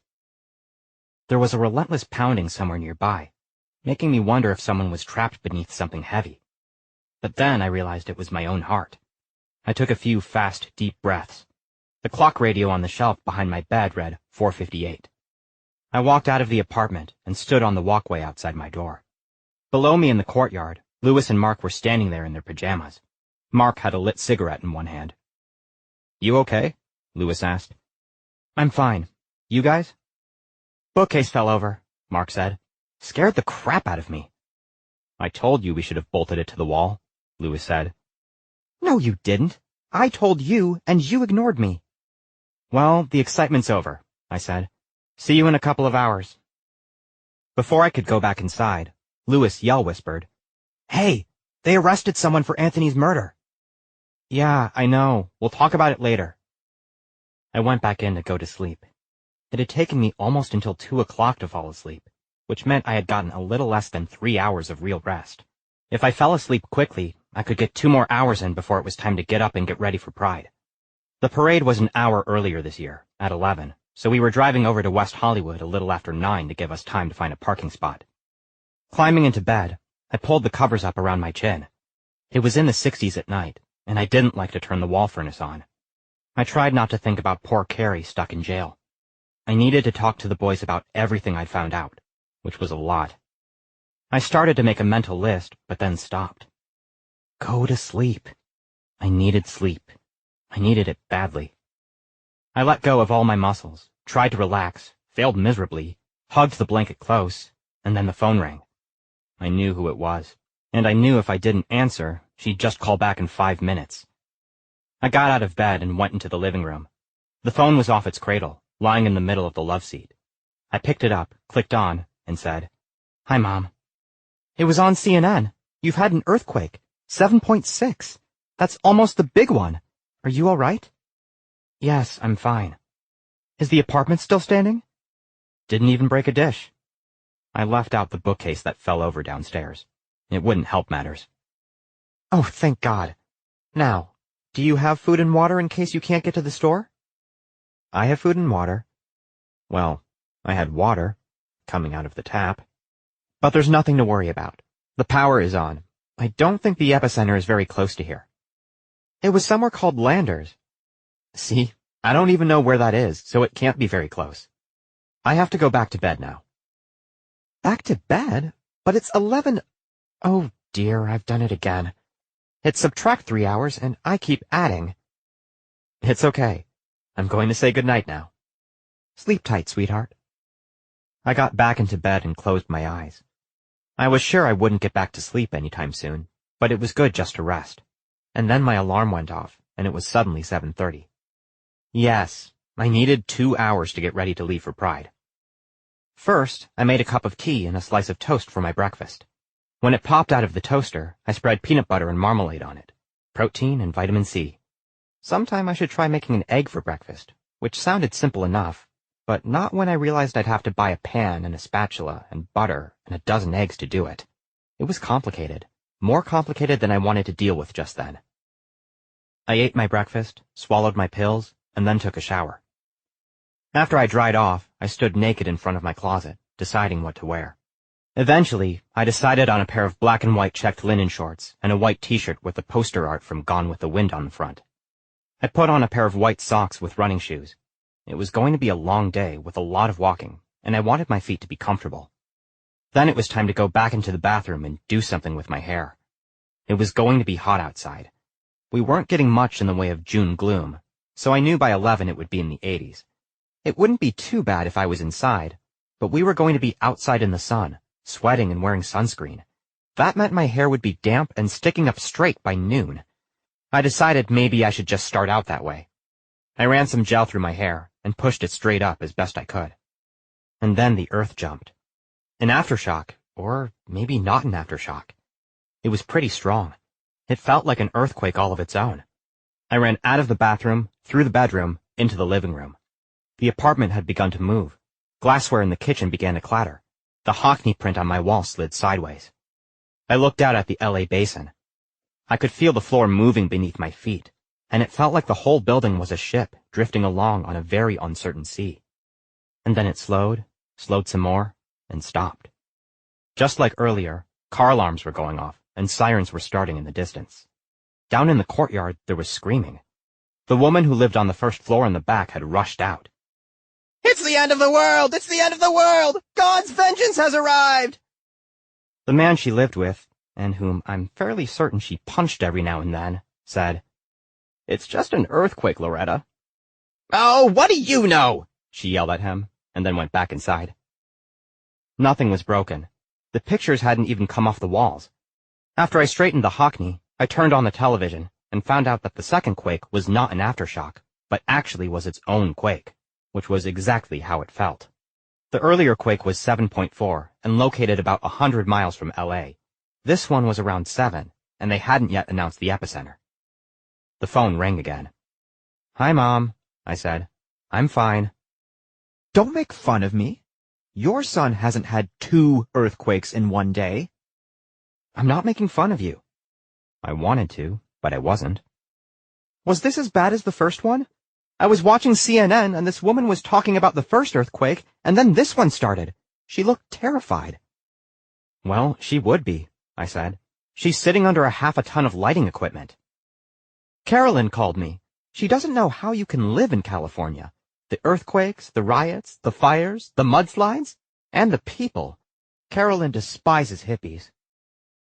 "Hippies? Mom, it's not the 60s. Is your friend related to Archie Bunker?" "Don't be silly. Archie Bunker is a fictional character. They can't be related." "There are no hippies, Mom. They got bored and invented computers." "Really? Are you sure?" "Okay, well, I have to go now." "All right, then. You be careful." It was early, but I was a little bored, so I went downstairs. Standing outside Mark and Lewis's open door, I said, "Knock, knock." "Come in," Lewis called out. I walked in and glanced around. In the living room, there were 4 comfortable chairs in a conversational grouping around a coffee table, and a small bookcase in the same place that I had one, looking just like it did the last time I'd seen it. The place looked neat and clean. You'd have no idea it had been through 2 earthquakes in the last few hours. "I thought you said the bookcase fell over." "It did. We picked it up," Lewis said. "Sit down. Do you want a piece of coffee cake? A cup of tea?" "I'll have a cup of tea," I said, sitting down at the cafe table in the dining area off the kitchen. Mark was munching on a piece of coffee cake. As he filled the kettle and put it on the stove, Lewis said, "So, have you talked to Tall, Dark, and Delicious about why he arrested Carrie?" "No. I did talk to Willow, though." "It was in the newspaper," Mark said. "They found the murder weapon with Carrie's fingerprints." "And he'd just been fired," Lewis added. "I don't think he did it, though. Willow said he just took the gun home to try it out." "That's so LA," Mark said. "Many of our neighbors had a habit of shooting off guns in their backyards, and it wasn't all that uncommon for stray bullets to find a victim." "You don't think he did it?" Lewis asked. "No, I don't. I might believe it if it weren't for Brick Masters being there." "And ending up dead," Mark added. "Yeah," Lewis agreed. "And there's no reason for Carrie to leave Brick's body in our courtyard." "You're going to need to talk to Detective Tall, Dark, and Delicious." "Why can't someone else do that?" "You're the one he listens to. You're the one he likes." "He thinks the main reason I've gotten involved is because I have a crush on him." "And that's a problem because?" Lewis asked. "That's a problem because it's a problem," I said, trying to be forceful. And it must have worked, because Mark and Lewis gave each other a look and went back to their coffee cake. After chewing for a moment, Mark said, "Okay." Leon was waiting in front of his apartment building, wearing dark, dark sunglasses. He was also wearing Madras shorts, a white short-sleeved shirt, and sandals. In one hand, he held a big straw hat, the kind elderly women wore for gardening. He climbed into the car, saying, "Tell me again, why am I awake at this ungodly hour?" "The parade starts at 11. We need to leave Silver Lake by 9:30 to have any hope of parking and finding a good place to stand." "I think they're insane." I've never been proud of anything this early on a Sunday morning. Mark reached into the cooler they'd brought and got out a sippy cup shaped like a puppy. He extended a hand toward the back seat, and Leon took the cup. Is there alcohol in this? Leon asked. It looked like orange juice, though it was probably orange juice and something else. Yes. Nectar of the gods. Do you want one, Noah? Do you have one without alcohol? Sorry, they're pre-mixed. Do you want a bottle of water? Yes, thanks. Then Mark got out the sunscreen, and we all slathered some on. Lewis at a red light, even though I, at least, had put some on at home. I work with these two black gals. They're hysterical. Well, actually, they think I'm hysterical, and I gravitate to people who think I'm funny. Anyway, we go and get coffee and a muffin every day at 10:15, and every time we walk by another black person, they say hi, and afterwards I ask if they know each other, and they don't. Apparently, black people say hello to each other. Why do you think that's weird? Lewis asked. Gay people don't say hello to each other. We barely speak to each other. We don't always know, though. Exactly. And that's my favorite thing about Pride. Tomorrow is the day I go around saying hello to all the gay boys at work. All the pretty gay boys with their painful pink sunburns. You mean you say hello to all the white gay boys? Mark pointed out. True. But all the black and Hispanic ones say hello to me, since no matter how hard I try, I'll be scorched by noon. Traffic on Santa Monica Boulevard was already bad, so we went north a couple of blocks to Sunset and cut across the Hollywood Flats. Do you have a parking strategy? Mark asked Lewis. I think we're going to end up above Sunset. Oh my God, I'm not sure I can walk that far, Leon said. What on earth did you do last night? Mark asked. I don't know. I only remember it was really, really fun. Where does the parade start? I asked. We were now in the thick of Hollywood. Somewhere after Fairfax, Mark said. Leon held up his sippy cup, as though seeing it for the first time. What a clever idea. Never underestimate the ingenuity of an alcoholic. Lewis, you are not an alcoholic. The sippy cup was actually my ex's idea, Lewis explained. He was a robust social drinker. There were occasionally hints about Lewis's ex, making me wonder if he'd sensed the trouble I'd had with Jeffer. Certainly he'd always been, I don't know the right word, kind about Jeffer. He never asked too many questions, and never let it matter that he didn't know very much about what happened. Of course, neither did Mark. It was something they seemed to silently agree on. Leon, on the other hand, did sometimes ask direct questions I did my best to deflect. We started looking for a parking place in earnest. First we tried south of Sunset, checking block after block to no avail. Then we went north and found a spot on a street that was quickly climbing a hill. Everyone remember that the car is on Kings Road. They all refilled their sippy cups, since the cooler was staying in the car, and I got a new bottle of water. We got out of the car, and Lewis locked the doors. As soon as we crossed Sunset, we started to see other people on their way down to Santa Monica Boulevard for the parade. Fairfax was closed when we drove by, and we could see that's where the participants were gathering. What time is it? I asked. A little after 10:30, Mark said. It had taken an hour to pick up Leon and find a parking place. That might not have seemed like a lot, but we only lived a few miles away. The joys of city life. Did the earthquake wake you, Leon? Lewis asked. There was an earthquake this morning? How disappointing. I thought I'd finally found a man who could make the earth move. Rolling his eyes at Leon's comment, Mark asked, Are we staying together or are we going our own way? Staying together, I said, as Leon said, going our own way. Okay, Lewis said. Whatever we decide to do, how about we meet back at the car at 2 o'clock? I didn't have a watch, but I could certainly stop someone and ask the time. Sounds great. When we got to Santa Monica Boulevard, I was shocked by the size of the crowd. I looked east down Santa Monica past the huge tile place, and as far as I could see, the street was lined with people.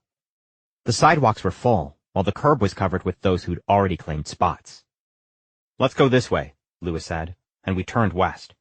That direction was even more crowded. The street in front of Barney's Beanery, which angled toward Santa Monica, was awash with people. On the sidewalk, we had to fight our way through. Oh my God, I said. This is like happy hour at New York, New York, except it goes on forever. Speaking of earthquakes, Leon said, even though we weren't. Can you imagine how happy Jerry Falwell would be if the earth opened up and swallowed us all? Oh, God, said Lewis. The poor man would come in his pants. Imagine the money he'd make, Mark said. He'd be able to sell tickets to heaven. How far down do we want to go? Lewis asked. Well, I think we should go as far as the bars. My sippy cup is only going to last so long, Leon said. Everyone is going to want to be in front of the bars, Mark said. Well, at least to the car wash then. I can slip down to Trunks when things get dull. Isn't that a hustler bar? Lewis asked. Not in at least a decade. And you're dating yourself. No one calls them hustlers anymore. They're escorts, and you order them out of the back of Frontiers. Then Leon's face blanched behind his sunglasses. Oh, God, everyone looked to the left. Mortal enemy on the right at 3 o'clock. Each one of us looked to the right. There was a rather innocuous-looking blonde woman, appearing kind of lost. She walked away from us. Leon took a peek and decided the coast was clear. That's the one thing I hate about Pride. If you're looking for your dearest friend in the world, you'll never find him. You will, however, find all of your ex-lovers and most of your former friends. 10 minutes later, we were standing in front of the car wash. Leon had gone off to get a drink. It was hot. The sky was clear and brilliantly blue. Guys were taking off their shirts already. There were half a dozen people between us and Santa Monica Boulevard, people who'd staked out their claim hours ago, many with folding chairs. The parade was starting. If I stood on my tippy toes, I could see a small red convertible about a block away. Lewis's eyes must have been better than mine, because he said, "Look, there's Durwood." It took me a minute to figure out what he was saying, but then I remembered my childhood after-school viewing and said, "Darren Stevens?" "And Samantha," Mark said. "They're grand marshals." The car rode by. The two actors smiled and waved, and looked much older than they used to. I swear she wiggled her nose. "What is going on with her hair?" Lewis asked. Elizabeth Montgomery had her hair cut in a ball of curls, vastly different from the sleek upflip she'd worn 25 years before on her show. But she wasn't the reason they were grand marshals. Dick Sargent had recently come out, and that had earned him the spot. Apparently, she was his +1. Behind them were several cars with dignitaries, the mayor of West Hollywood, a state assemblyman, the pastor from some church. Then Dykes on Bikes rode by, a marching band, a rifle corps spinning wooden rifles. The sun was getting hotter and hotter, and by noon it was well over 90. I'd drunk my water and needed to get some more. "We're going to go find the fundies and heckle them," Lewis said. Each year, there was a small, dedicated group of Christians who stood along the parade route with signs that announced we were all going to hell if we didn't immediately repent. "Really?"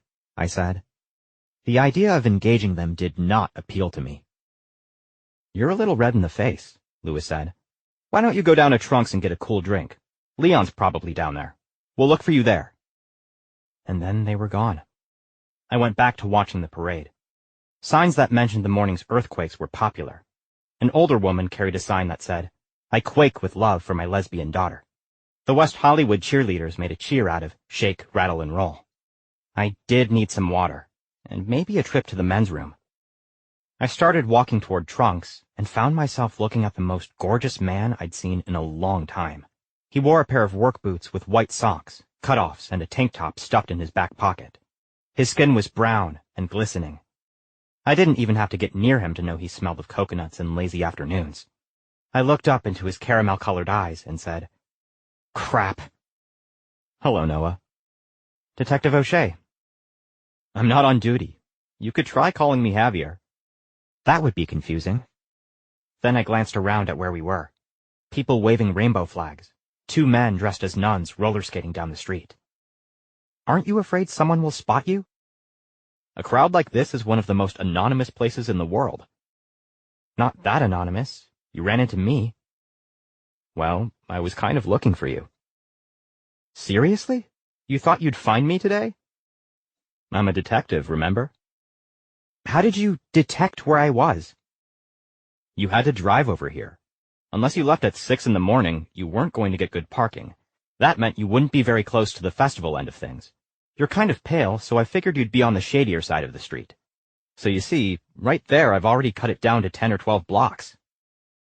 I suspected there was something to Leon's theory about running into people you didn't want to see while being unable to find people you did.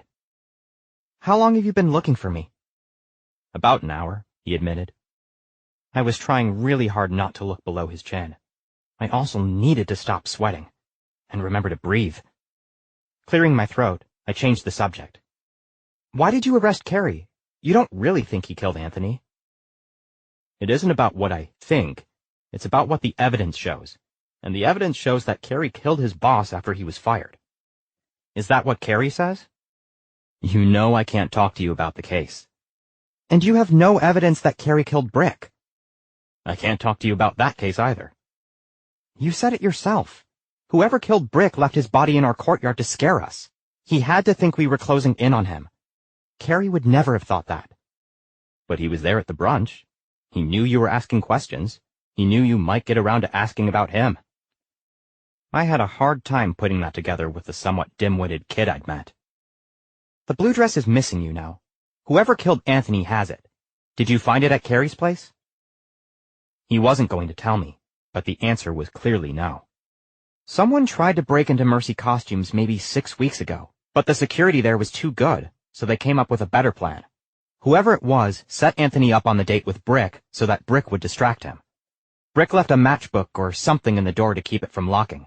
That allowed someone to follow him in, someone who was going to wait until Anthony and Brick left and then search for the blue dress. But something went wrong. O'Shea just stared at me. Finally, he said, "That's an interesting theory, but you're guessing. And that's fine for you. You own a video store. I'm a policeman. I have to deal in facts." The break-in is a fact. Yes, I have a police report on that. I went back over what I'd just said, looking for more actual facts. It's a fact that Anthony was set up on a date with Brick. Is it? Didn't that information come from Carrie? I couldn't really remember. Carrie had definitely been the one to provide Brick's name. Well, his first name.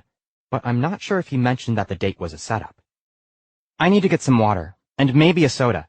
So I guess I'll see you around. Hey, don't run away. I want to ask you something. I'm kind of thirsty. Listen, they're showing this old movie, Adam's Rib, in West L.A. You want to go? We had Adam's Rib on VHS, but it still raised an interesting question. You like old movies? I might. You like them, don't you? That was very considerate, I guess. And it was just a movie. Nothing would happen. We'd sit in the dark together. And that would be it. It's not a good idea. I knew he was going to ask me why it wasn't a good idea, and I was too busy trying to think up a good excuse to realize he'd taken a couple of steps closer to me, and what that might mean. Slipping an arm around me, he lifted me an inch off the ground and kissed me. His lips were firm, but very smooth. He teased mine open with his tongue. The crowd became nothing more than a muffled chatter far away. The heat rose, but this heat was different.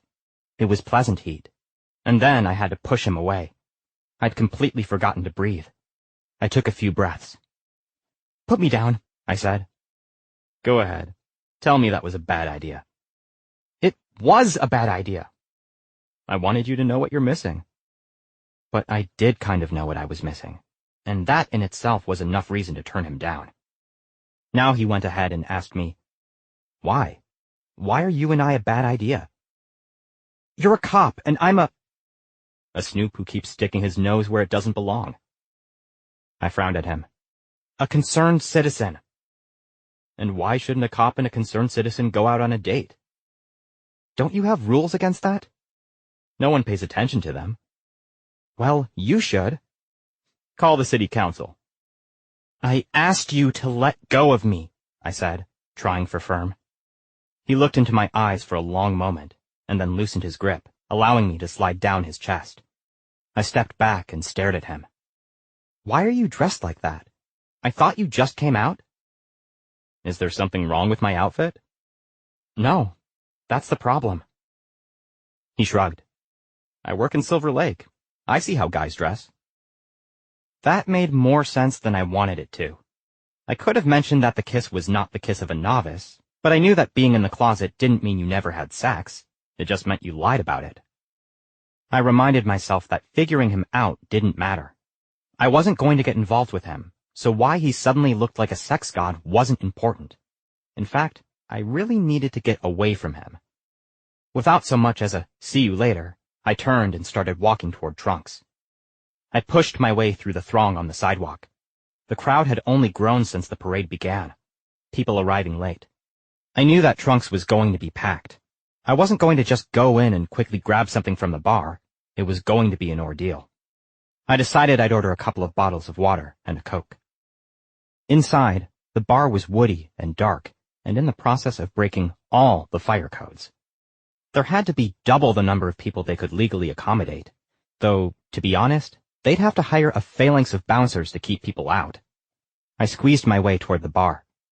When I got close enough, I saw that the bartender was filling plastic cups with ice and water to give away. I guessed he was trying to get some of the crowd to go back out and watch the parade. I reached around the guy in front of me and grabbed a cup of water. I drank half of it right down. Then I decided to walk to the back and find the restroom. I'd swing by and get more water on my way out. I didn't have to go too badly, but knew I should. Who knew when my next opportunity might be? Pushing through the throng took almost 5 minutes. When I got to the back, I found there was a line of about 10 guys. It was hot and muggy. The air conditioning must have given up an hour ago. I leaned against the wall. Across from me, on the other side of the bar, was a couple making out. The one guy was tall and blonde, and already had a terrible sunburn. The other was a short, stocky, probably Latino guy. Oh my God. I was looking at Robert making out with his boss, Billy Martinez. I pushed away from the wall. Just then, they broke for a breather. Robert turned and looked at me. His eyes widened, and he mouthed the word, "Shit." Pushing my way through the seething crowd, I got out of the bar as quickly as I could. Chapter 16. My theory in choosing a doctor was all about real estate. I assumed the better the doctor, the more rent they'd be able to pay. Becker Morse Medical Group was located in a pink granite building on Robertson, just below Burton Way, a stone's throw from Beverly Hills. I was sure their offices were fabulously expensive. My doctor was Dr. Morse, Dr. Sam as he liked to be called. He was very attractive, naturally blonde with blue eyes and pink skin. On the lapel of his thin white medical jacket was a red and blue Clinton Gore button. I was pretty sure there had been some campaign brochures in the lobby, too. He was all in for Clinton, and started my appointment by asking, "You're registered to vote, right?" "I am." "Good boy," he smiled, apparently assuming that meant I was voting for Clinton. "How have things been going?" "I passed out at a party," I confessed. "Did you?" Dr. Sam opened my file and glanced at my most recent blood tests. "You're a little anemic. I can give you something for that." "That's okay. I'll just try to eat more red meat." "Sorry, that's not how this kind of anemia works." "Great. More drugs," I thought. "How are you feeling otherwise?" I shrugged. "Okay." "Depressed?" "No, not really." "It would be pretty normal if you were." "Maybe a little," I said, just to be polite. A corpse in the courtyard certainly upped my stress level, but it also kept me kind of engaged. "Do you have anyone to talk to?" "I have friends." "Friends you can talk to about being HIV positive?" I shrugged. "No one in particular." "When you don't tell people what's going on with you, you're isolating yourself. Isolating yourself is bad for your health." I had the distinct feeling he'd just been to a conference titled Depression and the HIV Positive Patient. "I'm kind of a private person." "I'm not suggesting you wear a sign, but 1 or 2 people you can talk to about how you feel would be a good thing." I shrugged. "Okay, well, your tests look very good. Your T cells are holding steady, which is what we were hoping to see. I'd like to see them climb a bit in the coming months. How are you tolerating the medication?" "Well, I faint at parties." "In addition to that?" "I don't eat a lot. I feel kind of queasy most of the time." "Okay. Have you been avoiding spicy food, fried food, and sweets?" "Not really," I admitted. He'd just described most of my diet. "That would be a start. Drink a lot of fluids. Water, apple juice, soda. But let it go flat first. Ice is good too. When it's hot out, suck on an ice cube. It'll cool you off and settle your stomach at the same time. Okay, that was unexpected. My doctor was prescribing ice. A newspaper box was chained to a lamppost in front of Pinx, selling the Los Angeles Times. I almost never bought it. Headlines are enough for me. I scanned them before I walked into the store. Apparently, the earthquakes were a much bigger deal than we'd thought, while 250,000 people lining Santa Monica Boulevard was not worth putting on the front page. While I was standing there reading the front page for free and saving myself a whole quarter, Mikey stepped out of the store and said, Noah, there's this guy here. He's been waiting to see you for about an hour. I walked into Pinx expecting that Lance Lavender had come back, but there was Robert, looking like a lobster who'd managed to flop out of the pot. In addition to his sunburn, he wore a tight striped t-shirt and these pants he'd gotten at an army surplus store that had extra sets of pockets. He had a half a dozen pairs and always wore them to work so he could keep scissors and tape measures and spools of thread and whatever else in the extra pockets. He also wore a long white scarf wrapped around his neck a half dozen times. I was wondering if we could talk, he said when he saw me. I was pretty sure it was after 1 o'clock. Are you on your lunch hour? Yes, I stopped by your apartment first.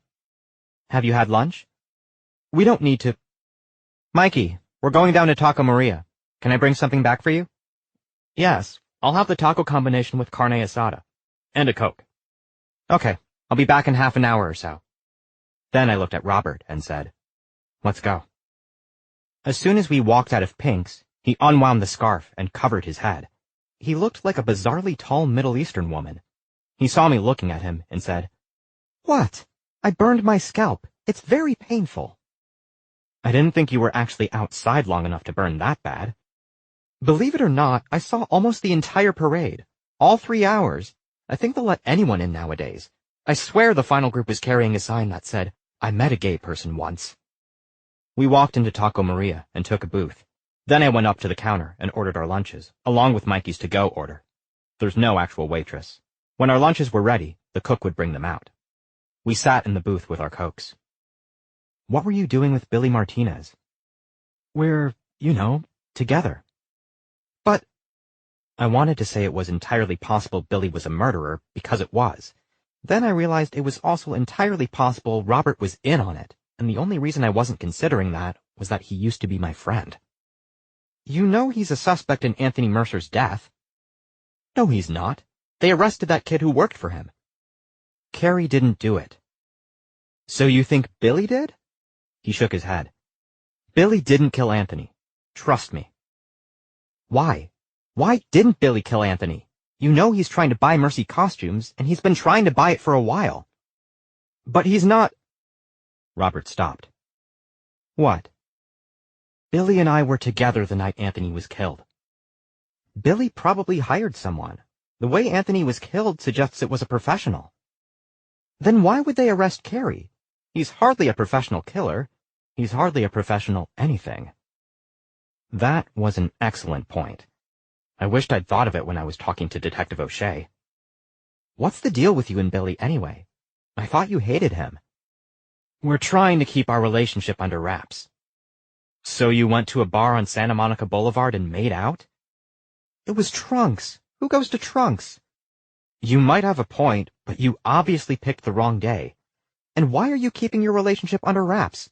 No one cares if you sleep with your boss. They might. Why? I'm moving up. I've got my own Vegas show to design, and we don't want it to look like Billy got me the job. Because Billy got you the job? Of course he did. And I don't care if people know it. After the show opens, after it's a success, then it won't matter. What's the show? Wilma Wanderley at Lucky Days Casino. I stared at him blankly for a moment. So did you tell Wilma that Jeffer had a dress? Yes, I did. It clinched the deal. I'm handling the lobby exhibit as well. That was interesting. Bunny Hopper said she told Wilma. It was possible they both did. Apparently, everyone in L.A. knew Jeffer had the dress, except me. Just then, our food arrived, along with a bag containing Mikey's lunch. Robert watched me intently. I wasn't sure why until he said, Go ahead, take your pills. I had been planning to take them when I got back to Pinx, but now I didn't need to wait. I took the wadded-up tissue out of my pocket, opened it, and took the pills quickly, one after another. I guess Tina can't keep a secret. No, she can't. But you know that already. Actually, he was right. I should have remembered she was terrible at secrets. I'd ordered a chicken taco with no salsa, rice, and beans. I picked up my fork, but stopped when he said, "But Judith had already told me." Judith has been busy. She was trying to get information from me. What information? How long you might live. Excuse me? You know straight people. The minute you say someone's positive, they're picking out flower arrangements for the funeral. Why does it matter to her? And then it hit me like a glass of cold water in the face. She's going to sue my estate for the dress? Only if you die soon. I have no intention of dying soon, I said. Good, I'm glad to hear that. And as though to prove my point, I then ate everything on my plate. While we ate, Robert made the occasional comment, like, I am actually in love with Billy, believe it or not. Since I thought Billy might be a murderer, congratulations didn't seem in order. I just smiled. The Wanderley show is going to be amazing. Isn't she a little, well, frail? I said through a mouthful of rice. That's actually the best thing about it. It's like dressing a mannequin. I don't have to worry about how she'll be able to dance or even move. I mean, there'll be dancers working around her, but they're easy. Sequins, danskins, leotards, voila. She only has 3 changes. I mean, she's talk-singing 5 or 6 songs and telling a few Hollywood stories. There will be some old photos projected behind her. The show's going to be 45 minutes tops. And there will be memorabilia in the lobby, I said. Yes, well, hopefully. We have a few things, but the crown jewel was going to be the dresses from the girl from Albany. When did all this happen? I asked, wiping my mouth with a paper napkin. It came together maybe a month ago. But you said knowing about Jeffers' dress clinched the deal. Wilma was already negotiating to buy Anthony's dress. No, that's not possible. What do you mean? I mean, Billy was negotiating to buy Mercy costumes. The dress was part of the deal. If that was true, then Billy had no reason to kill Anthony. And then I wondered about something. Something that might be important. When was Brick Masters going into Hollywood costume for his fittings? And was it the same time Wilma Wanderley was there? Walking into Pinx, I went right over to the counter to give Mikey his lunch. How much do I owe you? He asked. Nothing. I just bought you lunch. You can't afford to buy me lunch. Yes, I can. No, you can't. I saw the letter you got from your insurance company on your desk. Oh, don't worry about that.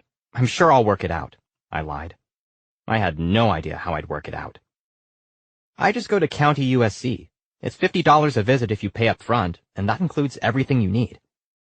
Including hospitalization? No, that's a different thing altogether. I think you have to go on Medicaid for that.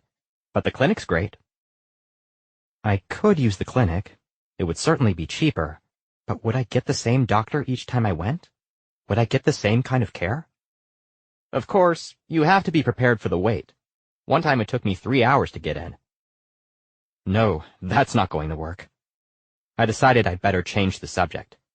Listen, about the lube. And wouldn't you know it, a woman who was clearly a mom walked up at just that moment. She was renting The Little Mermaid and Beauty and the Beast. I stood there with my mouth shut while Mikey checked her out. As soon as she walked out of the store, I said, The thing is, it worked. Carl and Denny talked up the lube and it sold. So on the one hand, you're right. But on the other hand, I don't think I'm wrong. Some of our customers could easily be offended. And if we lost just 2 or 3 regulars, we could actually lose money on the lube. Mikey thought that through. Okay, you're right. We might offend people. I guess we have to come up with some kind of system for choosing. I don't think that works, though. You can't really look at people and know whether they're interested in lube. If they're renting a porno, then I'm not worried about them. I'm worried about the people nearby. What about a flyer? Mikey suggested. That we could put in the bag for anyone who rents porn, with a 10% off coupon. That was perfect. I'd gotten my way, and Mikey had come up with a solution he could totally commit to. I was hugely relieved. I'd actually gotten something to work out. I went back to my office and dialed information. I asked for Arthur Feldman's number in Burbank and wrote it down. Then I hung up and dialed. Arthur Feldman's office, a woman answered. May I speak to him? This is Noah Valentine. I'm afraid he's stepped away. Can I take a message? Stepped away? To where? Having been to his office, I couldn't imagine there were a lot of places he could step away to. I could wait if he's not going to be long. I'm sorry, I don't know how long he's going to be. Do you know when he left? No, I'm sorry. Would you like to leave a message? But you sit... And then I realized I was talking to an answering service, and that's why she had no idea where he went or when he'd be coming back. He just flipped a switch or made a call or did something, and she started answering his phone. Thanks, I'll call back later, I said. I hung up and wondered if there wasn't another way to find out if Brick Masters and Wilma Wanderley were ever in the same place at the same time. I couldn't think of one. Putting that aside, I tried to turn my attention to my tax issues, only to end up taking a 90-minute nap instead. I woke up at 4:20. Carl and Denny should already have arrived. Then I wondered, did I ever give Mikey a break? I mean, I bought him lunch, but that's not the same as being able to walk around freely in the store and go to the bathroom or get a bottle of water. Oh my God, I didn't. He should have said something. I went out front, intending to send him home early, but when I got there, everything was fine. Carl and Denny were taking over, and Mikey was packing up. Noah, I told them about our idea to make a flyer, Mikey said, which was nice of him to say, since it really had been his idea. They think it's a great idea. Oh, good. And then I had to ask, do you guys watch soap operas? We do. It gives me something to talk about with my mother, Carl said. She's almost 90, but she loves her stories. Do you watch The Edge of Light? Yes, that's one of the better ones. Did it have a storyline about a hostage situation? They both nodded. When was that? It was sometime last month, Carl said. That storyline ended around the 15th, Denny said. Well, now how do you know that? Carl wanted to know. Darling, don't you remember? That was the day Shelley was in town, so we spent the day with her and put the machine on record. And then it missed the last 5 minutes. So we missed the shootout. It was devastating. Thanks. That's what I needed to know, I said, and went back to my office. Brick Masters could have met Wilma Wanderley around that time, and she could have convinced him to go on the blind date with Anthony, distracting him long enough for someone to slip into the costume shop and steal the dress. And so, I was back to Wilma Wanderley. Chapter 17. Mark and Lewis were still sitting in the courtyard when I got home around 8:30. Their dinner dishes were cleared, and they were having coffee along with snifters of brandy. Mark was enjoying a cigarette. I sat down with them and said, It's definitely Wilma Wanderley. Really? Lewis said. What makes you say that? Billy Martinez was negotiating to buy Mercy costumes, so he had no reason to kill Anthony. More importantly, Billy wanted the dress included in the deal. Why did he want the dress? Mark asked. I thought about that a lot this afternoon, I said. Robert didn't say so, but I think he and Billy were planning to get a hold of both dresses. One from Anthony, the other from me. Then they'd rent them to Wilma for the duration of her show, probably at about what she was willing to spend to buy them. After the show, after all the publicity, they'd auction them off. For a fortune, Lewis added. Yes, I think so. So they were planning to cheat Wilma? Mark asked. I'm not sure that's called cheating, Lewis said. I think it's just called business. Either way, why not kill Billy? Or Robert? Because it wouldn't have gotten her the dress, and that's what she wanted most. There's something else, I said. I found out that Brick Masters was getting his costume fittings at Hollywood Costume around the time Wilma was in there arranging her new Las Vegas show. You really think she did it? Lewis asked. I do, yes. Then we have to figure out who she used to do her dirty work. How would we do that? Mark asked. It could be anyone. She used to date mobsters. It could be some old friend. Or it could be her son, Lewis replied. We could get her to confess, I suggested. Could I get her to confess? I certainly wasn't having any luck figuring out who she'd hired. Suddenly, it occurred to me. Brick knew who the killer was. Yes, that's probably what got him killed, Lewis agreed. So if I tell her I can connect her to Brick, maybe she'll confess. Or have you killed. It takes time to arrange a murder, though, I said. Unless the hired gun is her son, Mark repeated. I don't think it's her son. She barely trusts him making a phone call. I don't think she'd trust him with something like this. But even if you do get her to confess, it's just hearsay, Mark said. How do you know that? Lewis asked. It was on LA Law. You'd already fallen asleep. What you need to do is a sting, Lewis said. You know, like they did to DeLorean. You mean record it? Yeah, that's what I mean. So I just arrive at her house with a video crew? I said sarcastically. Given that she's a movie star, that might actually work, Mark said. You could also just put a tape recorder in your pocket, Lewis said. You can find them that small. But how would I get her to confess? I asked myself. I couldn't just call her up and say I wanted to come over and take her confession. The meeting would have to be about... Then I had an idea. I could tell her I have the dress she wants, and that I'm ready to sell it to her. And then? Lewis asked. And then I tell her I can connect her to Brick, and that I won't sell her the dress unless I know the truth about what happened to him. They sat there considering. Lewis swirled his brandy around and took a sip. He looked at Mark and said, We should go with him. No, she'll never confess if there are 3 of us, I insisted. We could at least sit in the car, Mark said. That's not going to do any good. I mean, we're just getting a regular tape recorder, right? We're not getting some van with headphones and a reel-to-reel. He's right, Lewis said. Anything could happen, and we'd have no idea. We chatted over a few other details, and then I went upstairs to make the phone call. It was a little after 9. Before I could lose my nerve, I found Wilma Wanderley's card and dialed her number. Miss Wanderley? I asked when a woman answered. Yes? This is Noah Valentine. I have the dress, and I'm ready to make a deal. Marvelous. Can you bring it now? That threw me. I wasn't even close to being ready. No, I can't. I can bring it tomorrow night, around 7. Excellent. I'll be here. Tuesdays were not the busiest day of the week at Pinx, so I didn't feel too bad calling Mikey and telling him I might not be in at all. Are you sick? You looked a little pale yesterday. Reflexively, I wanted to say I was fine, but that would just worry him more. I'm a little under the weather. Get some rest. Do you want me to drop off some videos when my shift ends? That was right about the time I expected to be on my way to Wilma Wanderley's. No, that's all right. I'm hoping to sleep most of the day. After I hung up, I went down and stood at the counter, waiting for Lewis to pick me up. It was about 11:30. He'd told his boss he had a doctor's appointment, so he'd be taking a long lunch. He swung by right on time, and we drove about 10 blocks. I Spy was hardly a subtle kind of shop. Located on Sunset Boulevard just before you crossed over into Echo Park, it had big signs across the front of its shack-like building, proclaiming, Hidden cameras, covert audio, and spy gear. Lewis pulled his Honda up in front. We got out of the car, squinting into the sunlight. Lewis fed the meter, and we walked into the store. Inside, the store was tiny. Half the place was taken up by an L-shaped display case.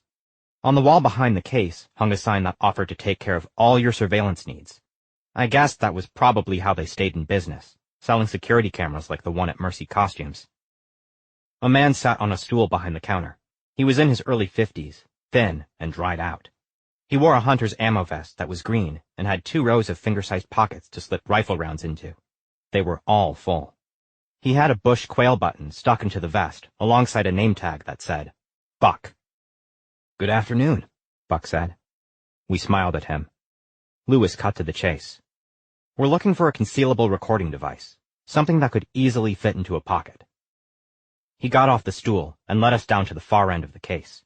In front of us was a collection of listening devices, gadgets you could attach to a telephone, complicated systems of small bugs that could transmit, and clunky tape recorders that received, and the micro recorders we were looking for. He reached into the case and pulled out a square recorder that was only a tiny bit bigger than the microcassette it recorded onto. This is the simplest and most reliable recorder. Just put it into your pocket. It's voice activated. As soon as you or whoever starts talking, it starts recording. I glanced at the price tag and then pulled Lewis a step away. It's almost $500, I whispered into his ear. He nodded. Yes, I saw that. Turning back to Buck, he asked, Do you have one that you rent? $25 a day, and you have to buy your own microcassettes. If you want the microcassettes transferred onto regular cassettes, I can do that for $10 a tape. Wow, that was certainly more affordable than $500. Not to mention, I really didn't expect to ever use it again. Lewis told Buck we'd take it for one day. Then he turned to me and asked, "What about a taser? Might come in handy." I glanced at the case. Tasers ran from around $100 to $500.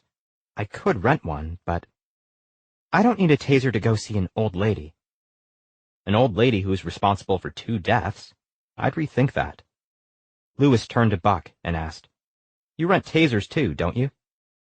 "I do." "We'll take the easiest one to operate." "They're all pretty easy." "Small," I said. Then I looked at Lewis and said, "It has to go in a pocket, just like the tape recorder." Lewis dropped me off at home about an hour and a half later. We'd had lunch at a sandwich shop in a strip mall on Sunset, a few blocks from I Spy, called Loretta's. There was a billboard in the corner of the parking lot for Batman Returns.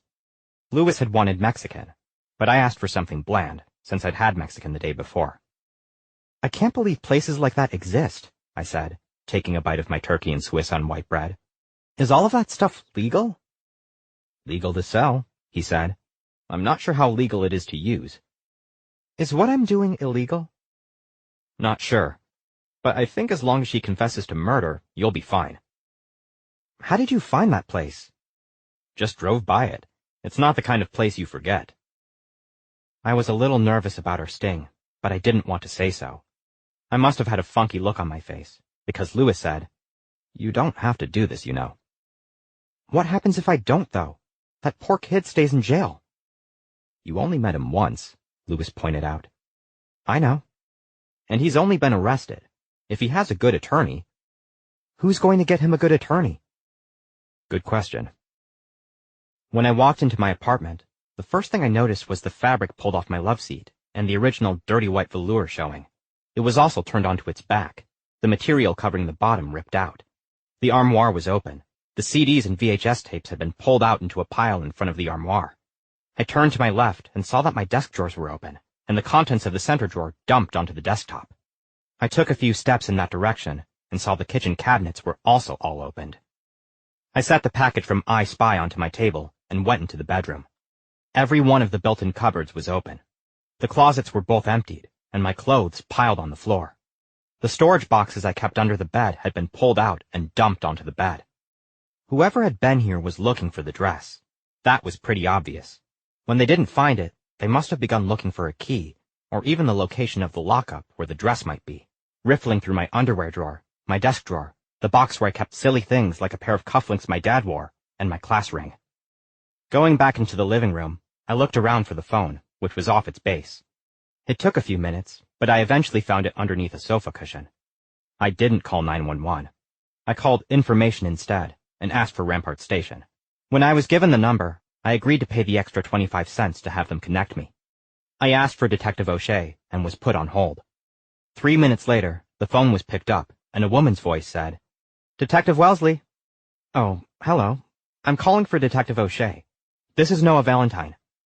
"Detective O'Shea isn't available right now. What can I do for you?" "Someone has broken into my apartment and ransacked it. They were searching for something." "Money," Wellesley said. "It was probably addicts. They break in and search for cash. Did they take any of your CDs?" "No, they didn't take anything." "Keep checking. I'm sure they took something. I can be there in about half an hour." "Do you remember the address?" "Yes, I remember the address. And I remember you." The way she said the last sentence wasn't all that cordial. I waited in the courtyard, sitting at the table where we had dinner each week for nearly an hour before Detective Wellesley showed up. When she arrived alone. That was annoying. I would have liked to see Detective O'Shea, or at least someone from Sid. They could have collected fingerprints at least. Wellesley said, "Hey," and then we walked up the stairs to the second floor. "Do you have any idea what they were looking for?" "Yes, a blue-spangled dress. Whoever did this killed Anthony Mercer and Brick Masters." No. We have Anthony's killer in custody." "Then why would someone break into my apartment and go through my things?" She ignored my question. "How did they get in?" "I'm not sure. Probably through one of the windows." She glanced at them. The screens were on, but they were all open. She scowled at me and asked, "You leave them open like that?" "It gets stuffy if I don't." That was embarrassing. I sounded like a princess. "You should ask your landlord for security bars." It was the second time this year someone had gotten into my apartment. Bars weren't a bad idea. Of course, I was pretty sure neither break-in was random. I'd never felt unsafe, because a random thief had to walk by most of the other apartments in the building to get to mine, which was also the most visible. A random burglar would pick someone else long before they got to me. "Which window?" she wanted to know. "I don't know. Whoever it was put the screen back on." She gave me a "you're kidding me" look. I shrugged. Then she opened the door and walked into my apartment. She wasn't wearing gloves, and that annoyed me a little. It made me feel like she wasn't taking this seriously. "Do you have a lot of old boyfriends?" she asked. "No." "Really? No?" "I had a partner for about 5 years. He died last year." And that was somehow more embarrassing than not keeping my windows shut because it got stuffy. She looked around at the mess. "And nothing was taken?" "No, I said that already." "You like Detective O'Shea, don't you?" "He's okay." "You asked for him when you called." "So?" "So, are you disappointed he didn't come?" That was a question I didn't dare answer. Of course I was disappointed he hadn't come. She was rude and didn't seem to be doing her job. "You think I did this myself? Is that what you're saying to me?" "I'm not saying anything. I'm asking questions. Nothing is missing?" "I don't think so." She shrugged. "Like I said on the phone, it was most likely a drug addict. Crack, crank, whatever's popular. They break in, steal your CDs, your videotapes, then sell them to some place like Rockaway Records." "My CDs are all there." She glanced at the pile on the floor and asked, "How will you know until you put them away?" I didn't have a good answer to that. "You should get someone out here to look for fingerprints," I said. "I'm afraid we have limited resources. I'm not sure I can justify it if nothing was taken." After Wellesley left, it was still early, but I decided to get ready anyway. I took another shower, tried to do something creative with my hair, always time-consuming, and then asked myself the important question. What do you wear to a sting? Were some colors more conducive to eliciting confessions? Green? Blue? I had no idea. The only thing I did know was that I needed big pockets. I stood staring at my clothes on the floor, wondering what I should wear. I probably should have just put everything back into the closet, but I wasn't all that focused. I grabbed a pair of baggy houndstooth check pants from the pile. They were loose in the thighs and hips, and cuffed at the ankle. A bit formal, perhaps, but I was going to see a movie star. Maybe they were just fine. I put them on, and then got the recorder from the living room and slipped it into the front pocket. It was unnoticeable. Then I put the taser gun into the other pocket. It was bigger, so it was more noticeable. That told me I had to pick the right shirt. I had a black short-sleeved shirt, rayon, and too big for me. It would hang down over the pockets and hide the taser.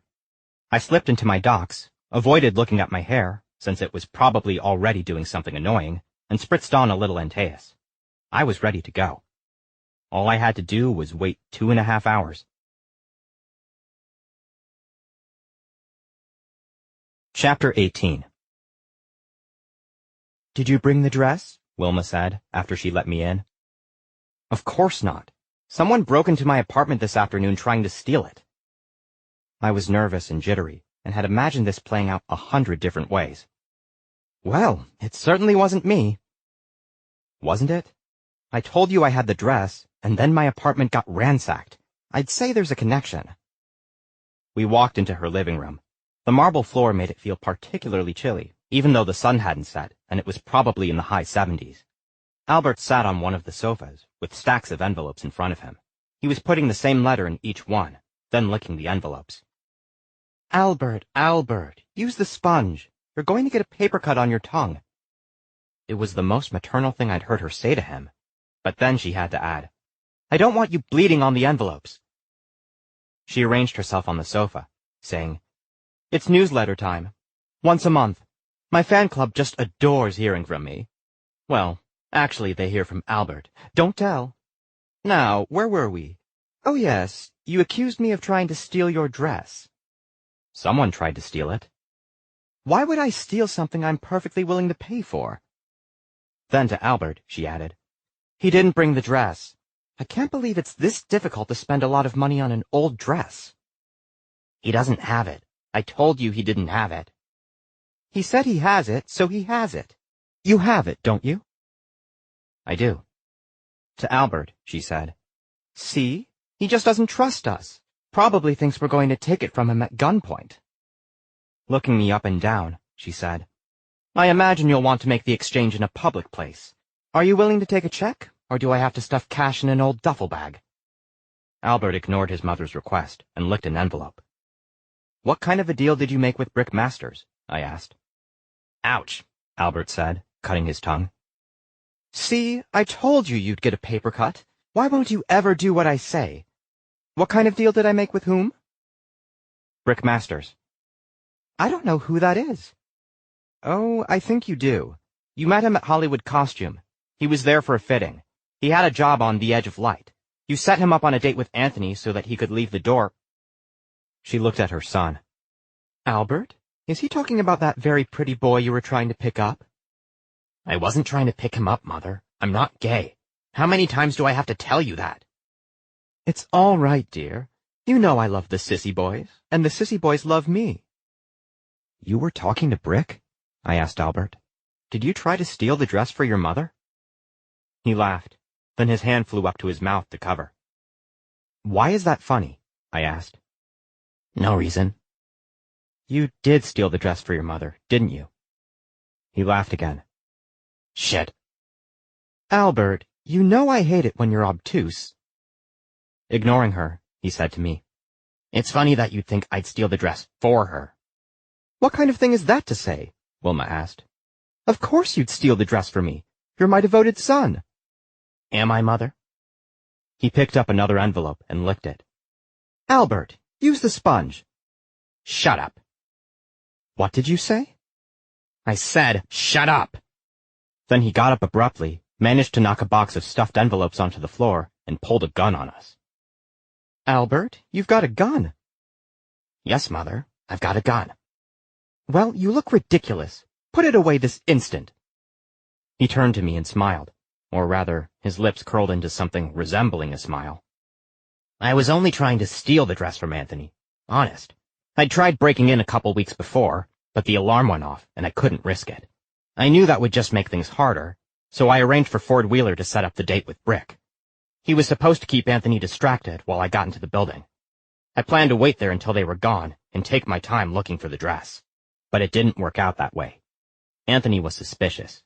Brick was very good-looking, and he couldn't see why Ford would set him up with a guy that attractive. He started asking questions. Questions Brick wasn't very good at answering. He was the kind of actor who needed a script. And even then... Once I was in the building, I heard them arguing, and then I heard Brick say my name. I snuck over to the work area and listened to enough of the conversation to know it was all over. I still wanted the dress, though, so I stepped out into the open, made Anthony get on his knees, and shot him in the back of the head, just the way Gianni Agnati told me they did it. Oh, Gianni. He was such a nice man, Wilma said. He was a mobster, her son replied. He was a nice mobster. You wanted to find that dress for me. Dear, that's so sweet. But I already had a deal with Anthony. Albert burst into laughter. I wasn't trying to get the dress for you. No. I was trying to steal the dress from Anthony before he could sell it to the great Miss Wanderley. I wouldn't kill anyone for you. Oh, I would kill people. I did kill people, but I did it to stop you. You wanted that fucking dress more than anything in the world, and I was going to make sure you didn't get it. Albert, how could you? Wilma said. How could I? After the way you've treated me my whole life? Like I was a lackey? A flunky? A gopher? The personal assistant you gave birth to? How could I not, Mother? But Albert, I've never done anything but love you. She said it like it was a line in a movie. I don't think any of us were convinced. You never loved me, he said. I wasn't attractive. I wasn't talented. In your world, that meant I was nothing but a big flop. I was a disappointment. Turning to me, he continued. Do you know she sent me away to boarding school so she didn't have to look at me? That's how big a disappointment I was. But the problem is, children don't stay at boarding school forever. Do they, Mother? I thought it would be good for you, that you'd come back better. Yeah? Well, I came back. There was talk of sending me away to college, but I didn't want to go. So I made myself useful, indispensable.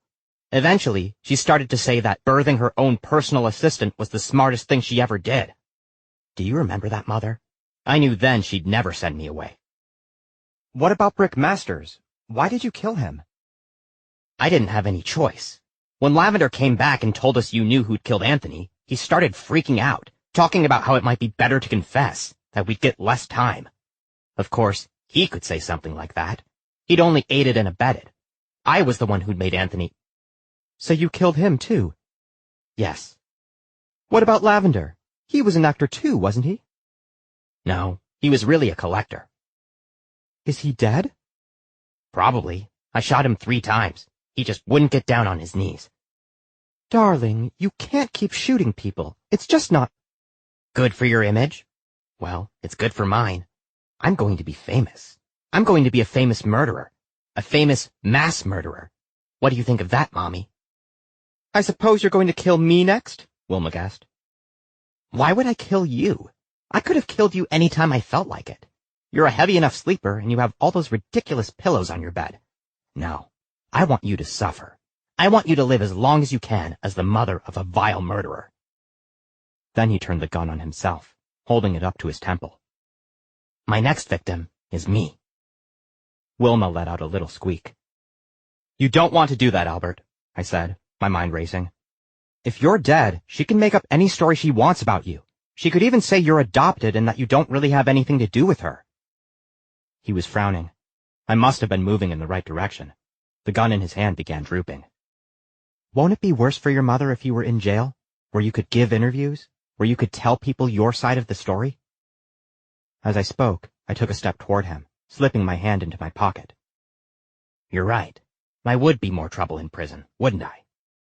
Good. Why don't you put the gun down? I suggested. I had a firm grasp on the taser, just in case. But then, there's no reason not to shoot a few more people. You, for instance. You're annoying. He raised the gun, but it was too late. I pushed the taser into the side of his neck, just like the instructions that came in the box had said to. He wobbled a few times and fell to the ground. As he did, the gun dropped out of his hand and hit the marble floor. It went off, and a plate glass window shattered. I was stunned, shocked by what I'd done, and even more shocked when Wilma walked over to slap me on the face.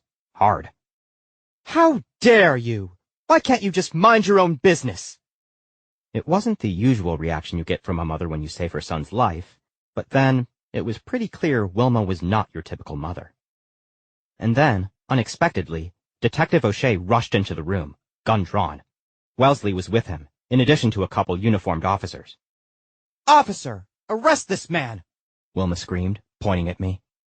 He came in here and attacked my son with that electrical thing. Albert groaned from the floor. I took the recorder out of my pocket and offered it to O'Shea. Everything you need is on here. And then I felt a little woozy, so I sat down right there on the floor. Chapter 19. Lewis had decorated the table in miniature American flags and miniature rainbow flags. Mark had made the tablecloth from red, white, and blue bandanas. It was 4th of July that Saturday. Pinx was closed, and we didn't reopen until Monday morning. When I got downstairs, Mark came out of their apartment and handed me a drink in a wine glass. I stared at it. It was very colorful. What is this? It's a white wine berry sangria. White wine, 7-Up, strawberries, blueberries, lemon sherbet, and a lot of ice. I took a sip. It was sweet, but good. But I shouldn't have it. It wasn't good for me. I took another sip anyway. There was another story in the paper this morning about Albert Wanderley, Mark said, and an enormous sidebar all about his mother's career. She must be thrilled. That's when I noticed something. There are 5 chairs. Who's coming to dinner? Well, Leon, of course, and a mystery guest. I think I've had my fill of mysteries, I said. The idea of another guest made me grumpy. When I'd first started having dinner with them, Mark and Lewis had tried to fix me up a few times. I really hoped they weren't back to that. This mystery will get solved in the next few minutes. Don't worry. Upstairs, my phone started to ring. I could have let the answering machine pick it up, but I was too curious. I set down my drink and ran upstairs. I snatched the phone off its cradle just before the answering machine would have answered. Hello? Well, I've had it with Carolyn Harvey. I'm done with her. Hi, Mom. Isn't it getting late there? I'm sorry. I just can't sleep after what happened. I was going to have to ask, so I went ahead. What happened? You know I volunteer for the Cancer Society in honor of Jeffer. I told Carolyn that, and she laughed at me. She said I was a fool to believe that a gay man of Jeffer's age died of anything but AIDS. Well, I told her you weren't like that you wouldn't lie to me. And then I walked out of the restaurant. We're done. I'm not having anything else to do with her. For a moment, my mouth went dry, and I couldn't breathe. I had to say something, though. You know, Mom, sometimes people lie to be kind. She was quiet a long time. Then she said, It's true, then? Jeffer died of AIDS? Yes, he did. And does that mean you... Yes, I'm HIV positive. She went quiet again. I almost asked if she was still there, but I could hear her breathing. Finally, she said, I should have known, shouldn't I? I should have been able to figure this out on my own. Carolyn was right. I am a fool. Mom, just because Carolyn is accurate doesn't make her right. She wasn't being kind. For one thing, it's not her business. And for another, if she really felt you needed to know, she could have explained it in a much gentler way. She did seem almost happy about the whole thing. Some people enjoy being mean. Are you all right, Noah? If you're not, you'd tell me if... Oh, dear.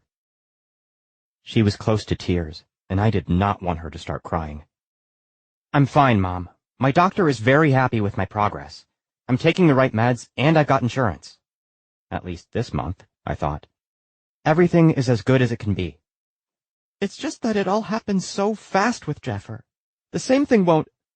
He'd had it for a long time, and he wasn't taking care of himself. It seemed like it all happened very fast, but it really didn't. I didn't want to talk about Jeffer too much. There were still things I didn't feel she needed to know, like how exactly I'd gotten the virus. Do you want to go now? Do you want some time to think about this? Oh, no, not yet. She took a deep breath and got hold of herself. I guess this is important. I'm not really sure. It sounded important, but maybe it's not. What? What is it? There's something I have to tell you. It all seemed kind of silly at the time. Very cloak and dagger. Mom? All right. Well, Jeffer told me that someday you'd tell me a secret. And you did. You just told me a secret, didn't you? And when you told me that secret, I was to give you the key. The key to what? The lockup he had. You know about that? You have the key? Yes, Noah, that's what I just said. Wait, have you been paying for the storage since Jeffer died? Yes. No. He's been paying. He sent me a big envelope full of cash one time, and I've been using that. Do you know what's in the lockup? No, I don't. I've been dying of curiosity. What's in it? You kept this secret from me ever since Jeffer died? I can't believe you'd... Don't get annoyed with me. You've been keeping a pretty big secret yourself. That was unfortunately true. We chatted a few more minutes. She promised to send me the key and told me she loved me. Afterward, I took a few minutes to pull myself together. That phone call had been a lot to absorb, and I wasn't sure I was doing a good job. My mother knew what was going on with me. She seemed to take it well. I was sure she'd have questions, but I figured the worst was over. The whole thing with Jeffer and the lockup was harder to take in. What was he thinking? Why hadn't he ever told me about the lockup? Why hadn't he left me the key directly? And why make my mother wait to give it to me until I told her a secret? He did know I hadn't told her I was HIV positive. Had he not wanted me to have what was in the locker until I was so sick I couldn't hide it from my mother anymore? She was almost 3,000 miles away. It wasn't that hard to keep a secret from her. I might never have told her. When I finally went back down to the courtyard, Leon was there, as well as the mystery guest. Detective O'Shea stood there with a glass of sangria in his hand. He was carefully dressed in pressed jeans, loafers without socks, and a bright white polo shirt that made his skin look very dark. The sun was on the verge of setting, and it cast an almost magical glow over O'Shea. Well, it cast a glow over all of us. I only noticed it on the detective. Staring at the table, Leon said, "Mark, you've made a complete mishmash of the hanky code. I have no idea what you want to do and or have done to you." "Good," Mark said. "I prefer it that way." "What's the hanky code?" O'Shea asked. "Oh my God," Leon exclaimed. "There ought to be a class. Introduction to Gayness." "The hanky code is something from the late 70s, Lewis explained, picking up a plate of pigs in a blanket and handing them around. "Guys used to go to bars with a colored bandana in their back pocket, which advertised what they wanted to do in bed. Some of them were very obvious, like yellow meant you wanted water sports, or brown if you—" "Lewis, that's enough," Mark said. "We're about to have dinner." O'Shea was blushing. He'd gotten himself in much deeper than he liked. I decided to rescue him by asking, "So you found Lance Lavender's body?" "We did. Shot 3 times, just like Albert told you." "Oh, that reminds me," Leon said. "I got a call from Ford Wheeler. He admitted setting up the date between Anthony and Brick. He's terrified he'll lose his career over this." "Wellesley wants to charge him with obstruction," O'Shea said. "Why didn't he come forward and say anything?" Mark asked. "He didn't want to get involved. He says he wasn't sure Albert had done anything in one breath, and then in the next he says he was terrified that Albert might kill him." "Oh my lordy," Lewis said. "What a pickle." "But why did he do it at all?" I asked. "Wasn't he suspicious?" "Very. Apparently, Albert has something very juicy on him," Leon said. "Well, it can't be sex. He's hardly discreet," Mark said. "You should have heard some of the things he said at the brunch." "If it's not sex," O'Shea said, "then it has to be money. It's always one or the other." "That's not true," I pointed out. "You thought Carrie killed Anthony for revenge. And while we're on the subject, how could you think that poor kid killed 2 people? Now that it's over, I can say this. I was never completely convinced. Wellesley is the one who rammed that through, and she was lead on the investigation." "What about the gun?" I asked. "Willow said you found it the second time you searched Mercy Costumes." "Albert left the gun hidden at the scene of the crime. Carrie found it and took it home. When the newspapers didn't mention the gun, Albert called in an anonymous tip." "Why did he want you to find the gun?" "He had a collection of guns he'd gotten from one of the mobsters his mother dated. They were all unregistered. He used one to kill Anthony and another to kill Brick. I think he hoped the guns would confuse us or set us off the track. And as it turns out, he was right." "You know, come to think of it," Lewis said, "the whole thing was about revenge." "Or hatred," I suggested. "Albert had major mommy issues," Leon said. The previous Wednesday, Wilma Wanderley had done an interview on tonight's entertainment network. Mikey had insisted on playing the TV all day at Pinx, which meant the promos for the interview kept coming on. She began the interview trying to be rational and apologetic, and by the end, she was sobbing. At one point, she even said, "And the worst part is, now I have to hire an assistant." The interviewer and crew all gasped. Wilma quickly followed up with, "Oh, what am I saying? I'm practically delirious with grief." A bit later, Lewis brought out a platter of bacon burgers and a huge bowl of potato salad. Mark followed with a tray of condiments for the burgers and a tomato mozzarella salad. For dessert, we had an apple cranberry pie, since so many things were as American as apple pie. I didn't know of anything that was as American as cranberries, but Lewis had a habit of perking up his recipes with an extra ingredient or two. I said goodnight around 9:30. It was still early, and I saw a hurt look flash across Javier's face. Why was he being so persistent, I wondered. Yes, the kiss was nice, and I had returned it, but then I put my foot down and put an end to that. So why was he mooning over me? I was almost curt in my goodbyes, but I wanted to get away before Javier had a chance to chase after me. I was at the bottom of the stairs to the second floor when a hand stopped me. I turned around and saw Lewis standing there. I was so relieved. "I have something for you," he said, keeping his voice low. I was expecting a plate of hamburgers and potato salad, but his hands were empty. Glancing back at Javier, who was chatting with Mark, Lewis reached into his pocket and pulled out a black film canister with a gray lid and a pack of rolling papers. I assume you know how to roll a joint. I went to high school. It helps, with appetite and nausea. Thanks, I said, quickly taking the canister and papers and shoving them in a pocket. When I got into my apartment, I locked the door and turned off all of the lights. I sat on my love seat and waited. The windows were open, and I could hear that dinner was breaking up downstairs. Leon yawned loudly and announced he was leaving. I didn't hear Javier leave, but I knew he was gone when Mark and Lewis began taking everything inside. They chatted a little, but I couldn't hear what they were saying. I might have been able to if I sat on the other side of the apartment, but I didn't think it mattered what they were saying. They put out the tiki torches, and then there was nothing to light the courtyard. I could have gone to bed, but something kept me sitting there.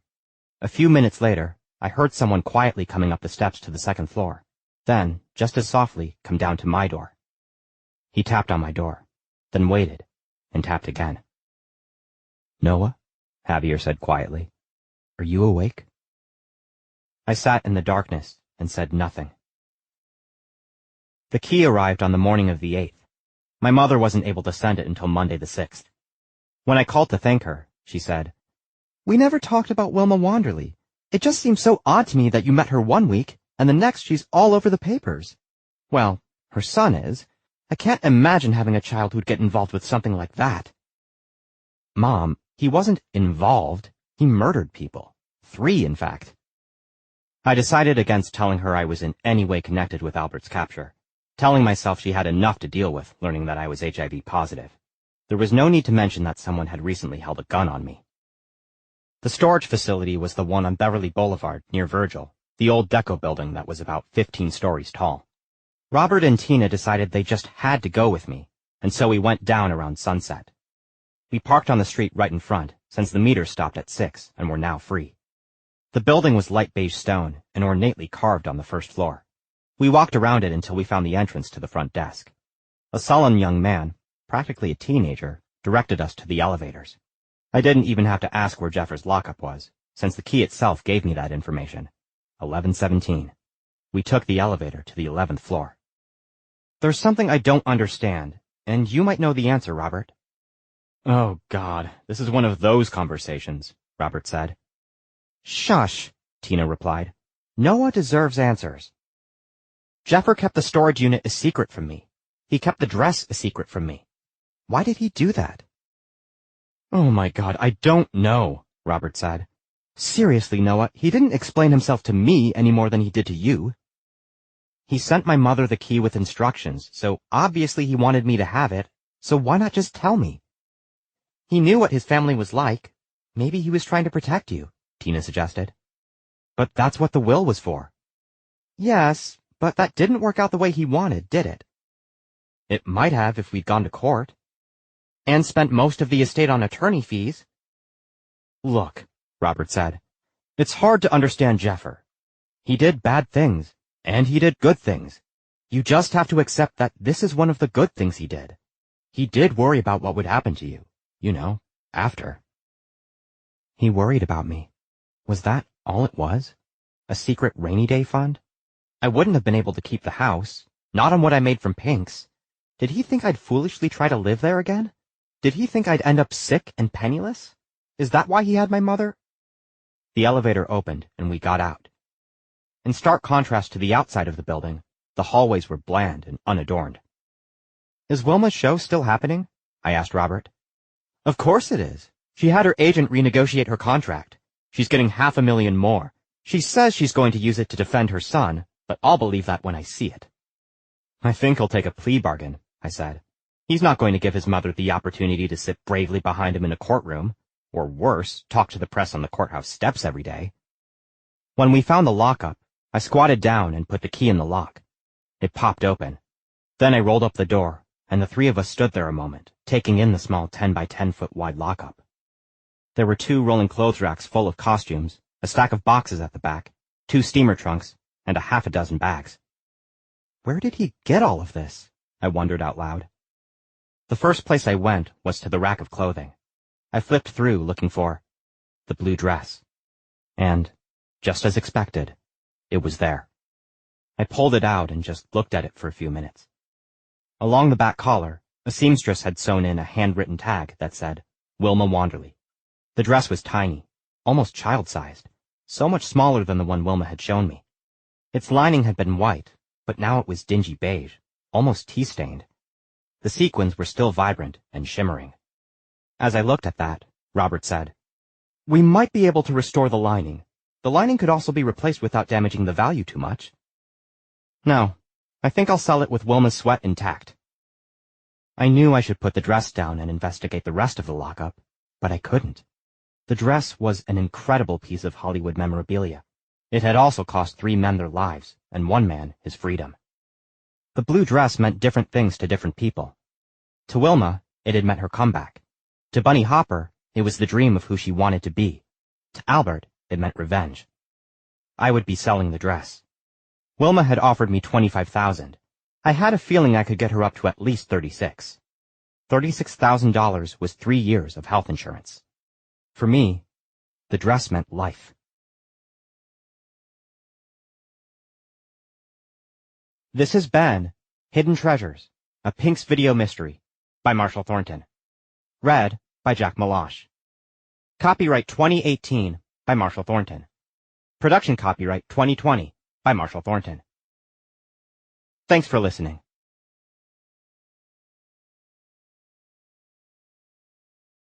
Audible hopes you have enjoyed this program.